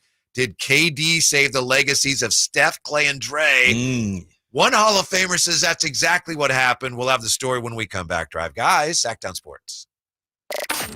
Did you miss any part of our live local shows? Don't worry, you never have to miss them again. Check out SactownSports.com and search our podcast page and play our shows when you want. The Carmichael Dave Show with Jason Ross, Stiles and Watkins, and the Drive Guys. Plus, other podcasts like Return of the Empire, Return of the Roar, the Stingers Up podcast, and Golf to Go with Frank LaRosa. They're all available right now on SactownSports.com. Hi, this is Scott Trout of Cordell & Cordell. If you're a dad who is facing divorce, there are extra layers of stress that may include stereotypes and assumptions. No two situations are the same. Our legal experience and dedication prepare us for whatever legal challenges we face together. You need a partner you can count on. For more than 30 years, Cordell & Cordell has represented men in divorce. 500 Capitol Mall, Suite 2120, Sacramento, California, 95814. Online at CordellCordell.com. Ooh, ma. What was that? That is business phone bliss with the Ooma Cloud Phone System. It handles all our voice, video, and messaging needs. You sound very calm. I am. Ooma has everything I need to run my business more efficiently, like virtual receptionist, call routing, and video conferencing. And it starts at just $19.95 per month per user, plus taxes and fees. Ooma. Nice. Find your business comm at ooma.com/radio. Country in the Park is back May 17th and 18th at Cal Expo with Brantley Gilbert, Dustin Lynch, Jay Cohen, Walker Hayes, and more. Tickets start at just $46. Country in the Park, May 17th and 18th at Cal Expo. For more information, visit CITPFest.com. Brought to you by California Army National Guard, Naturewood Home Furnishings, and RVs of Sacramento. Contact Tax Relief Helpers for details and restrictions. Attention anyone that owes money to the IRS. The IRS has restarted aggressive enforcement actions against taxpayers who owe back taxes that were temporarily suspended for COVID. If you owe $10,000 or more, you must hear this because now is the time to clear your IRS tax debt. A special toll-free number has been established so you can stop penalty fees, avoid liens, levies, and other hostile measures by the IRS. Call Tax Relief Helpers right now at 800-934-9217. Tax Relief Helpers will provide you with the maximum protection afforded by law. I got behind on my taxes and owed $48,000. I didn't know what to do. I called and they got my bill lowered to just $3,500. I owed $87,000 in taxes and it was scary. I got the amount I owed down to just $3,500. I saved $83,500. If you owe money to the IRS, don't wait another day. Call 800-934-9217 right now before the IRS enforces liens, levies, and other aggressive measures. The call and consult are absolutely free. Call now. Call 800-934-9217. 800-934-9217. 800-934-9217.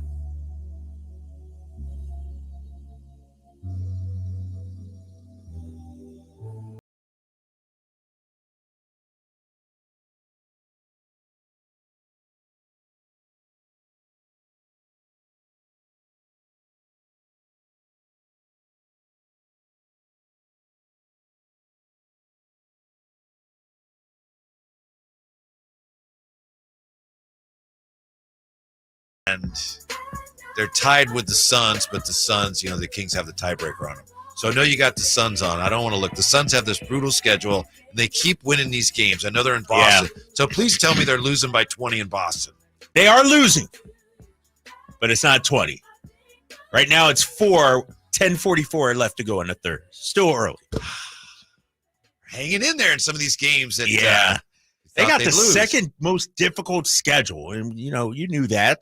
And they got Boston, they got Minnesota twice, they have Denver still, and Milwaukee. And so they have a tough road, but it seems like they're almost kind of rounding into shape. Guys are healthy now.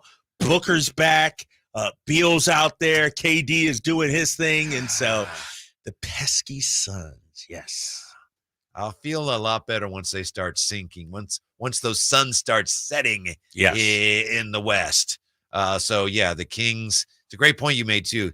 Kings are a game behind the Pelicans, but as we know, they're essentially two games. Yeah, but you still got one more against them. And so, that's that'll count as a game if you can win that. And then, that last week, Pelicans and Suns, your final week, and then Portland, your last game. It may come down to that. I'd be a little surprised if it doesn't. Right. You know? Oh, we got a lot to look forward to with Knicks coming into town on Saturday. What do you think of this? Maybe you saw this. The Draymond Green show is hosted by Draymond Green, and he had Isaiah Thomas on. It was kind of cool because he's, Draymond went to Michigan State, and Isaiah was a great Piston. So it was great to see all the respect there. But Isaiah Thomas said that Kevin Durant coming to the Warriors when he did, he said, Kevin Durant saved the legacies of you and Clay and Steph. He said that to Draymond. He said, you guys, you would be known as a team that won 73 and then couldn't seal the deal if KD hadn't come to your rescue. What do you think of that? I 100% agree with that. Yeah. They would be the team that was known for losing a 3-1 lead. Yeah. Set the NBA all-time record with 73 wins, but then collapsed and folded. And, like I said before, it also changed LeBron's career. Like LeBron may have 6 right now if Kevin Durant doesn't go to Golden State. And so I 100% agree with that. And think about, Steph Curry. Some people say, is he top 10 all time, top 4 all time, top 5? He might have only had 2 titles. Like, to me, if you're going to be called the greatest or in that top 5 conversation, there is no doubt that when you win your championships, you have to be the best player on your team. Magic was the best player on those Lakers teams when he won. And Kareem, that first year, maybe you could say Kareem was, but Kareem got hurt and Magic filled in. So he made up for that. LeBron's always been the best player. Jordan's always been the best player. Steph Curry has not always been the best player on the champion. Kevin Durant was a better player at that time. They won those 2 championships. I mean, he won the Finals MVP twice. Twice. He did. Yeah. Twice. Yeah. Exactly. He was the best player on one of the best teams we've ever seen. Yeah. And so I think, what Kevin Durant did would be like, phew, Larry Bird joining the Lakers in the 80s. You know what I mean? Yeah. Like the Lakers were already stacked. Golden State had already won 73 games, and then they add Kevin Durant. Come on, man. Yeah, I agree with it too. The thing is, obviously we'll never know. And the thing that I wonder about a lot on that sliding doors moment is, let's say KD hadn't gone there. The Warriors would have won 73. Then, as you say, blown the lead. And then what would they have done? Somebody would have had to been responsible. Would they blow it up? Would they have done something drastic? Where would they have gone from there? And they would have been at a hangover. They would have been, it would have been, oh man, we had it and we lost. And instead it's like, we got KD. Right. Their answer to blowing the 3-1, 73 wins is, all right, let's go get KD. Yeah. Instead of, all right, Steve Kerr got to go.